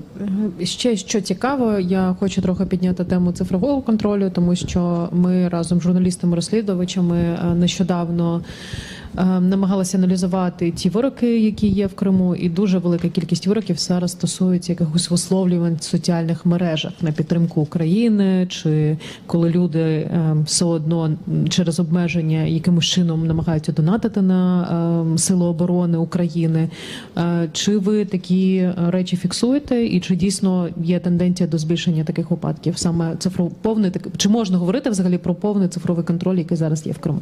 Так, ми точно можемо говорити щонайменше про намагання Росії повністю контролювати будь-який простір, в тому числі і цифровий.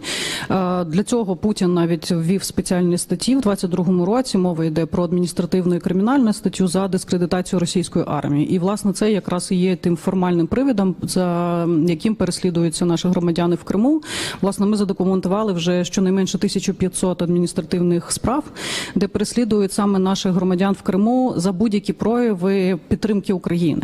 І це ніяк навіть не пов'язано з самою російською армією. Це може бути українська пісня «Стефанія», да, «Ой, у лузі червона калина», це може бути гасло «Слава Україні», це може бути, в принципі, будь-що. І, безумовно, це будь-які дописи, які стосуються злочинів росіян на території України. Так само вони підпадають під ці статті.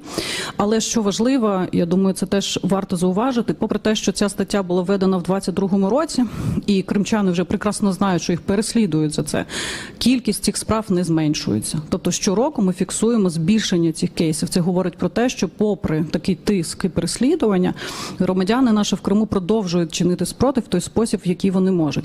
Ну і, безумовно, це і інші форми контроля, які використовує Росія, це в тому числі соціальні мережі і будь-які меседжери. Тобто Російська Федерація намагається максимально узурпувати це все.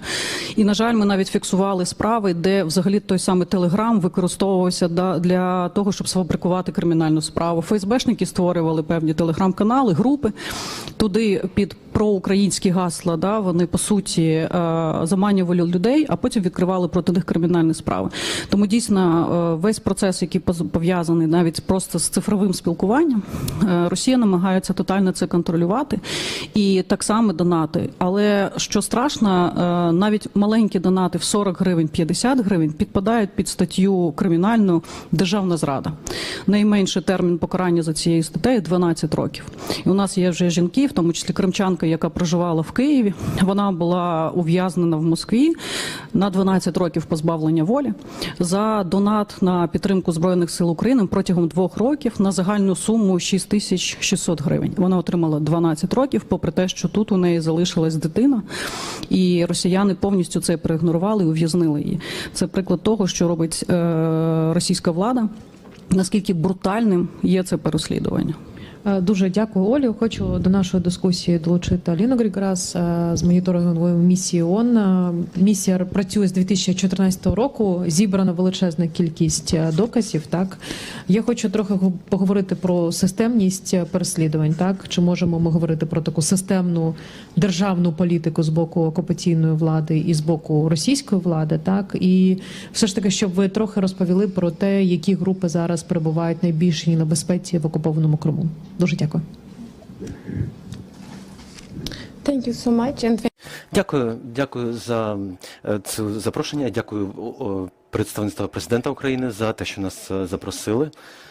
І сподіваємось на і також дякую за нашу продуктивну співпрацю з представництвом, з нашими партнерами, які працюють з моніторингом прав людини в Україні. Без цього це було б майже неможливо або взагалі неможливо. І наша місія займалась моніторингом ситуації з точки зору прав людини в Криму з 2014 року, з самого початку окупації, з самого початку захоплення півострова. І ми документували факти, документували те, що там відбувається. І на цій підставі ми аналізували ситуацію, виявляли тенденції. І дійсно можна стверджувати, що після початку повномасштабного вторгнення ми бачили систематичне поширення і застосування російських політик, російських законів з метою переслідування за українську ідентичність, за підтримку культури, за підтримку української державності, за підтримку всього українського на окупованих територіях, а також у Криму. І для того, щоб Росія могла це робити, вони порушують ці міжнародні права, міжнародне гуманітарне право, міжнародне право прав людини. Вони свавільно затримують людей, існують примусові зникнення, а також застосовуються тортури та інші види фізичного насильства. Тобто вони використовують всі засоби для придушення свободи думки, для того, щоб придушити незгоду, для того, щоб придушити спротив. І я вже говорила про ті категорії, які є жертвами. Це кримські татари, ті люди, які мають проукраїнську позицію. Є переслідування Хізбут-Тахір, це група, яка також потерпає від російського придушення і російської окупації. Але в нас немає насправді повного розуміння, бачення повної ситуації, тому що нам дуже складно отримати дані з цих територій. І стає все складніше отримувати доступ до джерел інформації в Криму через той страх, який існує на цих територіях. І особливо після 22-го року російська влада застосовувала власне кримінальне законодавство для цензури, для боротьби з інакодумством.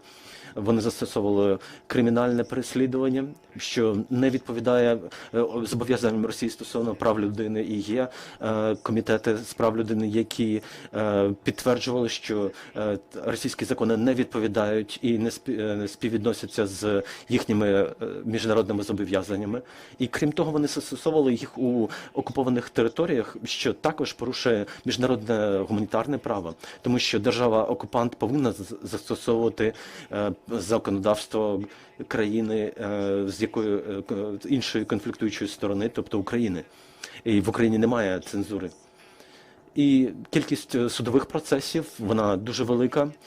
Ми задокументували всі штрафи, які були видані, а також було 12 кримінальних справ, коли людей ув'язнювали за прості висловлення їхньої підтримки на користь підтримки позиції України. Вони просто казали про свою думку без вчинення жодних злочинів. Тобто Росія бореться зі свободою думки на окупованих територіях. І лише в 22-му році і до цього часу ми задокументували 25 нових справ порушення прав людини, зокрема свавільні затримання, ув'язнення за звинуваченнями у екстремізмі, за демонстрування символів, пов'язаних з Україною. Це може бути прапор чи інші символи. За це ви можете опинитися у в'язниці, зокрема в Криму. Тобто я маю на увазі, що на окупованих територіях в Криму стає все більш небезпечним висловлювати свою позицію, ділитися інформацією. Тому нам дуже треба обережно працювати і отримувати ці дані, які для нас є надзвичайно важливими. Вони основа для нашого документування, для підтвердження порушень прав людини. І цей процес документування, він надзвичайно важливий, тому що він стане основою для наступного процесу притягнення винних до відповідальності. І мої колеги з панелі, я думаю, вони поговорять про Європейський суд прав людини і його роботу. Але наші документи, наше документування, воно вже використовувалося Європейським судом для підтвердження тенденцій порушення прав людини, а також для підтвердження відповідальності Росії за ці порушення на окупованих територіях. Ще один аспект, який ми моніторимо, це примусове переміщення. Часто людей змушують залишати Крим, окуповані території. Вони змушені це робити, тому що там жити занадто небезпечно становиться. І після того, як люди виїхали, вже майже неможливо повернутися. І в кінцевому підсумку наша мета повинна бути у притягненні винних до відповідальності та повернення людей, забезпечення можливості безпечно повернутися всім, хто виїхав назад до своїх домівок. І нам потрібна справедливість для винних, для тих, хто порушують права людини. Стосовно того, що з моменту окупації Криму завжди лунало прохання зробити можливу роботу моніторингової місії в Криму. Так, тобто ці заклики лунали з боку української влади, з боку правозахисників, мені здається, були звернення. Чи це можливо? Ну, тобто, ми так і не побачили цього. Чи це можливо, чи це питання закрите назавжди, і ми до нього вже не повертаємося, тому що жодного відгуку з боку Росії ми не бачимо, чи все ж таки ми тут маємо бути більш наполегливими?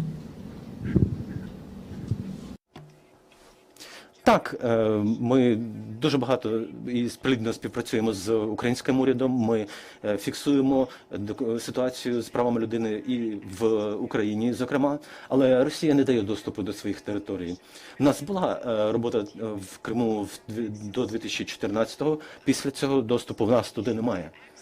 І нам потрібен безперешкодний доступ до місць несвободи, і безперешкодний доступ до жертв прав людини, і це порушень прав людини, і це те, що Росія нам не дає. Тому ми зараз не працюємо на окупованих територіях, і всю роботу, яку ми виконуємо, ми здійснюємо моніторинг за підтримки наших партнерів, зокрема представництва президента та інших організацій. А також використовуємо власні канали доступу до юристів, до жертв, до їхніх родин та до всіх, в кого є дані стосовно цих порушень. Тобто, незважаючи на відсутність доступу, ми робимо максимально можливе для того, щоб документувати ці порушення і для того, щоб працювати з Росією, наприклад, в Женеві, в рамках Генеральної асамблеї. І, зокрема, ми випускаємо документи, вони публікуються генеральним секретарем в рамках роботи Генеральної асамблеї. І це одна з платформ, яка підтримує Україну, яка просуває права людини і яка може притягнути Російську Федерацію до відповідальності. До питання відповідальності, тут я хочу долучити якраз таки до нашої дискусії Віталія.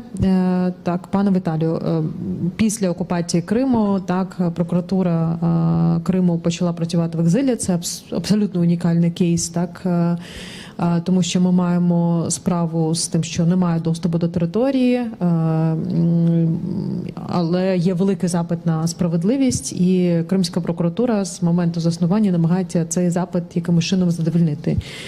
Звісно, це зробити дуже важко з абсолютно наявних причин, але в цьому є, звісно, великий прогрес за ті всі роки існування прокуратури.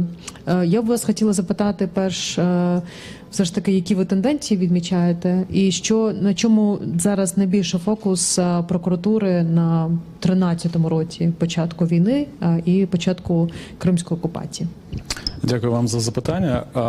Безумовно, коли ми почали працювати тут, на материку, а не на території півострова Крим, було важко реалізувати ті повноваження, які реалізовують звичайні прокуратури в звичайних умовах. Тому це потребувало часу і зусиль для переформатування роботи і взагалі усвідомлення тих принципів, за якими ми можемо працювати.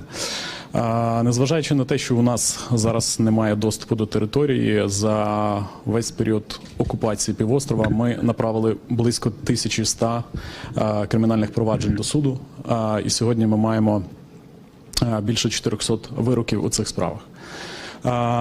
Значна кількість, понад 70%, це результати роботи останніх 5 років, і це якраз ситуація того, що сама країна почала реагувати на ці виклики, тому що раніше у нас не було процедури in absentia, раніше ми могли повідомляти про підозру, але не могли направляти справу до суду. 2022 рік, відверто вам скажу, що він був також і переломним у правосвідомості загалом всієї юридичної спільноти, тому що всі почали усвідомлювати, що Крим – це не просто окупована територія десь далеко, а Крим – це плацдарм, який дав змогу розвитися повномасштабному вторгненню і вчинення тих злочинів, які зараз є не тільки в Криму, а й по всій Україні. І знаєте, коли я чув про результати розслідувань і про виявлені факти у Бучі, то багатьох це сколихнуло, тому що вони почули це в перший раз. Але матеріали кримінальних проваджень, які є у нас, вони свідчили про те, що цей досвід якраз розвивався на території Криму. Сьогодні ви згадували справу Рішата Амітова, і ми направили справу до суду стосовно тих осіб, які його викрадали. Справа ще слухається у суді. Але характер і спосіб нанесення йому тілесних ушкоджень потім відображався у різних куточках України, на окремих районах Донецької і Луганської області. Потім ті самі схожі методи були використані і на Херсонщині, і на Київщині. Тому я тут повністю підтримую попередніх спікерів про те, що це чітка політика Російської Федерації з підкорення і застосування таких насильницьких процедур підкорення цивільного населення, яке знаходиться на тій території. Безумовно, основний фокус нашої діяльності – це розслідування воєнних злочинів, і тут велика кількість взаємодії відбувається як безпосередньо розслідування на національному рівні, так і на міжнародному. Ми були першою прокуратурою, яка почала інформувати Міжнародний кримінальний суд про злочини, які вчиняються на території Криму. І вже у 2020 році, в кінці повноважень пані Фату Бенсуда, яка була прокурором МКС, вона тоді прийняла рішення про те, що є достатні підстави для того, щоб розпочати попереднє розслідування у цій справі. І 2022 рік вже фактично, коли відкрилося розслідування стосовно ситуації в цілому по Україні, ці матеріали вже були у МКС. За весь час ми направили 13 інформаційних повідомлень. Це різні питання від примусового призову, від депортації цивільного населення, від мілітаризації дітей, порушення права на справедливий суд, переслідування кримсько-татарського народу на території Криму і багато інших різних кейсів для того, щоб ми могли підсилювати не тільки свою національну складову, але на міжнародному рівні також була надана оцінка цим справам. Безумовно, також ми взаємодіяли і ми розуміли, що наші матеріали справ також будуть цікаві нашим колегам. І тут якраз ми взаємодіяли із Офісом уповноваженого урядового з питань Європейського суду з прав людини. Я думаю, Маргарита більше може про це розповісти. Те ж саме і будь-які чи то моніторингові місії, чи інформації до Ради Європи, все, що було верифіковано в рамках кримінальних проваджень і було допустимо з дотриманням принципу таємниці досудового розслідування, також ця інформація передавалася, в тому числі навіть на щорічні консультації, раунди переговорів Україна-ЄС стосовно дотримання прав людини на окупованих територіях. Прокуратура Криму брала безпосередню участь і інформувала наших європейських партнерів про ті порушення, які відбуваються на території Криму, для того, щоб вони могли застосовувати в тому числі і політичні міри шляхом застосування санкцій. Зараз основна категорія проваджень – це, безумовно, справа стосовно депортації, тому що ми розуміємо, що в нас близько 50 тисяч осіб, які офіційно зареєструвалися як внутрішньо переміщені особи, 30 тисяч, які вирішили це право скасувати своє. Багато людей виїхали за кордон, інших людей ми зараз встановили 13,5 тисяч судових рішень окупаційних судових органів про видворення наших громадян у зв'язку з тим, що вони не отримували російське громадянство або інших дозвільних документів. Буквально на минулому тижні ми встановили таку особу і в Німеччині, ми направили відповідний запит на міжнародну правову допомогу до їхніх правоохоронних органів. Те саме питання призову до служби в армії ворога. Сьогодні ми притягнули 11 військових комісарів за вчинення цього воєнного злочину. Паралельно ми розуміємо, що діти – це теж складова, і якщо Офіс Генерального прокурора розслідує питання депортації дітей, то фокус нашої уваги – це мілітаризація дітей, і на даний момент ми притягнули до відповідальності і керівників Крим-Патріот-центру, Юнармії, Севастополя, Криму, великої кількості організацій, таких як ДОСАВ, Варяг і інших військово-патріотичних клубів. Буквально нещодавно і зараз ми бачимо цю тенденцію до збільшення кількості дітей, яких залучають до цих заходів. Буквально нещодавно один з військових комісарів безпосередньо приїжджав до однієї з шкіл в Криму, де пропагував необхідність вступу в армію до Російської Федерації, наскільки військово-патріотичне виховання може бути містком для того, щоб служити в лавах російської армії.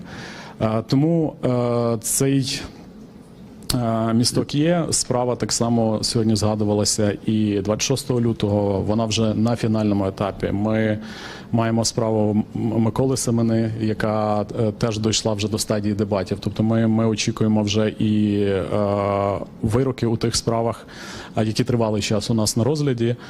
І за цей час нам вдалося фактично побудувати правову культуру розслідування цих воєнних злочинів і плюс закласти практику, тому що перша справа, яка слухалася в Верховному суді стосовно воєнних злочинів, це якраз була справа Кримської прокуратури за обвинуваченням одного з військових комісарів.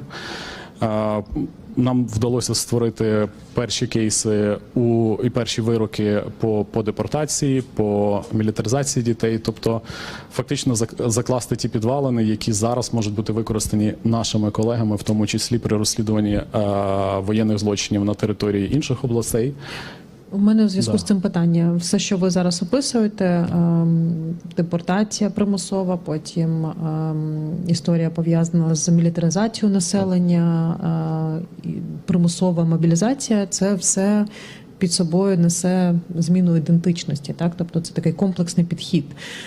Чи є такий самий комплексний підхід у Кримської прокуратури до розслідування цих злочинів для того, щоб, можливо, це потім стало основою, фундаментом для тієї ж справи Міжнародного кримінального суду по геноциду, так, тобто знову ж таки депортації дітей і зібрати комплексно і показати, що це є комплексна політика Росії, окупаційної влади для того, щоб змінити ідентичність, а це все несе за собою ознаки злочину геноциду. Якраз коли ми починали роботу тут, і саме в документуванні воєнних злочинів, ми розуміли, що за нашим законодавством немає злочинів проти людяності. І тому наша взаємодія з Міжнародним кримінальним судом якраз полягала в тому, що там, де держава не спроможна розслідувати ці злочини, тому що немає в законодавстві, але ми збирали ці докази, і ці докази якраз коли ми їх обґрунтовували, ми посилалися на положення Римського статуту Міжнародного кримінального суду стосовно злочинів проти людяності і вказували на ці порушення прокурору Офісу МКС. І як я вже говорив, що в висновку, який був зроблений тодішньою прокуроркою цього суду, було підтверджено факт того, що ці злочини вчиняються. Зараз з жовтня 2024 року в нас з'явилася ця стаття. Ми проаналізували всі ті кримінальні провадження, які є у нас, і ті матеріали, які ми зібрали. І зараз ми хочемо розпочати нове кримінальне провадження саме за фактом вчинення злочинів проти людяності на території Криму, як політику переслідування цивільного населення. Це, напевне, теж буде один з перших досвідів, тому що ніхто ще не розслідував такої категорії злочину і не має широкого досвіду в його розслідуванні. І тому всі ті політики, про які сьогодні говорили, від початку розбудови інституцій на території Криму, від залучення, в тому числі медіа і різних політиків, воно буде відображено якраз у цьому кримінальному провадженні. Дякую. Ще повернемося до питання справедливості. Я хочу до дискусії нашої долучити Маргариту, тому що тут у нас якраз таки є вже результати. Так, це відома історична справа, так, яка має назву Бекіров і інші проти Росії. 20 січня був винесений вирок, і рішення назвали історичним. Чи можете ви пояснити, чому воно є історичним і створений прецедент, чи можна його використати та масштабувати потім в інших кейсах? Дякую за запитання. Перш за все, вітаю всіх учасників сьогоднішньої дискусії. Я дуже вдячна за можливість долучитись до цієї важливої дискусії сьогодні. В нас дійсно кілька тижнів тому, місяць вже 20 січня, було Європейським судом винесено рішення у важливій справі за індивідуальними позовами Бекіров та інші проти України. Дійсно, воно є унікальним в порівнянні з більшості рішень Європейського суду, які ми прочитаємо, тому що воно не просто ним зафіксував Європейський суд, підтвердив, точніше, не тільки зафіксував, а саме підтвердив, що були порушення прав заявників, там, зокрема, йшла мова про те, що було їхнє переслідування за участь у різних акціях протесту на підтримку або не погоджуючись з Російською Федерацією, з політикою Російської Федерації або на підтримку України. Це були акції протесту. І де Європейський суд, він казав, що це переслідування, заявники притягались до адміністративної або кримінальної відповідальності в залежності від справи, що це були не просто незаконні кримінальні або адміністративні провадження, а що це була частина політики Російської Федерації, спрямована на переслідування кримських татар за те, що вони не підтримують Російську Федерацію таким чином, такими акціями протесту. Більше того, Європейський суд наголосив, що це паттерн, частина паттерну і частина політик Російської Федерації з перших днів окупації в лютому 2014 року, які спрямовані на те, щоб подавляти супротив кримських татар, українців, які в Криму проживали і проживають, супротив Російській Федерації. Це рішення, воно є продовженням, я б не сказала, розвитком міждержавних позовів України проти Російської Федерації, які Україна супроводжувала фактично з перших днів окупації Російської Федерації Криму. Я насправді, якщо згадуючи 2014 рік, повертаючись до подій лютого-березня, ми тоді всі ж очікували в першу чергу і засудження, і реакцію міжнародного співтовариства. Я з дуже великим болем до цього часу згадую, що перші реакції це були занепокоєння, потім глибоке занепокоєння. Але от Європейський суд з прав людини – це був та інституція, яка, до речі, одна із перших включилась в реагування на ті порушення, ті злочини, які в перших днів вчиняла Російська Федерація. Я пам'ятаю, як в перших числах березня ми вже почали отримувати з Європейського суду так звані запити по вжиття забезпечувальних заходів саме щодо зникнення наших журналістів, журналістів або активістів, які знаходились в Криму і там фіксували події. І я пам'ятаю, скільки було складно взагалі перевірити інформацію, тоді отримати інформацію, що з ними, що відбувається з нашими людьми там в Криму. Важливим є рішення Бекіров та інші проти України. Воно важливим є не тільки тому, що Європейський суд наголосив і розвинув ось ці свої рішення, висновки в міждержавних позовах, що є ось ці паттерни по утиску наших громадян. Важливим є те, що це так само ми вже бачимо, що Європейський суд перейшов до розгляду індивідуальних позовів. Насправді нас дуже часто запитували, це події там в залежності від 14, 15, 16 рік і так далі. Запитували постійно, чому Європейський суд не розглядає індивідуальні позови, бо їх і багато людей звертали з 2014 року. А Європейський суд насправді на певному етапі, коли були міждержавні позови, а я хочу теж тут відзначити, що міждержавні позови, які вела Україна і продовжує підтримувати в Європейському суді, вони були якраз на те, щоб відобразити, що є ось ця системна політика переслідування наших громадян на окупованих територіях.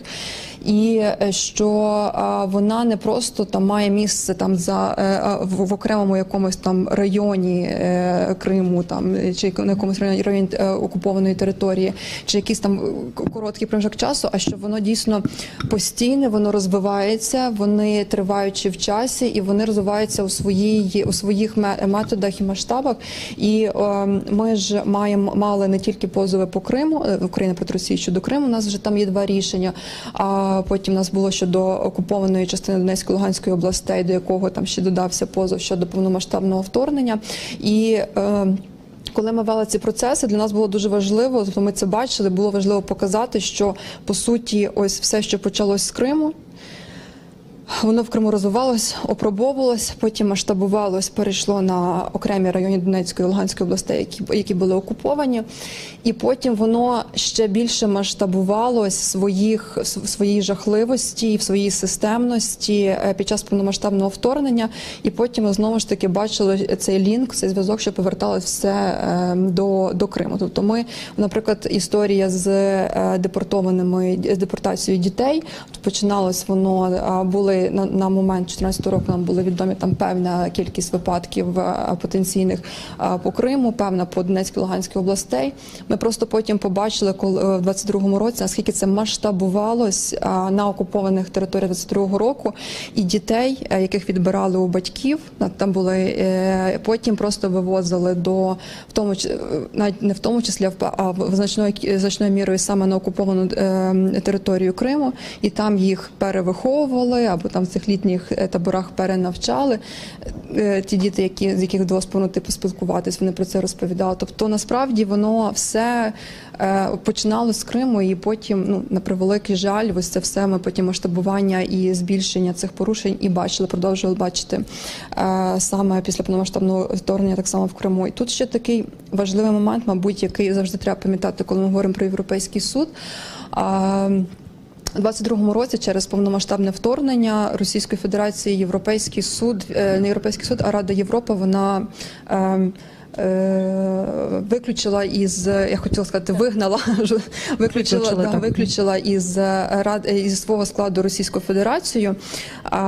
І за процедурами, це юридичні процедури, для Російської Федерації конвенція перестала діяти в часовому вимірі з 16 вересня 2022 року. Тобто, на превеликий жаль, після 16 вересня 2022 року вже немає можливості по подіям після 16 вересня 2022 року звертатись на порушення прав людини з боку Російської Федерації на окупованих територіях. Водночас є важливим, що Європейський суд не зупинив у зв'язку з цим розгляд справ, чому ми маємо зараз і рішення Бекіров та інші. Ми будемо мати і інші рішення. Зараз в нас або до речі, про це я хотіла спитати, які рішення ви очікуєте? Або в деяких категоріях справ вже в нас завершилась письмова процедура надання позиції. І зразу, думаю, я можу сказати, що Російська Федерація, там як держава-відповідач, вона не реагує не комунікує з Європейським Європейським судом, хоча вони не позбавлені цієї можливості, і їм надсилається Європейським судом інформація про те, що розглядається справа. Ми в цих справах долучаємось як третя сторона, як держава, але ми фактично виступаємо додатково на захисті наших заявників у Європейському суді у скаргах проти Російської Федерації. І в деяких справах вже завершилась процедури обміну інформацією, в деяких справах ще тривають ці процедури, але ці рішення будуть виноситись надалі. Там є різний спектр порушень від права на мирне зібрання, право на свободу, особисту недоторканність, право власності, 8 стаття – це повага на приватне та сімейне життя, тобто це цілий спектр порушень прав людини. Зараз у нас є і справа, де ми теж в процедурі обміну надання інформації, це щодо усиновлення дітей громадянами Російської Федерації. Тому, тобто це дуже такі, весь, якби це не жахливо було говорити, але весь спектр тих злочинів, що ми бачимо з 2014 року і до цього часу спостерігаємо, воно є на розгляді Європейського суду з прав людини. Тобто ми чекаємо ці рішення, і важливо, що самим рішенням процес не завершується, тобто є рішення Європейського суду, це юридичний процес, це логічне завершення судового процесу, але є ще такий етап, як вже наступний етап, це виконання рішення Європейського суду з прав людини. Це вже займається інший орган Ради Європи, Комітет міністрів Ради Європи, це найвищий політичний орган, де ми вже з представниками держав-членів Ради Європи, 46 країн, включно з нами, де ми вже обговорюємо те, як має виконуватись, і не просто обговорюємо, а напрацьовуємо механізми, як має виконуватись те чи інше рішення, яке виносить Європейським судом. І тут теж важливо... Ви оптимістичні тут? Я скажу так, я оптимістична, тому що дуже є... Це робота за закритими дверима, але я оптимістична в тому плані, що є дуже велика і колосальна підтримка з боку держав-членів Ради Європи. Ми насправді зараз, по суті, шукаємо і випрацьовуємо нові підходи для Ради Європи, як виконувати рішення Європейського суду тою країною, яка відмовляється це робити. Тобто це вже робота політично натиснути з різних сторін. І я тут хочу відзначити, що це не тільки в межах роботи Ради Європи, але в минулому році було перше засідання по розгляду виконання рішення України проти Росії щодо Криму, де Комітет міністрів вперше виніс незвичне для самого себе рішення щодо стану нагляду за цим міждержавним позовом. І де важливо є те, що Рада Європи Комітет міністрів прийняв рішення, що для роботи, для ефективного забезпечення виконання цих рішень дуже важливо не тільки робота всередині по різним напрямкам, але і залучення інших міжнародних організацій, інституцій. І тут якраз одним з таких майданчиків є Організація Об'єднаних Націй. Чому дуже важливо, щоб ті висновки, про які говорить Європейський суд, і в міждержавних позовах, і, що важливо, в індивідуальних саме справах, таких як Бекіров та інші проти України, щоб вони так само враховувались і в роботі інших міжнародних організацій, зокрема Організації Об'єднаних Націй.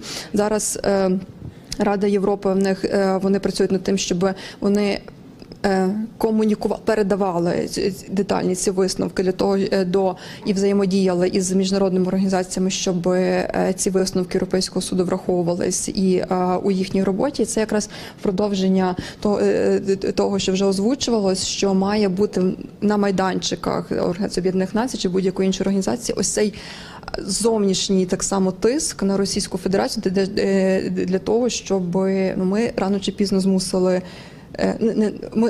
ми то змусимо їх виконувати. Тобто я в цьому плані насправді оптимістична, бо наша сторона, українська сторона, дуже рішуча в цьому плані, і своєю рішучістю ми заражаємо і інші країни. Дуже дякую, Маргарита. Два невеликих оголошення. У нас повітряна тривога, але ми моніторимо ситуацію. Якщо буде реальна небезпека, то перейдемо в укриття. А також нагадаю, що можна ставити питання і в залі, і також у нас є онлайн-трансляція, і ви можете поставити питання онлайн. Тому, якщо ви дивитеся нас, скористайтеся, будь ласка, тією можливістю. Я хочу долучити Ельвіна Кадирова до нашої дискусії. Ільвін займається дуже таким конкретним питанням. Це питання медичної допомоги для людей, позбавлених волі, незаконно позбавлених свободи. Ну, фактично, це таке право на життя. Можете трохи розказати про задокументовані випадки в тій діяльності, коли ненадання медичної допомоги могло призвести до смерті людини? І яка взагалі зараз ситуація? Чи ми можемо говорити про тенденцію погіршення, наприклад, умов утримання людей в місцях позбавлення волі? Вітаю всіх присутніх. Дякую за запрошення. Дійсно, 12 років окупації – це 12 років порушення прав людини. Окупаційна влада тимчасово окупованого Криму порушує майже, можна сказати, всі права і свободи людини. Попередні спікери казали, які напрямки є, тому що інституція уповноваженого з прав людини займається не тільки питанням хворих, але і взагалі порушенням всіх прав людини, які відбуваються в тому числі і на тимчасово окупованій території Автономної Республіки Крим та міста Севастополя. Наразі хочу сказати, що дійсно важливе питання і піднімати про порушення права – це примусова паспортизація, мобілізація, утиски за релігійною або національною ознакою, знищення взагалі свободи слова. Але дійсно питання таке, що є пріоритетне питання. Це питання, одне із питань пріоритетних для нашої інституції, це питання, від чого залежить життя людей. І це питання незаконно засуджених в тимчасово окупованому Криму, які не отримують своєчасно належної медичної допомоги. І це питання дуже важливе, тому що наразі важкохворих ми фіксуємо щонайменше 40 людей із незаконно засуджених. В тому числі є люди, які, скажімо, критично хворі, які потребують негайної допомоги, можна сказати, із питань міжнародного права, що стаття номер 3 Конвенції про захист прав людини, це міжнародне право кваліфікує ненадання медичної допомоги як катування.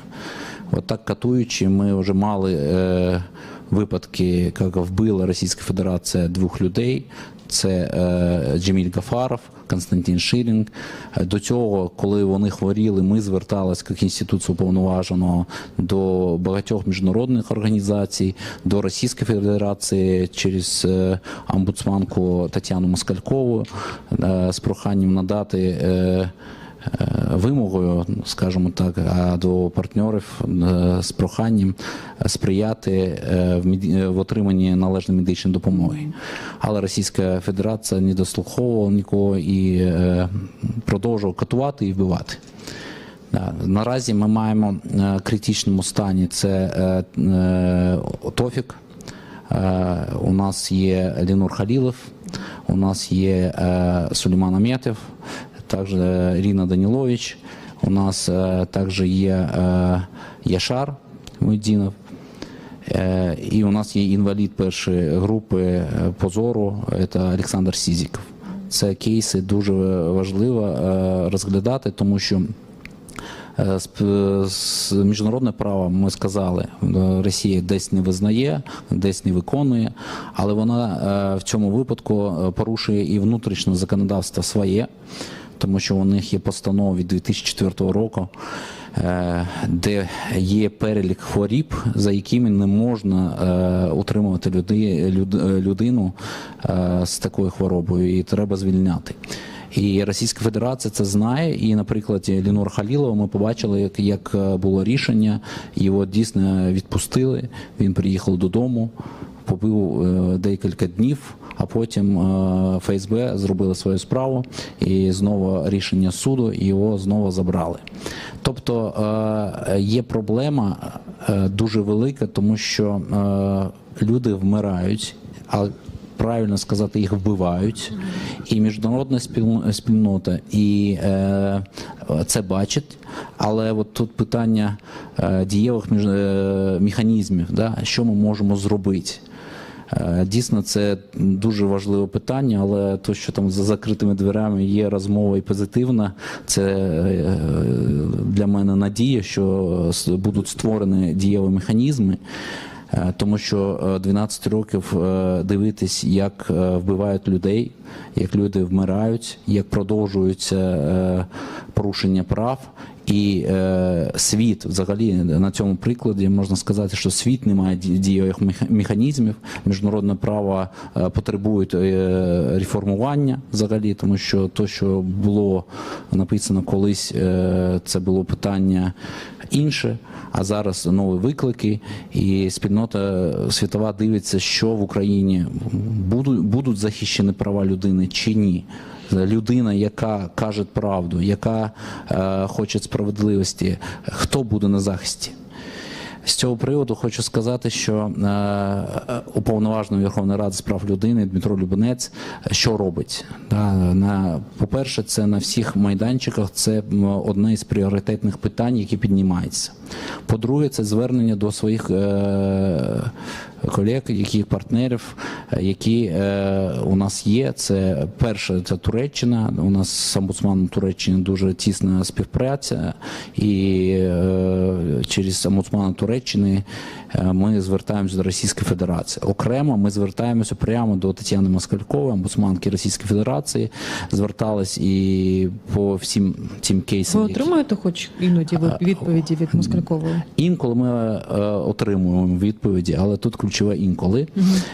Це перше. По-друге, це не надало результатів, тому що, по-перше, закон, який, як я сказав, міжнародний, так і внутрішній, потребує звільнення цих важкохворих, але що найменше, це надання медичної допомоги.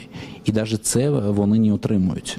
Я це дуже прекрасно знаю. У нас був кейс з нашою колегою Вікторією Рощиною в тюрмі Таганроті, коли вона просила про медичну допомогу, і її не надавали. Окрім того, коли приїхала все ж таки місія Червоного Хреста до тієї тюрми, де вона знаходилася, її просто сховали від очей тієї комісії, так, щоб не бачити, в якому жахливому стані вона знаходиться. Чи фіксували ви щось схоже в кримських тюрмах? Ну, це тюрма не тільки в Криму, тому що і тапують і я на материк. Тому дійсно фіксувати. У нас комітет Червоного Хреста має таке право, знаходячись в Російській Федерації, виїжджати, дивитись і фіксувати це. Але, на жаль, відповідь від Міжнародного комітету Червоного Хреста таке, що Російська Федерація не дає такої можливості, щоб виїжджати і дивитись. І тому ми відправляли звернення, які колонії, хто знаходиться, яка хвороба і інше.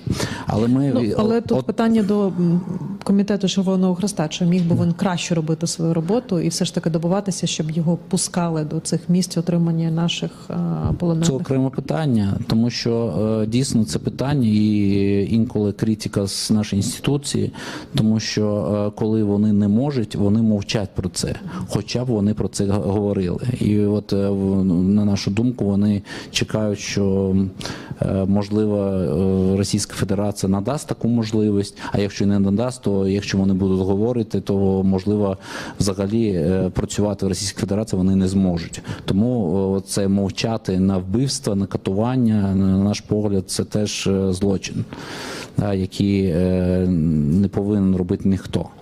Але питання, то, що ви сказали, я хочу сказати, що ми отримуємо звістки від родичів, які дають нам інформацію, коли людина не отримує лікування, коли не отримують ліки, і вони відправляли навіть посилками ліки, щоб людина могла це вижити, можна сказати так, але і це теж перешкоди, що вона не отримувала, тому що це вилучали і не давали. Тобто всі спроби отримати ліки, лікування, це все блокується, і тому ми і кажемо, що це катування. І катування не тільки фізичне, це і ще й психологічне. От останнє, прям, що можу сказати, це Тофіку Абдулазієву підходять працівники і кажуть, навіть не сподівайся. Навіть не сподівайся на те, що ти отримаєш ліки? Що ти вийдеш. Да. Ну, дуже часто говорять, що ви не потрібні Україні. Наприклад, про вас всі забули. І друге, ну, звісно, це неможливість листуватися. Тобто, коли людина опиняється в абсолютній ізоляції від своїх родичів, від своїх друзів, від того, хто може її взагалі підтримати. І тут втрачається у людини, яка довгий час перебуває за ґратами, взагалі бажання жити, боротися. Це теж про катування і про те, що, ну, фактично Росія змушує людини відмовитися від сподівання, те, що вона може вижити в цих умовах. Ну, знаєте, зв'язок з Кримом дуже важливий. Важливий для нашої держави. Тому що ми, коли кажемо про окупацію, це не тільки про територію, це про людей. Да, і важливо, щоб цей був зв'язок. І от цей зв'язок нашої інституції ми маємо з родинами, яким допомагаємо, яким ми кажемо, що ми робимо, що ми можемо зробити. Да, і кожен етап, що ми зробили, ми даємо інформацію, щоб вони бачили, що ми робимо. Дійсно, результат залежить не від нас, на жаль, не від нас. Але міжнародна спільнота може більше робити, на наш погляд, і тому ми зверталися, от Дмитрій Валерійович Лубінець звертався і для своїх колег з Туреччини, з Об'єднаних Арабських Еміратів, Саудовської Аравії, з Кувейту, і звертається, піднімав це питання, щоб, ну, хоча б щонайменше надали належну медичну допомогу. Дуже дякую, Ельвін. У нас є питання з зали, точніше питання онлайн. І почнемо ми з Віталія. Питання до вас. Чи є перспективи притягнення до відповідальності конкретних посадових осіб окупаційної адміністрації через міжнародні механізми? Ми всі прекрасно бачимо, як працюють міжнародні механізми, і мені здається, всі ми очікували виконання ордеру стосовно керівника держави-агресора. Як ми бачимо, не завжди вони спрацьовують, але нещодавно на сторінках, в тому числі «Української правди» і інших видань, згадувалися про одного російського високопосадовця, якого затримали зараз в Польщі. Ніхто теж не сподівався, що це може бути. І зараз ми всі сидимо і очікуємо рішення польського суду стосовно можливості екстрадиції. Тому, як сказала Маргарита, ми позитивно налаштовані, і ми стараємося зі всіх своїх сторін, як на національному, так і на міжнародному рівні, надавати докази до тих органів, які приймають рішення про видачу ордеру на арешт, ну, в плані і МКС я сьогодні згадував. Тому ми сподіваємося і віримо, і робимо все для того, щоб так і відбулося. Дякую. Ще два питання. Чи реалістично говорити про компенсацію постраждалим у найближчі роки? Мені здається, на це питання може і Ольга відповісти, і ви, Віталій. І чи є практичні кейси, що арештовані активи були спрямовані на програми боротьби з окупацією чи будь-які програми проти Росії? Складне питання, але спробуємо відповісти. Стосовно питання відшкодування, напевне, це найбільш болюче питання, тому що коли ми ознайомлюємося і заходимо на сайт Ради Європи і бачимо про реєстр збитків, так, і його положення, то там зазначається про події після 24 лютого. І ми завжди говоримо про рівність, інклюзивність і тому подібні речі, але тут ми чомусь забули про ці питання. І сьогодні Маргарита згадувала про те, що є позиція про те, щоб ті факти, які були визнані у рішенні Європейського суду з прав людини, вони теж були враховані через процедуру цього механізму. Тому я сподіваюся, що якраз громадяни, які постраждали внаслідок окупаційної політики на території Криму, вони теж будуть серед числа цих осіб. І стосовно передачі коштів, так, то кошти, які ми отримуємо, для прикладу, коли це відбувається реалізація, наприклад, кораблів, які незаконно заходили до Криму через процедури АРМА, всі кошти потрапляють до бюджету. Далі вже ці кошти розподіляються відповідно до чинних нормативних актів. Маргарита хотіла доповнити. Так, я коротко доповнити саме якраз те, що підняв питання Віталій по реєстру збитків компенсаційного механізму, який створений під парасолькою Ради Європи, який точніше продовжує. Він ще справді в процесі створення. А дійсно, це виклик. Я би не сказала, що немає шансів через такий механізм потенційно отримати, думати, що можна буде отримати такі компенсації. Дійсно, реєстр збитків, він був створений і він включає, він потенційну можливість отримати компенсації наразі. З 24 лютого 2022 року це було пов'язано з тим, що ця дата була зафіксована в резолюції Генеральної асамблеї ООН у 2022 році. До цього була прив'язка. В останньому рішенні Європейського суду Україна та Нідерланди проти Російської Федерації Європейський суд окремо відзначив, що всі подальші консультації, переговори щодо подальшого створення і функціонування реєстру збитків і компенсаційної комісії, це той орган, який буде розглядати ті заявки, які зараз реєструються в міжнародному реєстрі збитків, що вони повинні враховувати, як сказав Віталій, дійсно рішення Європейського суду з прав людини в міждержавних позовах, а вони якраз чітко зафіксували про те, що Російська Федерація відповідає за порушення прав людини в Криму і з 26 лютого 2014 року, і так само відповідає за порушення прав людини на тимчасово окупованій території окремих частинах Донецької, Луганської областей з травня 2014 року, ну і під час повномасштабного вторгнення, звісно. Тому відповідні ці висновки, вони, правильно з того, що ми наразі можемо, з чим ми працюємо, з цими висновками ми в тому числі працюємо і на майданчиках Ради Європи для того, щоб не залишити реєстр збитків в тому вигляді, якому, щодо мандату часового, в тому вигляді, якому він є наразі.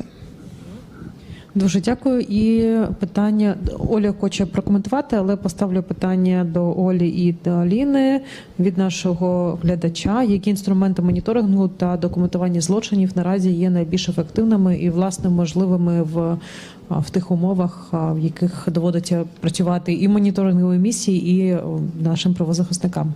Олю. Дякую за запитання. Трошки повернусь до попереднього щодо реєстру. Мої колеги вже відповіли дуже детально, і так само ви бачите, що у нас є шанси все ж таки, як сказано було, ми всі позитивно налаштовані, і Україна точно має право розраховувати на, в принципі, зміни, які можуть стосуватися навіть і реєстру збитків, оскільки багато речей колись декілька років назад здавалися нереальними. А сьогодні Україна пробиває це на всіх майданчиках. Колись Росія думала, що у неї є флот, але, як виявилось, немає.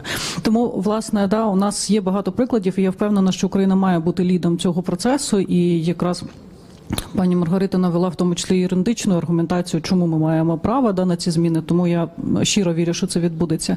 Але окрім того, зауважу, що важливо, щоб Україна виконала всю свою, скажімо так, роботу, яка пов'язана, власне, з нашим національним рівнем, і, відповідно, мала ефективну систему обліку, реєстрації якраз немайнової шкоди, яка завдана здоров'ю нашим цивільним внаслідок цього. І, відповідно, тут Україна не має жодних обмежень, ми спокійно можемо це робити з 2014 року, і, власне, велика робота вже пророблена для цього. Але нам важливо, щоб ми мали свій ефективний національний механізм реєстрації всієї тої шкоди, завданої нашим громадянам. І, повертаючись до питання про моніторинг інструменти, у нас публічна подія, тому, напевно, не всі речі можна сказати на загал, тому, чесно, мені доведеться обмежено відповідати. Безумовно, це СІНТ, який ми всі використовуємо, це багато джерел, які, на щастя, є в публічному доступі, але зауважу, що Російська Федерація це так само відстежує. І, наприклад, багато рішень, які в тому числі були на так званих судових сайтах окупаційної влади, вони вже зникають. Росія їх свідомо знищує, тому що вона так само розуміє те, що рано чи пізно ця відповідальність відбудеться. Тому навіть деякі інструменти, вони доволі стають обмеженими. І тут дуже важливо, що Україна має достатньо вже проробленої роботи, зокрема, і на рівні прокуратури Автономної Республіки Крим, що багато речей вже задокументовано. Так само і багато правозахисників наших працювали ще з 2014 року дуже професійно, документуючи це за певними стандартами, в тому числі міжнародними, які зараз дозволяють зберегти цю інформацію. От, наприклад, і в співпраці з Мін'юстом це було, і в співпраці з Офісом омбудсмана, коли, наприклад, подавалася скарга до Міжнародного суду ООН. Багато речей, які росіяни навіть намагалися знищити після цього, вони були належним чином задокументовані і правозахисниками, і державними органами, і, власне, це допомогло довести певні справи до кінця. Далі, безпосередньо, те самі люди, свідки і постраждалі, які співпрацюють, допомагають, надають ці свідчення. Безумовно, це дуже складно робити з людьми, які залишаються в окупації, але є ті люди, які виїжджають на підконтрольну територію або навіть за кордон, і вони також допомагають, вони дають свої свідчення, вони дають інформацію. Навіть от по цивільним, яких ми шукаємо в полоні російському, дуже важливо те, що ми можемо почути від звільнених з полону. Дуже часто це допомагає встановити людей, які, наприклад, вважалися безвісті зниклими. Тому, безумовно, люди – це так само ті, хто можуть надати дуже важливу інформацію. Але є і інші, більш польові механізми. Я їх не зможу розголошувати, але можу сказати, що ця робота навіть в полі, навіть в окупованому Криму, можливо, і досі. І це завдяки якраз тим людям, яким, в принципі, власне, сьогодні присвячений цей день і цей захід. Це люди, які чинять спротив. Тому що передати інформацію про порушення прав людини в Криму сьогодні – це, в принципі, ризик бути позбавленим волі, вбитим або викраденим. Але люди це роблять. І багато речей, які зараз ми можемо передати в наші правоохоронні органи, до міжнародних судових інстанцій, це завдяки і, в першу чергу, завдяки цим людям, які не побоялися і зробили це. І більш того, вони роблять це далі. Тому оце безцінне, в принципі, те, що роблять наші люди заради справедливості, навіть знаходячись там просто в шаленому ризику, розуміючи, що завтра для них може не настати, але вони це роблять. Тому я думаю, що нам дуже важливо пам'ятати про цих людей і працювати саме за цих людей, бо вони ризикують набагато більше, ніж ми. І чудово, що ми досі можемо мати цю можливість отримувати таку важливу інформацію. Перед тим, як я передам слово Аліні, хотіла би нагадати про можливість поставити питання з зали. Будь ласка, скористайтеся тією можливістю. Аліно, ваша відповідь. Дуже складно говорити після Ольги, тому мало чого можу додати стосовно моніторингу. Для нас важливо документувати останні тенденції, те, що відбувається в Криму, на окупованих територіях. Саме тому ми працюємо і в Доманове. Ми спілкуємося з людьми, які повертаються з тимчасово окупованих територій, вони діляться з своїми свідченнями з нами. Ми використовуємо ці свідчення, ми використовуємо для підтвердження даних, які в нас є. Ми перевіряємо цю інформацію на її достовірність.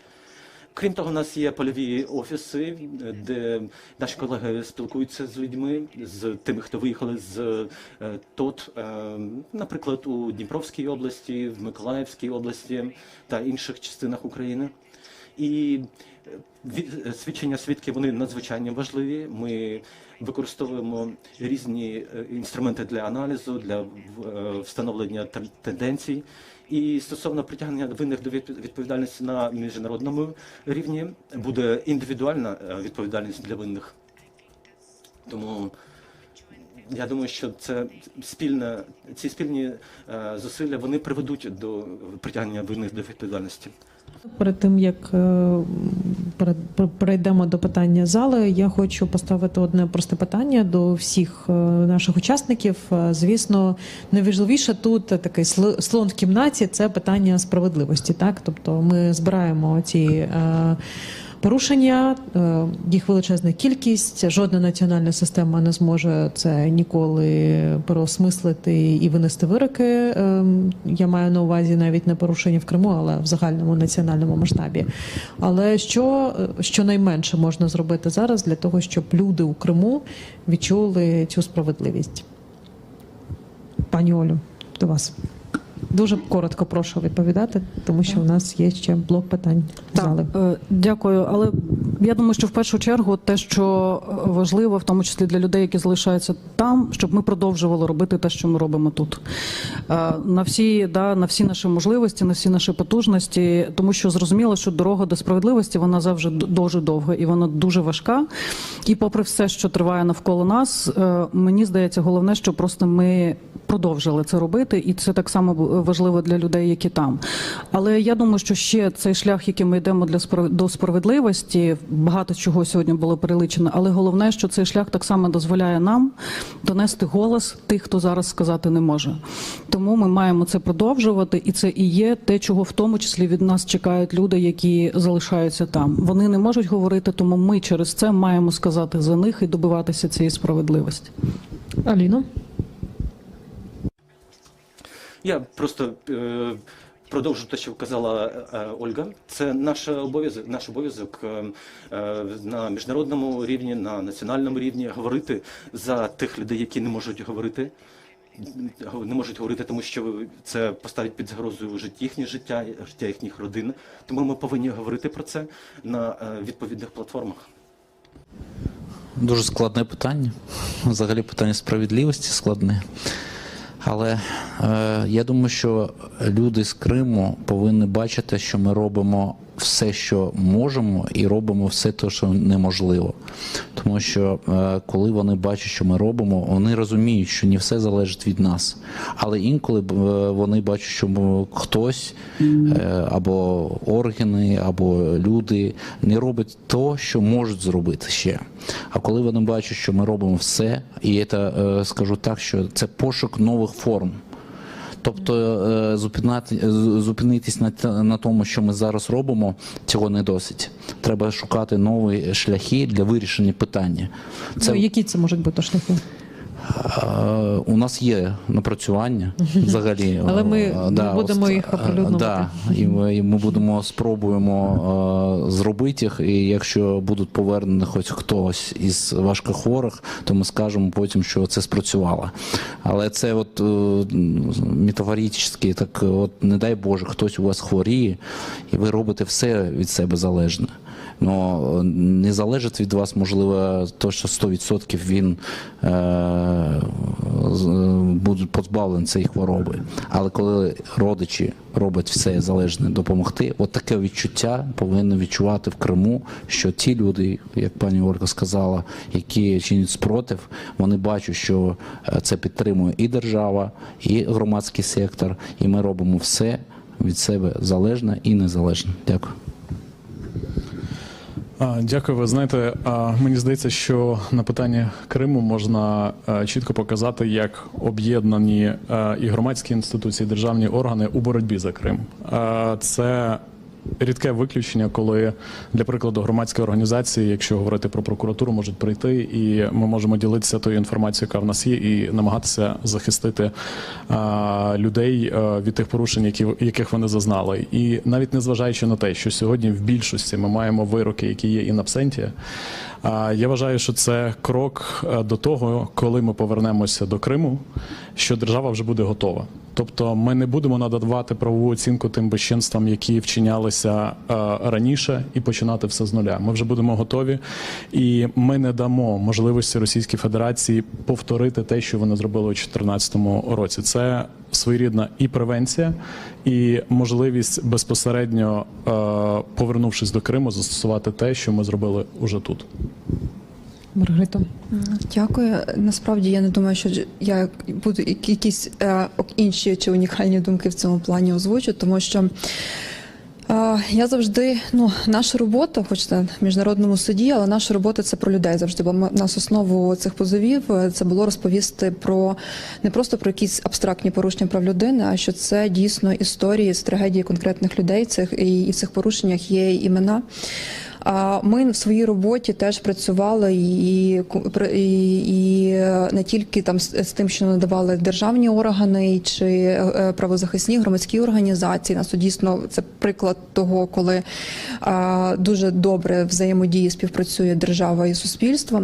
Але ми так само працювали безпосередньо із людьми, які є потерпілими, зі свідками, і з потерпілими від порушень прав людини з боку Російської Федерації, в тому числі ті, які знаходяться проводилось на окупованих територіях, і ми пояснювали, що потенційно розумієте, що це буде направлено до Європейського суду. Все одно, навіть якщо ми закриємо персональні дані, це все одно це потенційно певний ризик може бути. На що я дуже часто чула відповідь від людей, що ми хочемо, щоб наша історія була почута, і ми хочемо, щоб всі знали, що таке Російська Федерація, і що зовсім це не та країна, яка себе намагається показати. Це ми говоримо, особливо це говорилось до 22-го року, такі речі були. Тому наше завдання є, я дійсно погоджуюсь, робити все від нас залежне по кожному своєму напрямку, і через свою роботу, наприклад, ми говоримо про такі юридичні процеси, сухий юридичний текст, але наше завдання завжди є ось цим складним юридичним текстом показати дійсно і озвучити голоса наших людей, то ми будемо її продовжувати, і ми маємо далі продовжувати цю роботу. Дякую. Дякую, Маргарита. Чи є в нас запитання з зали?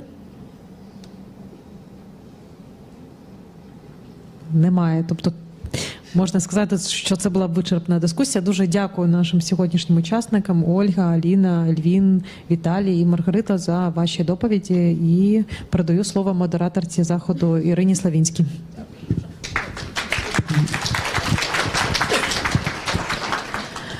Я думаю, що після цієї розмови можна ще раз подякувати всім учасникам-учасницям і почати завершувати нашу сьогоднішню зустріч. Я думаю, що ми сьогодні всі дуже багато говорили про дім, не тільки тому, що так наша зустріч сьогодні називається, а тому що Крим – це дім. Це дім, де є пам'ять, де бережуть культурну спадщину, з якої ростуть і плекаються майбутнє покоління. Ми сьогодні багато говорили про дітей. Це дуже важлива сюжетна лінія, це дуже важливі конкретні хлопчики і дівчатки, які мають зростати в вільній Україні. Ми багато говорили про дім, де є простір, свіже чисте повітря, прозоре море, флора і фауна. І це не просто образи з листівок з кримськими пейзажами, це фактор національної безпеки. Чисте повітря, чисте море, без мін і так далі. Ми говорили про Крим як дім, де є простір свободи і безпеки для всіх, хто там живуть, для всіх, хто туди повернеться. І ми, зрештою, говорили про дім, куди можна повертатися. Дякую всім, хто сьогодні тут були, і слава Україні! Героям